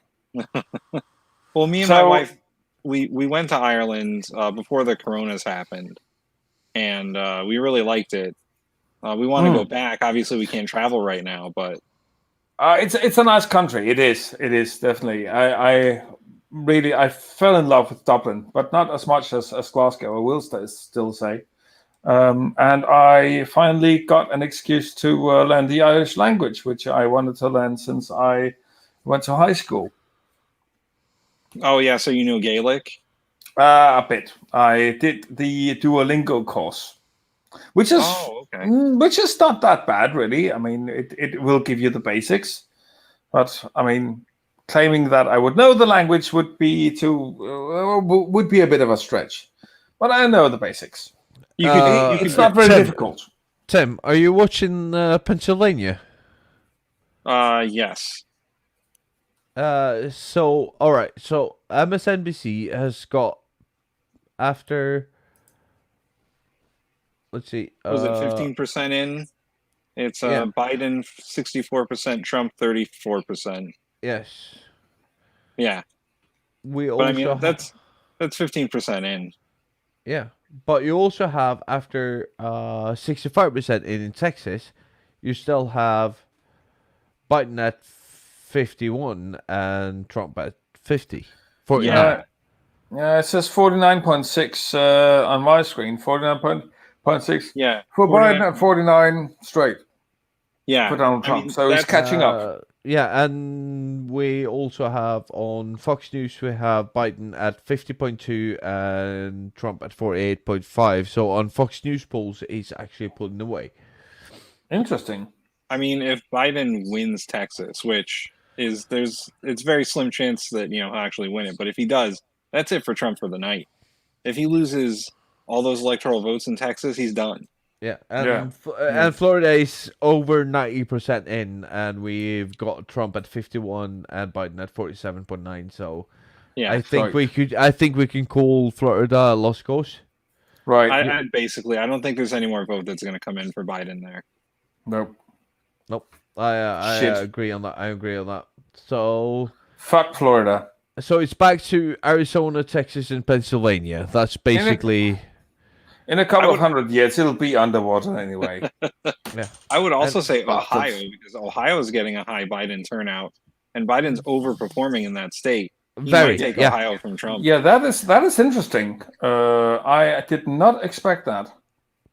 I did not expect, because we are very close. We are at 60% and we have 51-47 favor Biden.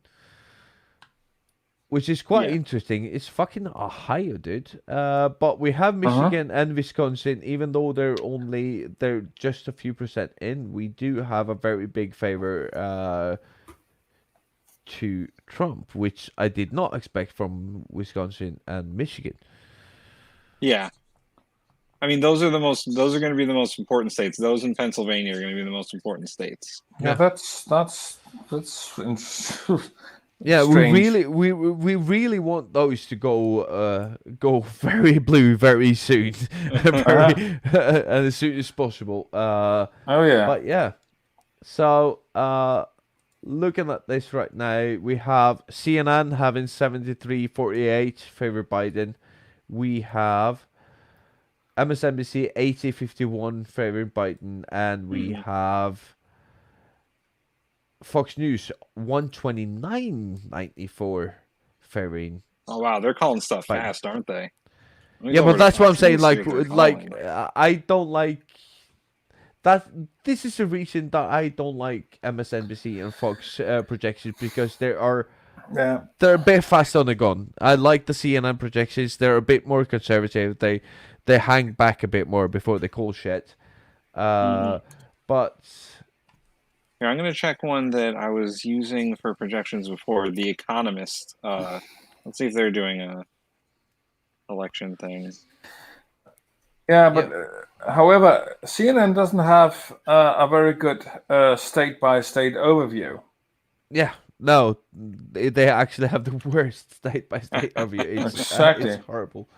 It's horrible. So right now, it seems that according to MSNBC, Donald Trump has caught up with Joe Biden.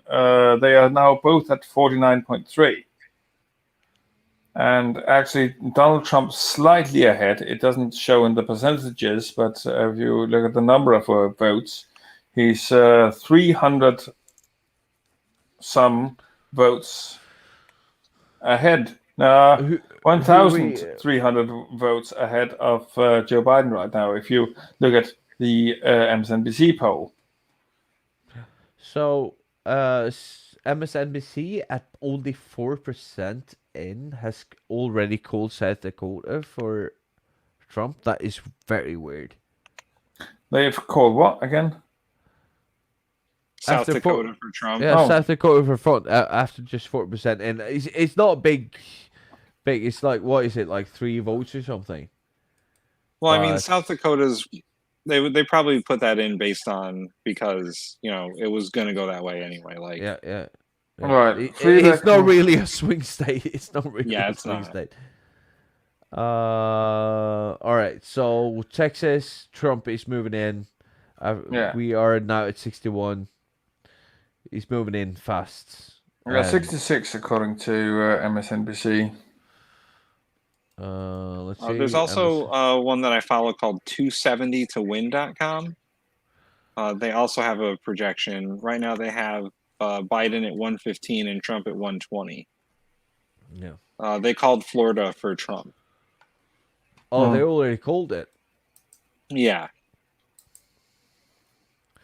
So MSNBC has got it on 66% in. They have a dead heat 49.3 for both of the candidates.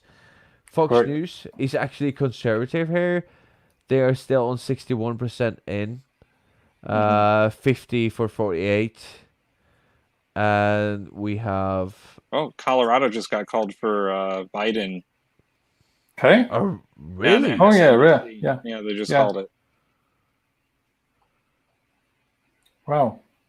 That's a good pickup for Biden. I mean, he was projected to win that one, but it was supposed to be close. Mm-hmm. Yeah, Colorado, MSNBC has called it. Fox has called it, and this is why I like CNN. They haven't called it yet. Like, they are still hanging back. I like this because, yeah.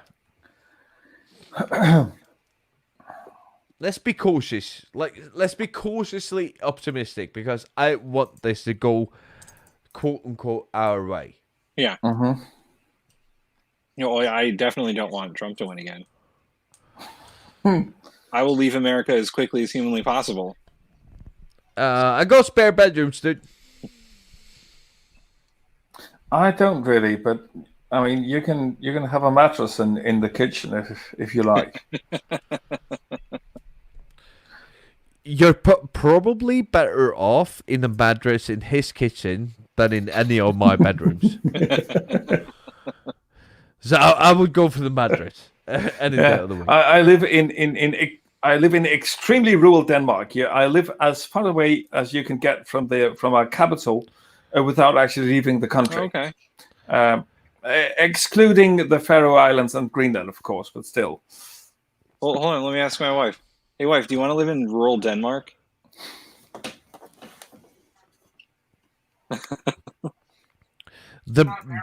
She said it's not America, so she's up for it. Okay. So you can also live here, but the brightest thing you'll see from now until March is the back of a polar bear. Yeah. I think that would take in a period of adjustment. Is Umeå that much that high up in the north? No, it isn't. No, it isn't. It's just a fucking joke, dude. All right. So it's I have, you know, like 3 hours of sunlight every day, so I'm fine. 3 hours. I mean, we still in Denmark have actual days. It does get... Denmark, we have actual days because we're better.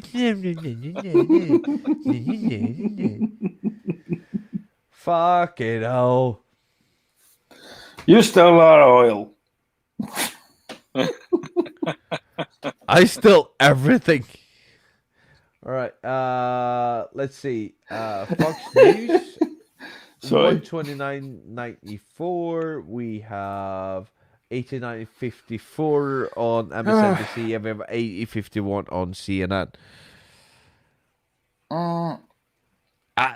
Sorry, but fucking Fox News seems like it's just guesswork, dude. Yeah, I mean, they were the only ones that said that they were going to wait till the actual results were in to declare winner. Like, they were the only ones that said they weren't going to do that. So, I mean, Fox News is just doing whatever they want.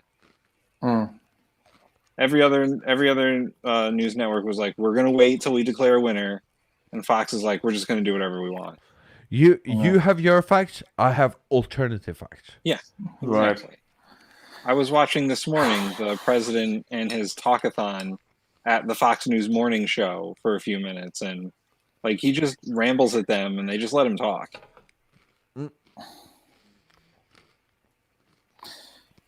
But anyway, have anybody seen that like meme that was made back in 2016 of his mouth being a pig's anus? No. North Dakota just got called for Trump. Which one? North Dakota. Yeah, I got it. No big surprise there neither. He has now, according to MSNBC, overtaken Joe Biden in Texas. Oof. He's now at 49.6 against 49. Yep.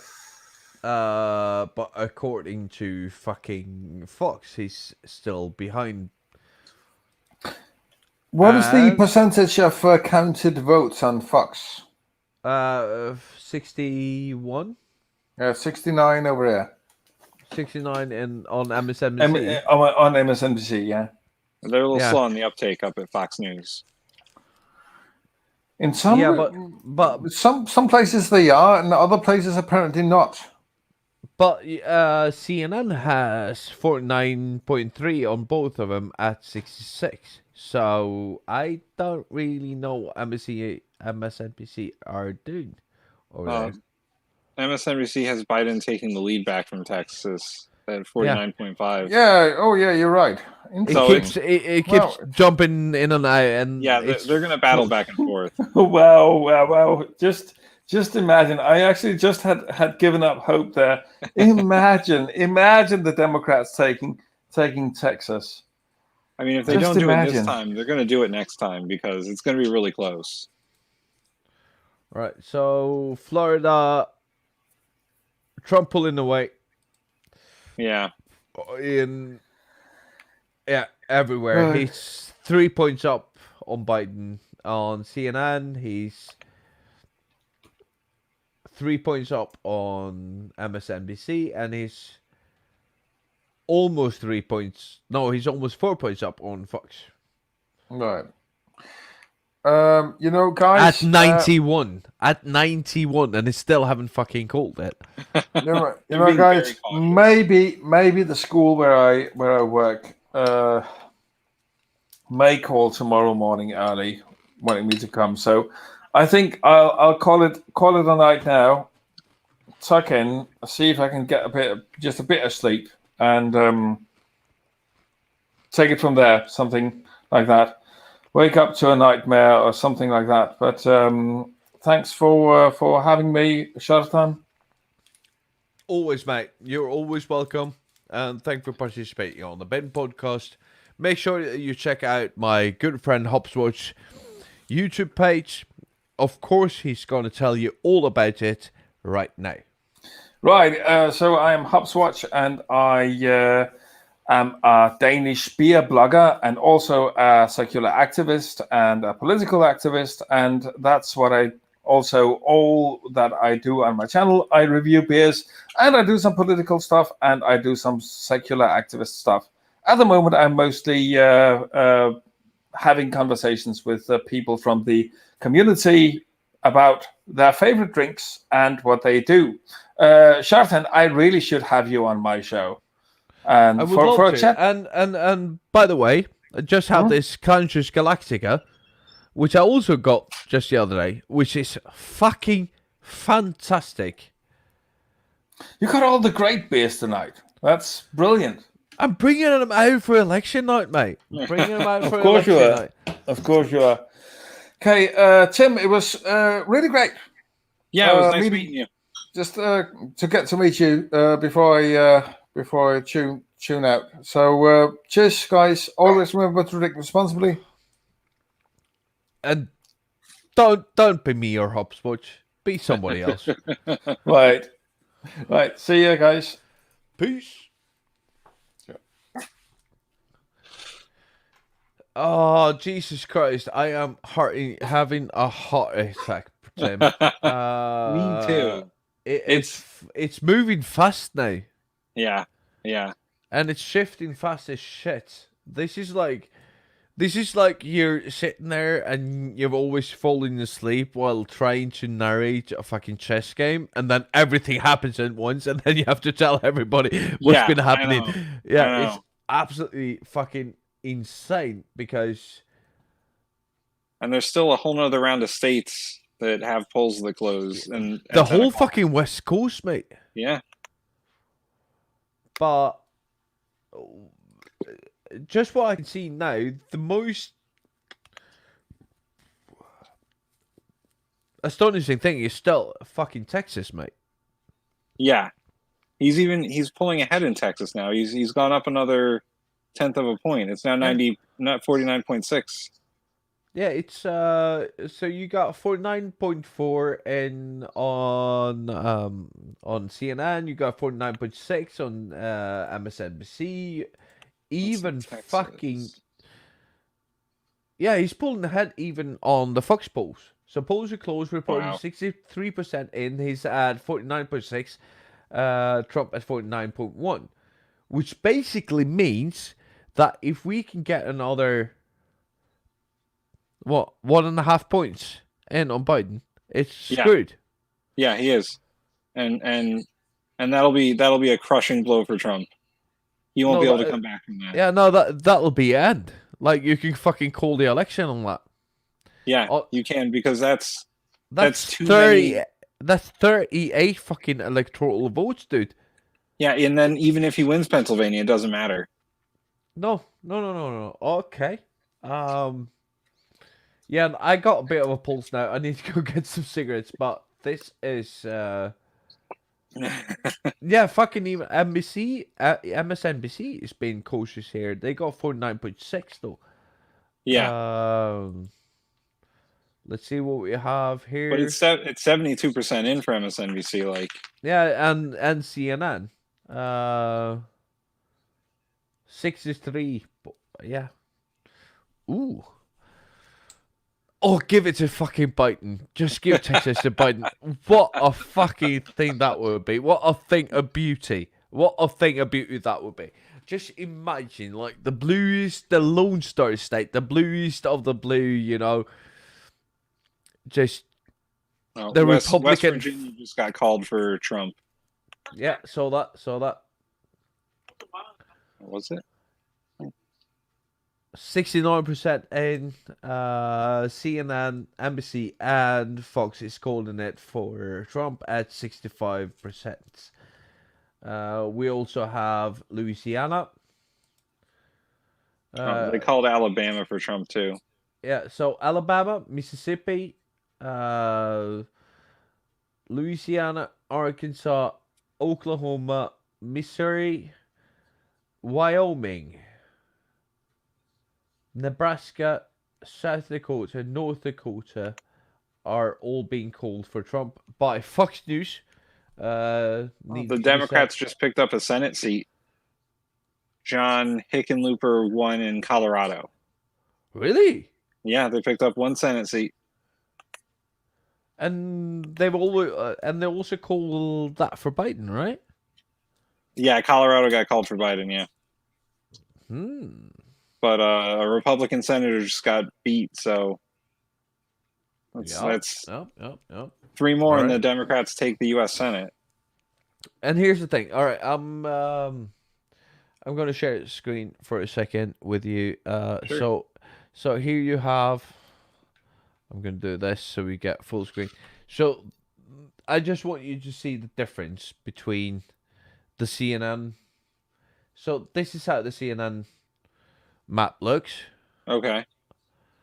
we do this, and then we go to. Give me a second. Go there. Share screen. Chrome. And this is the Fox News map. So it's quite different. Oh yeah, it is quite different. Fox is just calling whoever they want. Yeah. So I'm afraid that they're jumping the gun now. Even though I like the figures that I'm seeing on top here, you got 129, 94 Trump. I really like the figures that I'm seeing, but it seems a bit premature to me. I don't know if I'm mistaken. Yeah, it's a little premature for them to call that much. Yeah, and we also have.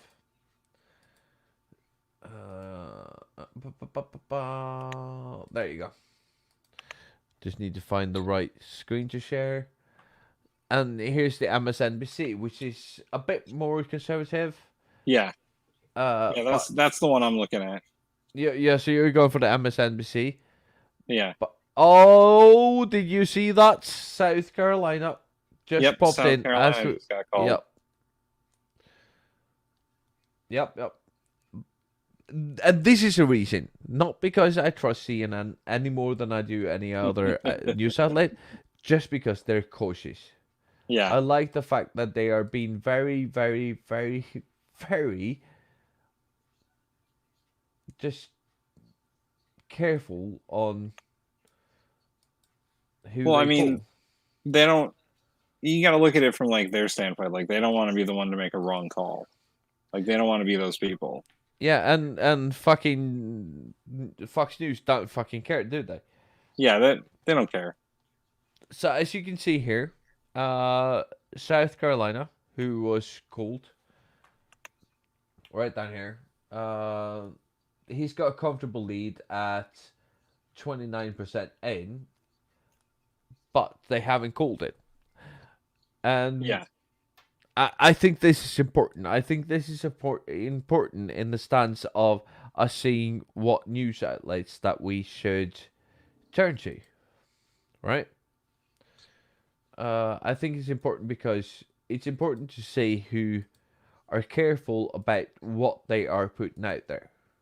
Yeah. And this is one of the reasons that I trust CNN, because they are careful about what they are putting out there. They're not just putting the shit out there to get viewers in or lure you in or tell you about shit. Yeah. They're putting shit out there that they can verify, that they can stand for. And this is the reason that I choose to trust them. So even now, when fucking Fox News has Biden up, they're still fucking being cautious. But no, we're going to do our due diligence. We're going to do our groundwork. And we're only going to call it when we are able to call it. We are not jumping the gun. I like that. I like that conservative kind of approach to it. I have some respect for that, I have to say.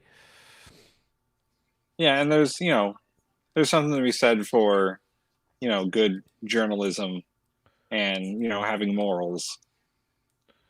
What? No alternative facts? Yes, instead of alternative facts. All right, so Texas has shifted. I know. Texas shifted. Fuck, Texas shifted, dude. So close. It's so close. 0.2%, man. 0.2% is like, that's nothing. So we are looking at less than 20,000. Yeah, we're looking at less than 20,000 votes, and we are 73% in. Yeah. And I mean, if it gets any closer, no matter who wins, it's going to trigger a recount in that state.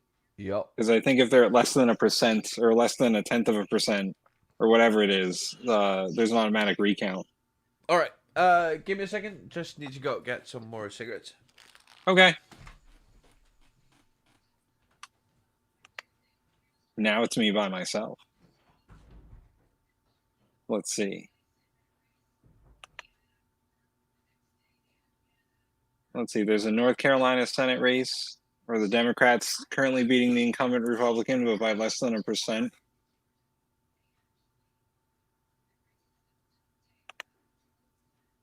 We're about 24 minutes away from the next states that are called. Biden is within 0.1% in Texas now. It continues to get closer and closer.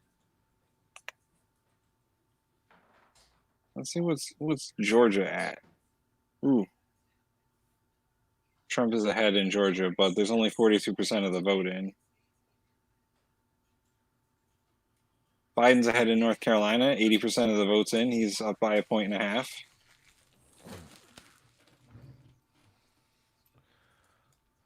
Let's see.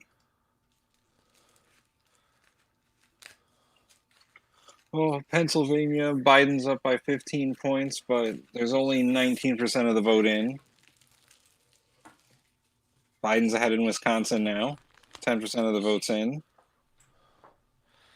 Trump's ahead in Michigan, but only 20% of the votes in. Biden's way ahead in Minnesota, but only 7% of the votes in. You're good at this. Well, I want it to be my job someday. Oh, really? Oh, yeah. Oh, so you're aspiring to be a political commentator? Oh, that'd be the dream job. I want to be the guy writing on the big screen. Ooh, okay. Like that MSNBC guy, Steve Kornacki. I want to be him. Ah, okay. Where they just bring him in to talk about the numbers and what's going on. Like that's the dream. Oh, Jesus Christ, we missed it. What did we The miss? gorgeous Brenna Duncan has been in the chat, and we missed it. Oh, I don't How get to could see we? the chat. You don't? No, all I see is the comments. Oh, I can fuck see you. the comments. Yeah, well, it's in the comments. So if you look at Oh, I see. I see. 0301, hi boys. Oh, Brenna, come keep us company. It's going to be a long night. It is. It's going to be a long, painful night. No, I have to agree with Mikey on this one. I don't think we are going to see a result tonight. Oh, probably not, because Pennsylvania said that they aren't going to be finished counting until sometime tomorrow morning. No, they're still trailing at 90%, but has to be said from the 11% that we saw about 15 minutes ago to now, it's been Trump. It's been Trump. It also is to be said that Texas has Trump ahead. Oh yeah, he's gotten a bit more ahead now. But according to MSNBC, it's a lot less that it's in the two other outlets.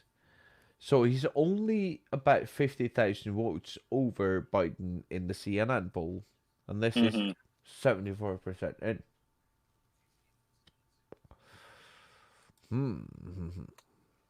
So how did you decide that it was going to be a good idea to be a political commentator?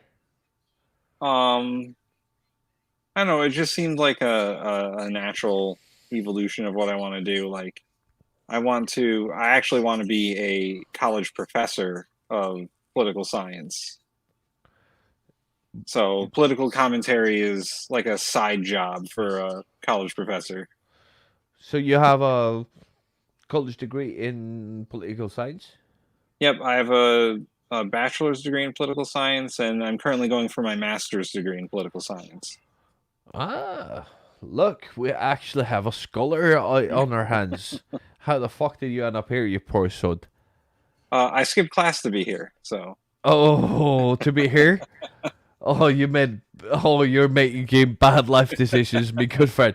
Oh, you're making bad life decisions. Well, actually, Well, before I came on, I'll here- actually PayPal you some money to go get a good bottle of wine after this, just for skipping class. Not that we are advocating for people to skip class. Stay in school, kids. Oh yeah, Don't stay in become me school. or Don't Hopswitch. skip Stay in class. school. No. Yeah, Don't do what I did. Don't drink and do drugs or smoke cigarettes. Yeah. Yeah. Don't be me. Don't be me. Actually, I skipped class Be the because other I guy. had some political campaign obligations I had to do. Yeah, you said that. Let's talk a bit about that. So you've been active in a political campaign. Yeah, so I am the treasurer for a Connecticut state representative campaign. I'm treasurer for the incumbent. He's a Democrat, and last time he only won by 17 votes. So it's a tight race. Yeah. And my job tonight was to go to one of the polling locations and get the numbers from the people who are running the location, get the ballot count, so I can send it to the headquarters. Are you allowed to say the name of the candidate? Yeah. Yeah. Please do. Phil Young. Phil Young for state rep in Connecticut in the 120th district. There you go. Phil Young, Connecticut 120th district. And we have his treasurer here. Yeah. For some reason. Connecticut. And I just had a big influx of money coming through my PayPal. I don't know where it came from. Said Phil Young on it. It's not from the campaign. No. That's fine. That's fine. Yeah, no, but so you just had to go pick up some.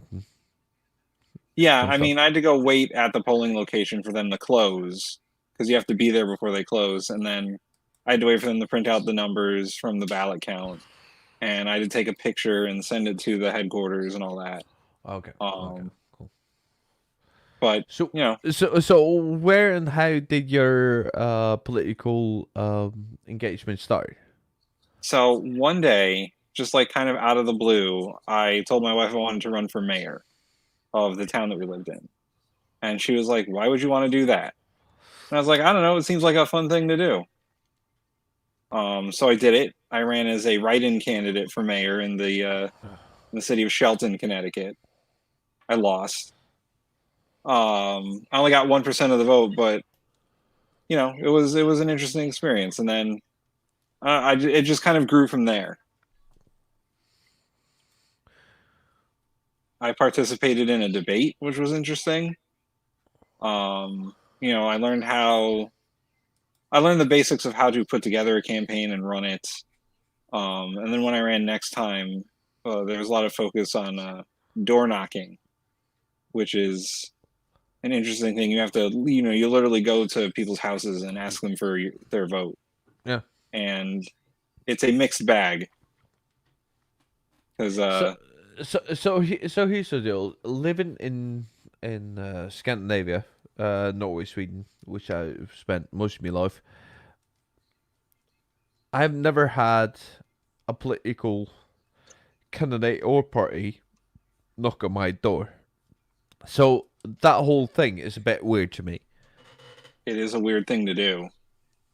It takes a lot of like emotional courage to go to someone's door after, like, you know, you've been yelled at to go away, or, you know, people tell you they're not voting for you, or they're like, why are you even doing this?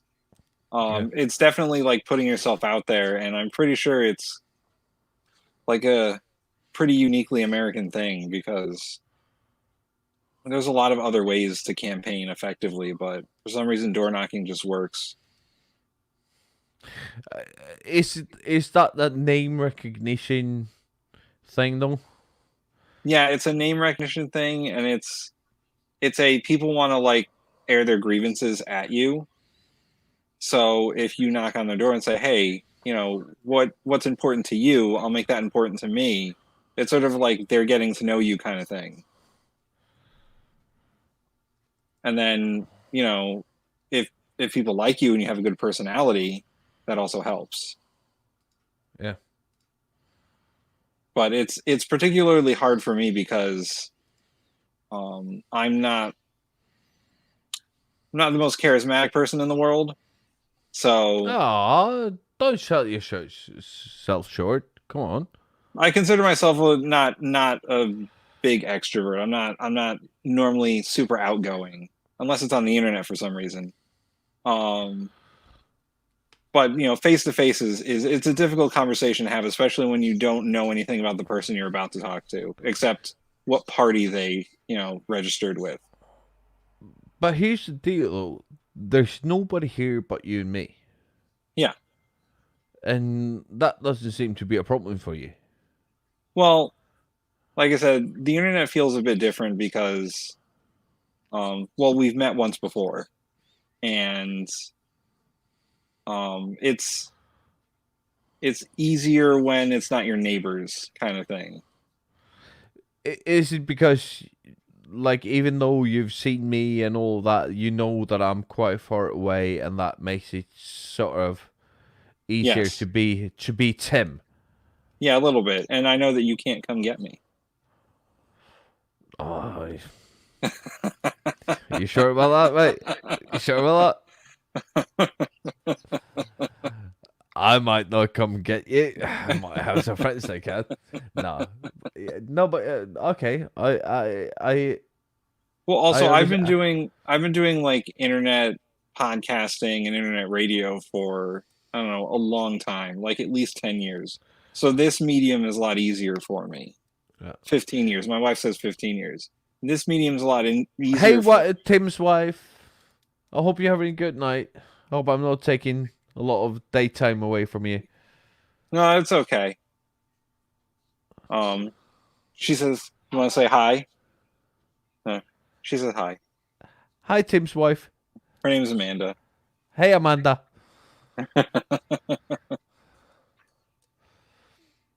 Oh, she likes her nickname is the Hammer. The Hammer? The Hammer, yes. Okay, I'm the Nail. He says he's the Nail.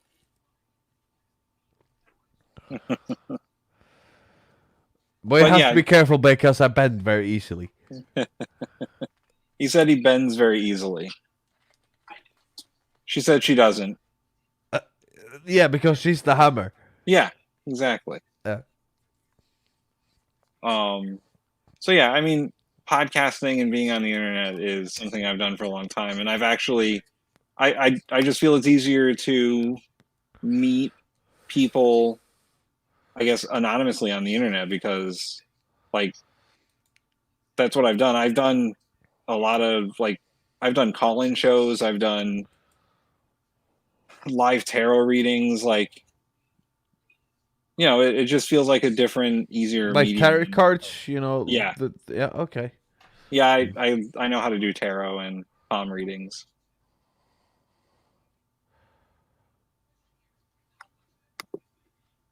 What? What did she just say? She said something, did she? She was like, "Why would you tell him that?" No, because I'm interested. Because, Yeah. like, I actually fucking asked for it. Well, back in the day, a friend of mine showed me, how to do it, and we went around to Renaissance fairs and we did tarot readings for money. Okay. It's just a skill that I picked up along the way. So, but is that like something that you feel that you believe in?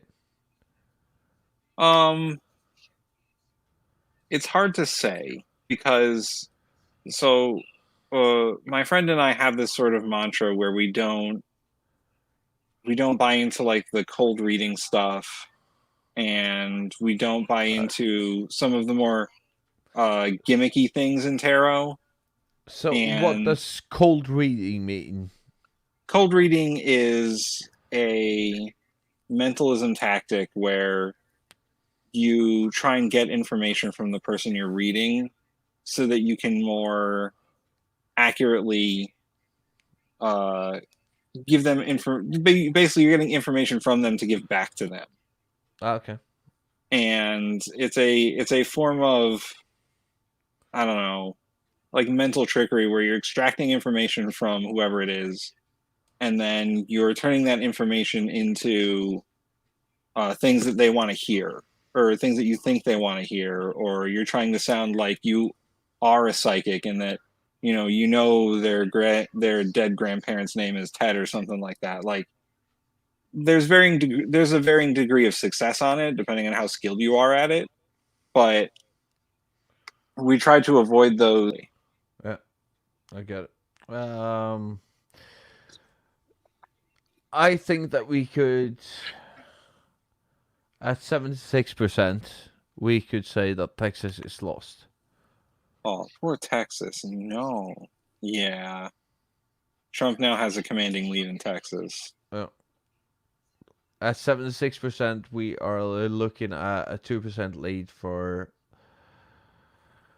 Trump at 50.3, which basically means that almost every vote that comes in needs to go Biden's way, which won't happen. Yeah. Well, it was fun while it lasted. So how would you, as a citizen, how would you look at another 4 years of Trump as your fearless leader? Up until the coronavirus, it was just sort of Trump doing whatever he wanted with the government. And yeah, he was messing with the government, but he wasn't like actively killing people. But after the coronavirus and his handling of the coronavirus, he's actively killing people. So I can't think of a worse president than Donald Trump. That I can't. I also know a fair bit of like American history, and I can't think of a worse president than Donald Trump. Like even but come on, he's done more for the black community than Abraham Lincoln. Yeah, I mean, he is the reincarnation of Abraham Lincoln, and you know he's going to bring us all to prosperity. Except, you know, the economy's in the crapper, and but that's not really true, though. If you look at a pure stock market standpoint of it, and the issue is the stock market is no longer an indicator of how good the economy is doing. The stock market is an indicator of how good rich people are doing, but it's not an indicator of how like businesses that aren't traded on the stock market are doing, or the unemployment rate is definitely more reflective of how people are doing than the stock market. And even that is they're underrepresenting the amount of people that are unemployed. Sure, but I'm just trying. I'm trying really hard to find arguments to be devil advocate here, but it's quite hard for me because I think he's an absolute fucking idiot. He is. He's the worst. He is honestly the worst. I heard a little bit when I was in the chat earlier on at the beginning of the show with those conservative guys you had on. And boy, they were a pair. This is the thing, though, is that I have to agree with them on certain points, and these are not political points. Okay. But we do tend to ask conservatives or Republicans to answer for everything that the conservative movement stands for, but we don't ask that of our own. That is true. And that is a quite good point that especially Jeff made, that he said, like, I do not subscribe to that specific point in Donald Trump's statements. I describe to, he just agrees a lot more with me than Biden does. Right. And I understand that. We can't have every individual, because if I vote, I'm not an American voter. I am not eligible to vote in America. But there's a lot of things about Biden that annoys me, that bothers me, and I don't agree with. Right. But I agree more with him than I do with Donald Trump. So this is the thing that I'm going to give Jeff, is that I can't, just because I think that you should go out and vote for Biden, doesn't mean that everything that Biden says or does is okay with me. He's Right. just closer to my core values than Donald Trump is. So I think that we as progressives and liberals and left-wing people forget that sometimes. Right. And I know that I did during that conversation, because I asked him to answer questions that he was very specific that he did not agree on. Hmm. Yeah, and I feel the same way about a lot of the points with Joe Biden. Like, I don't agree with everything Joe Biden says or does. And he wasn't my first choice for, the Democratic candidate. Who was? I was more of a Bernie Sanders or Elizabeth Warren. Warren, really? Yeah. Yeah, I liked her stances on the economy.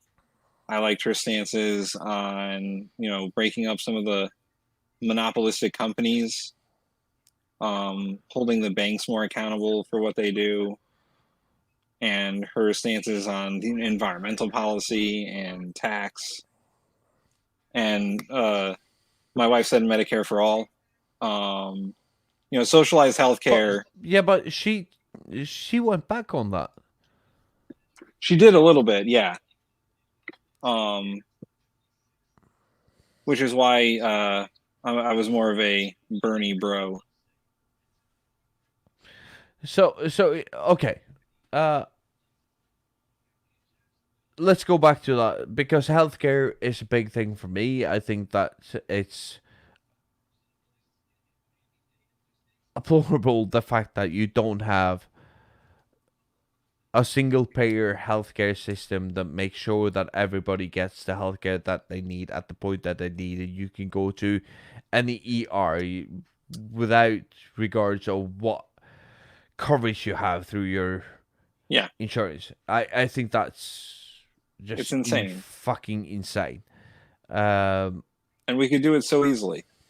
I mean, it wouldn't be super easy, but it requires the change of one law. You just have to remove the age limit on the Medicare statutes and the Medicaid statutes, and then there you go. Yeah, but that's very simplistic, though. I think it's as hard as it would be for us to privatize all of our healthcare overnight and giving it over to insurance companies would be as hard as it would be for you to socialize it. Yeah. It would take years and years and years of work, but you need to you need to set on that path, and maybe in 5 or 10 or 15 or 20 years you will be there. Yeah. We need to start with a government option. That's what we need to start with. But you need to start somewhere. And I think that the only path forward for the United States is to start on that path going forward. I think the best way to do that would be allow people to buy into Medicare and Medicaid who are under the current age limit. If you let them buy into it, then they're paying into the system that's going to be insolvent in, I don't even know, a few decades. But if you allow people to buy into that system, younger people, then it allows the older people to receive more care, because the system is then funding itself. The self-funding thing is like the stuff that bothers me, because me and Mikey, we did the math on this, and if he took away what he pays and his company has to pay in insurance for him, and we did that into a tax, he would be better off than he is today. Right. So the system doesn't make any sense to me, and that's what makes it so. Well, I mean, we already pay taxes for it, but the taxes that we're paying for Medicare are only going to be effective for, like, for me, when I retire at age, I think 67 or 68 is my retirement age for Medicare. Yeah. So we're paying taxes on it now. I'm saying let people completely buy into it. Like, that's their health insurance. They pay into that completely. Maybe raise the tax for them. Yeah. If they want to buy into it. Absolutely. But here's the deal, Tim. I need to go take a bit of a nap. It's 4 a.m. Oh, for geez. me. So when does the sun rise? It doesn't. Like, for real. Like, it shows up around 10 and then it fucking sets around about, maybe 4 p.m. It's gone. Oh, okay. So you got... But you don't really see it because it's always covered by some mountain. It's or very low in the sky all the time. Very low in the sky all the time. Yeah. So you don't really get... Like, you have an eternal fucking sunset, which is fucking beautiful. Like, up here, it is one of the most beautiful times of the year. It is amazing. But it is also super depressing because you go to work... When the sun is down, you come home from work, the sun is down. You don't really get to see it. I understand that. I used to work a warehouse job where I went to work before the sun came up, and I got out when the sun was down, and it was just like, oh, it's always dark outside. It's always dark outside. And as soon as the snow arrives, like, you can get, like, that light and everything, like, reflects off the snow and stuff. But right now, it's just dark. Like, everything is dark. There's no leaf on the trees. It's just dark, and it's fucking depressing. So I'll be at your house in the summer then. Be at my house at the summer, because summers in fucking Scandinavia are just beyond. Like, they're the most beautiful time, and then you can go... I could just drive about 500k, so that's about 350 miles from here. Mm-hmm. And see the midnight sun. Oh, there you go. And it's just like, when the sun just dips under the horizon just before it starts going up. It is fucking beautiful. I'm definitely going to have to go and check that out then. But right now, when it does the other way, where it just likes come over the horizon, then it kind of dips, and then it dips down again. That's not something you want to see. The Northern Light, though, weighs up for some of it. The Northern Light is absolutely amazing. We were hoping to see the Northern Lights when we went to Ireland, but it's too cloudy in Ireland. Too cloudy in Ireland. You need to come up and see me. All right, so I am going to sign off for just a little while. I will be back in a couple of hours. We'll see where we are then. We are going to keep on doing this until we have a result. Tim, thanks for joining the Bin Podcast. You are always welcome. Of course, I'm going to send you a link once I'm back online again. This has been the Bin Podcast from me, Shartan, and of course my guest Tim and everybody else who's been in the chat. We are thanking you and we are saying good night. All right. Talk to you.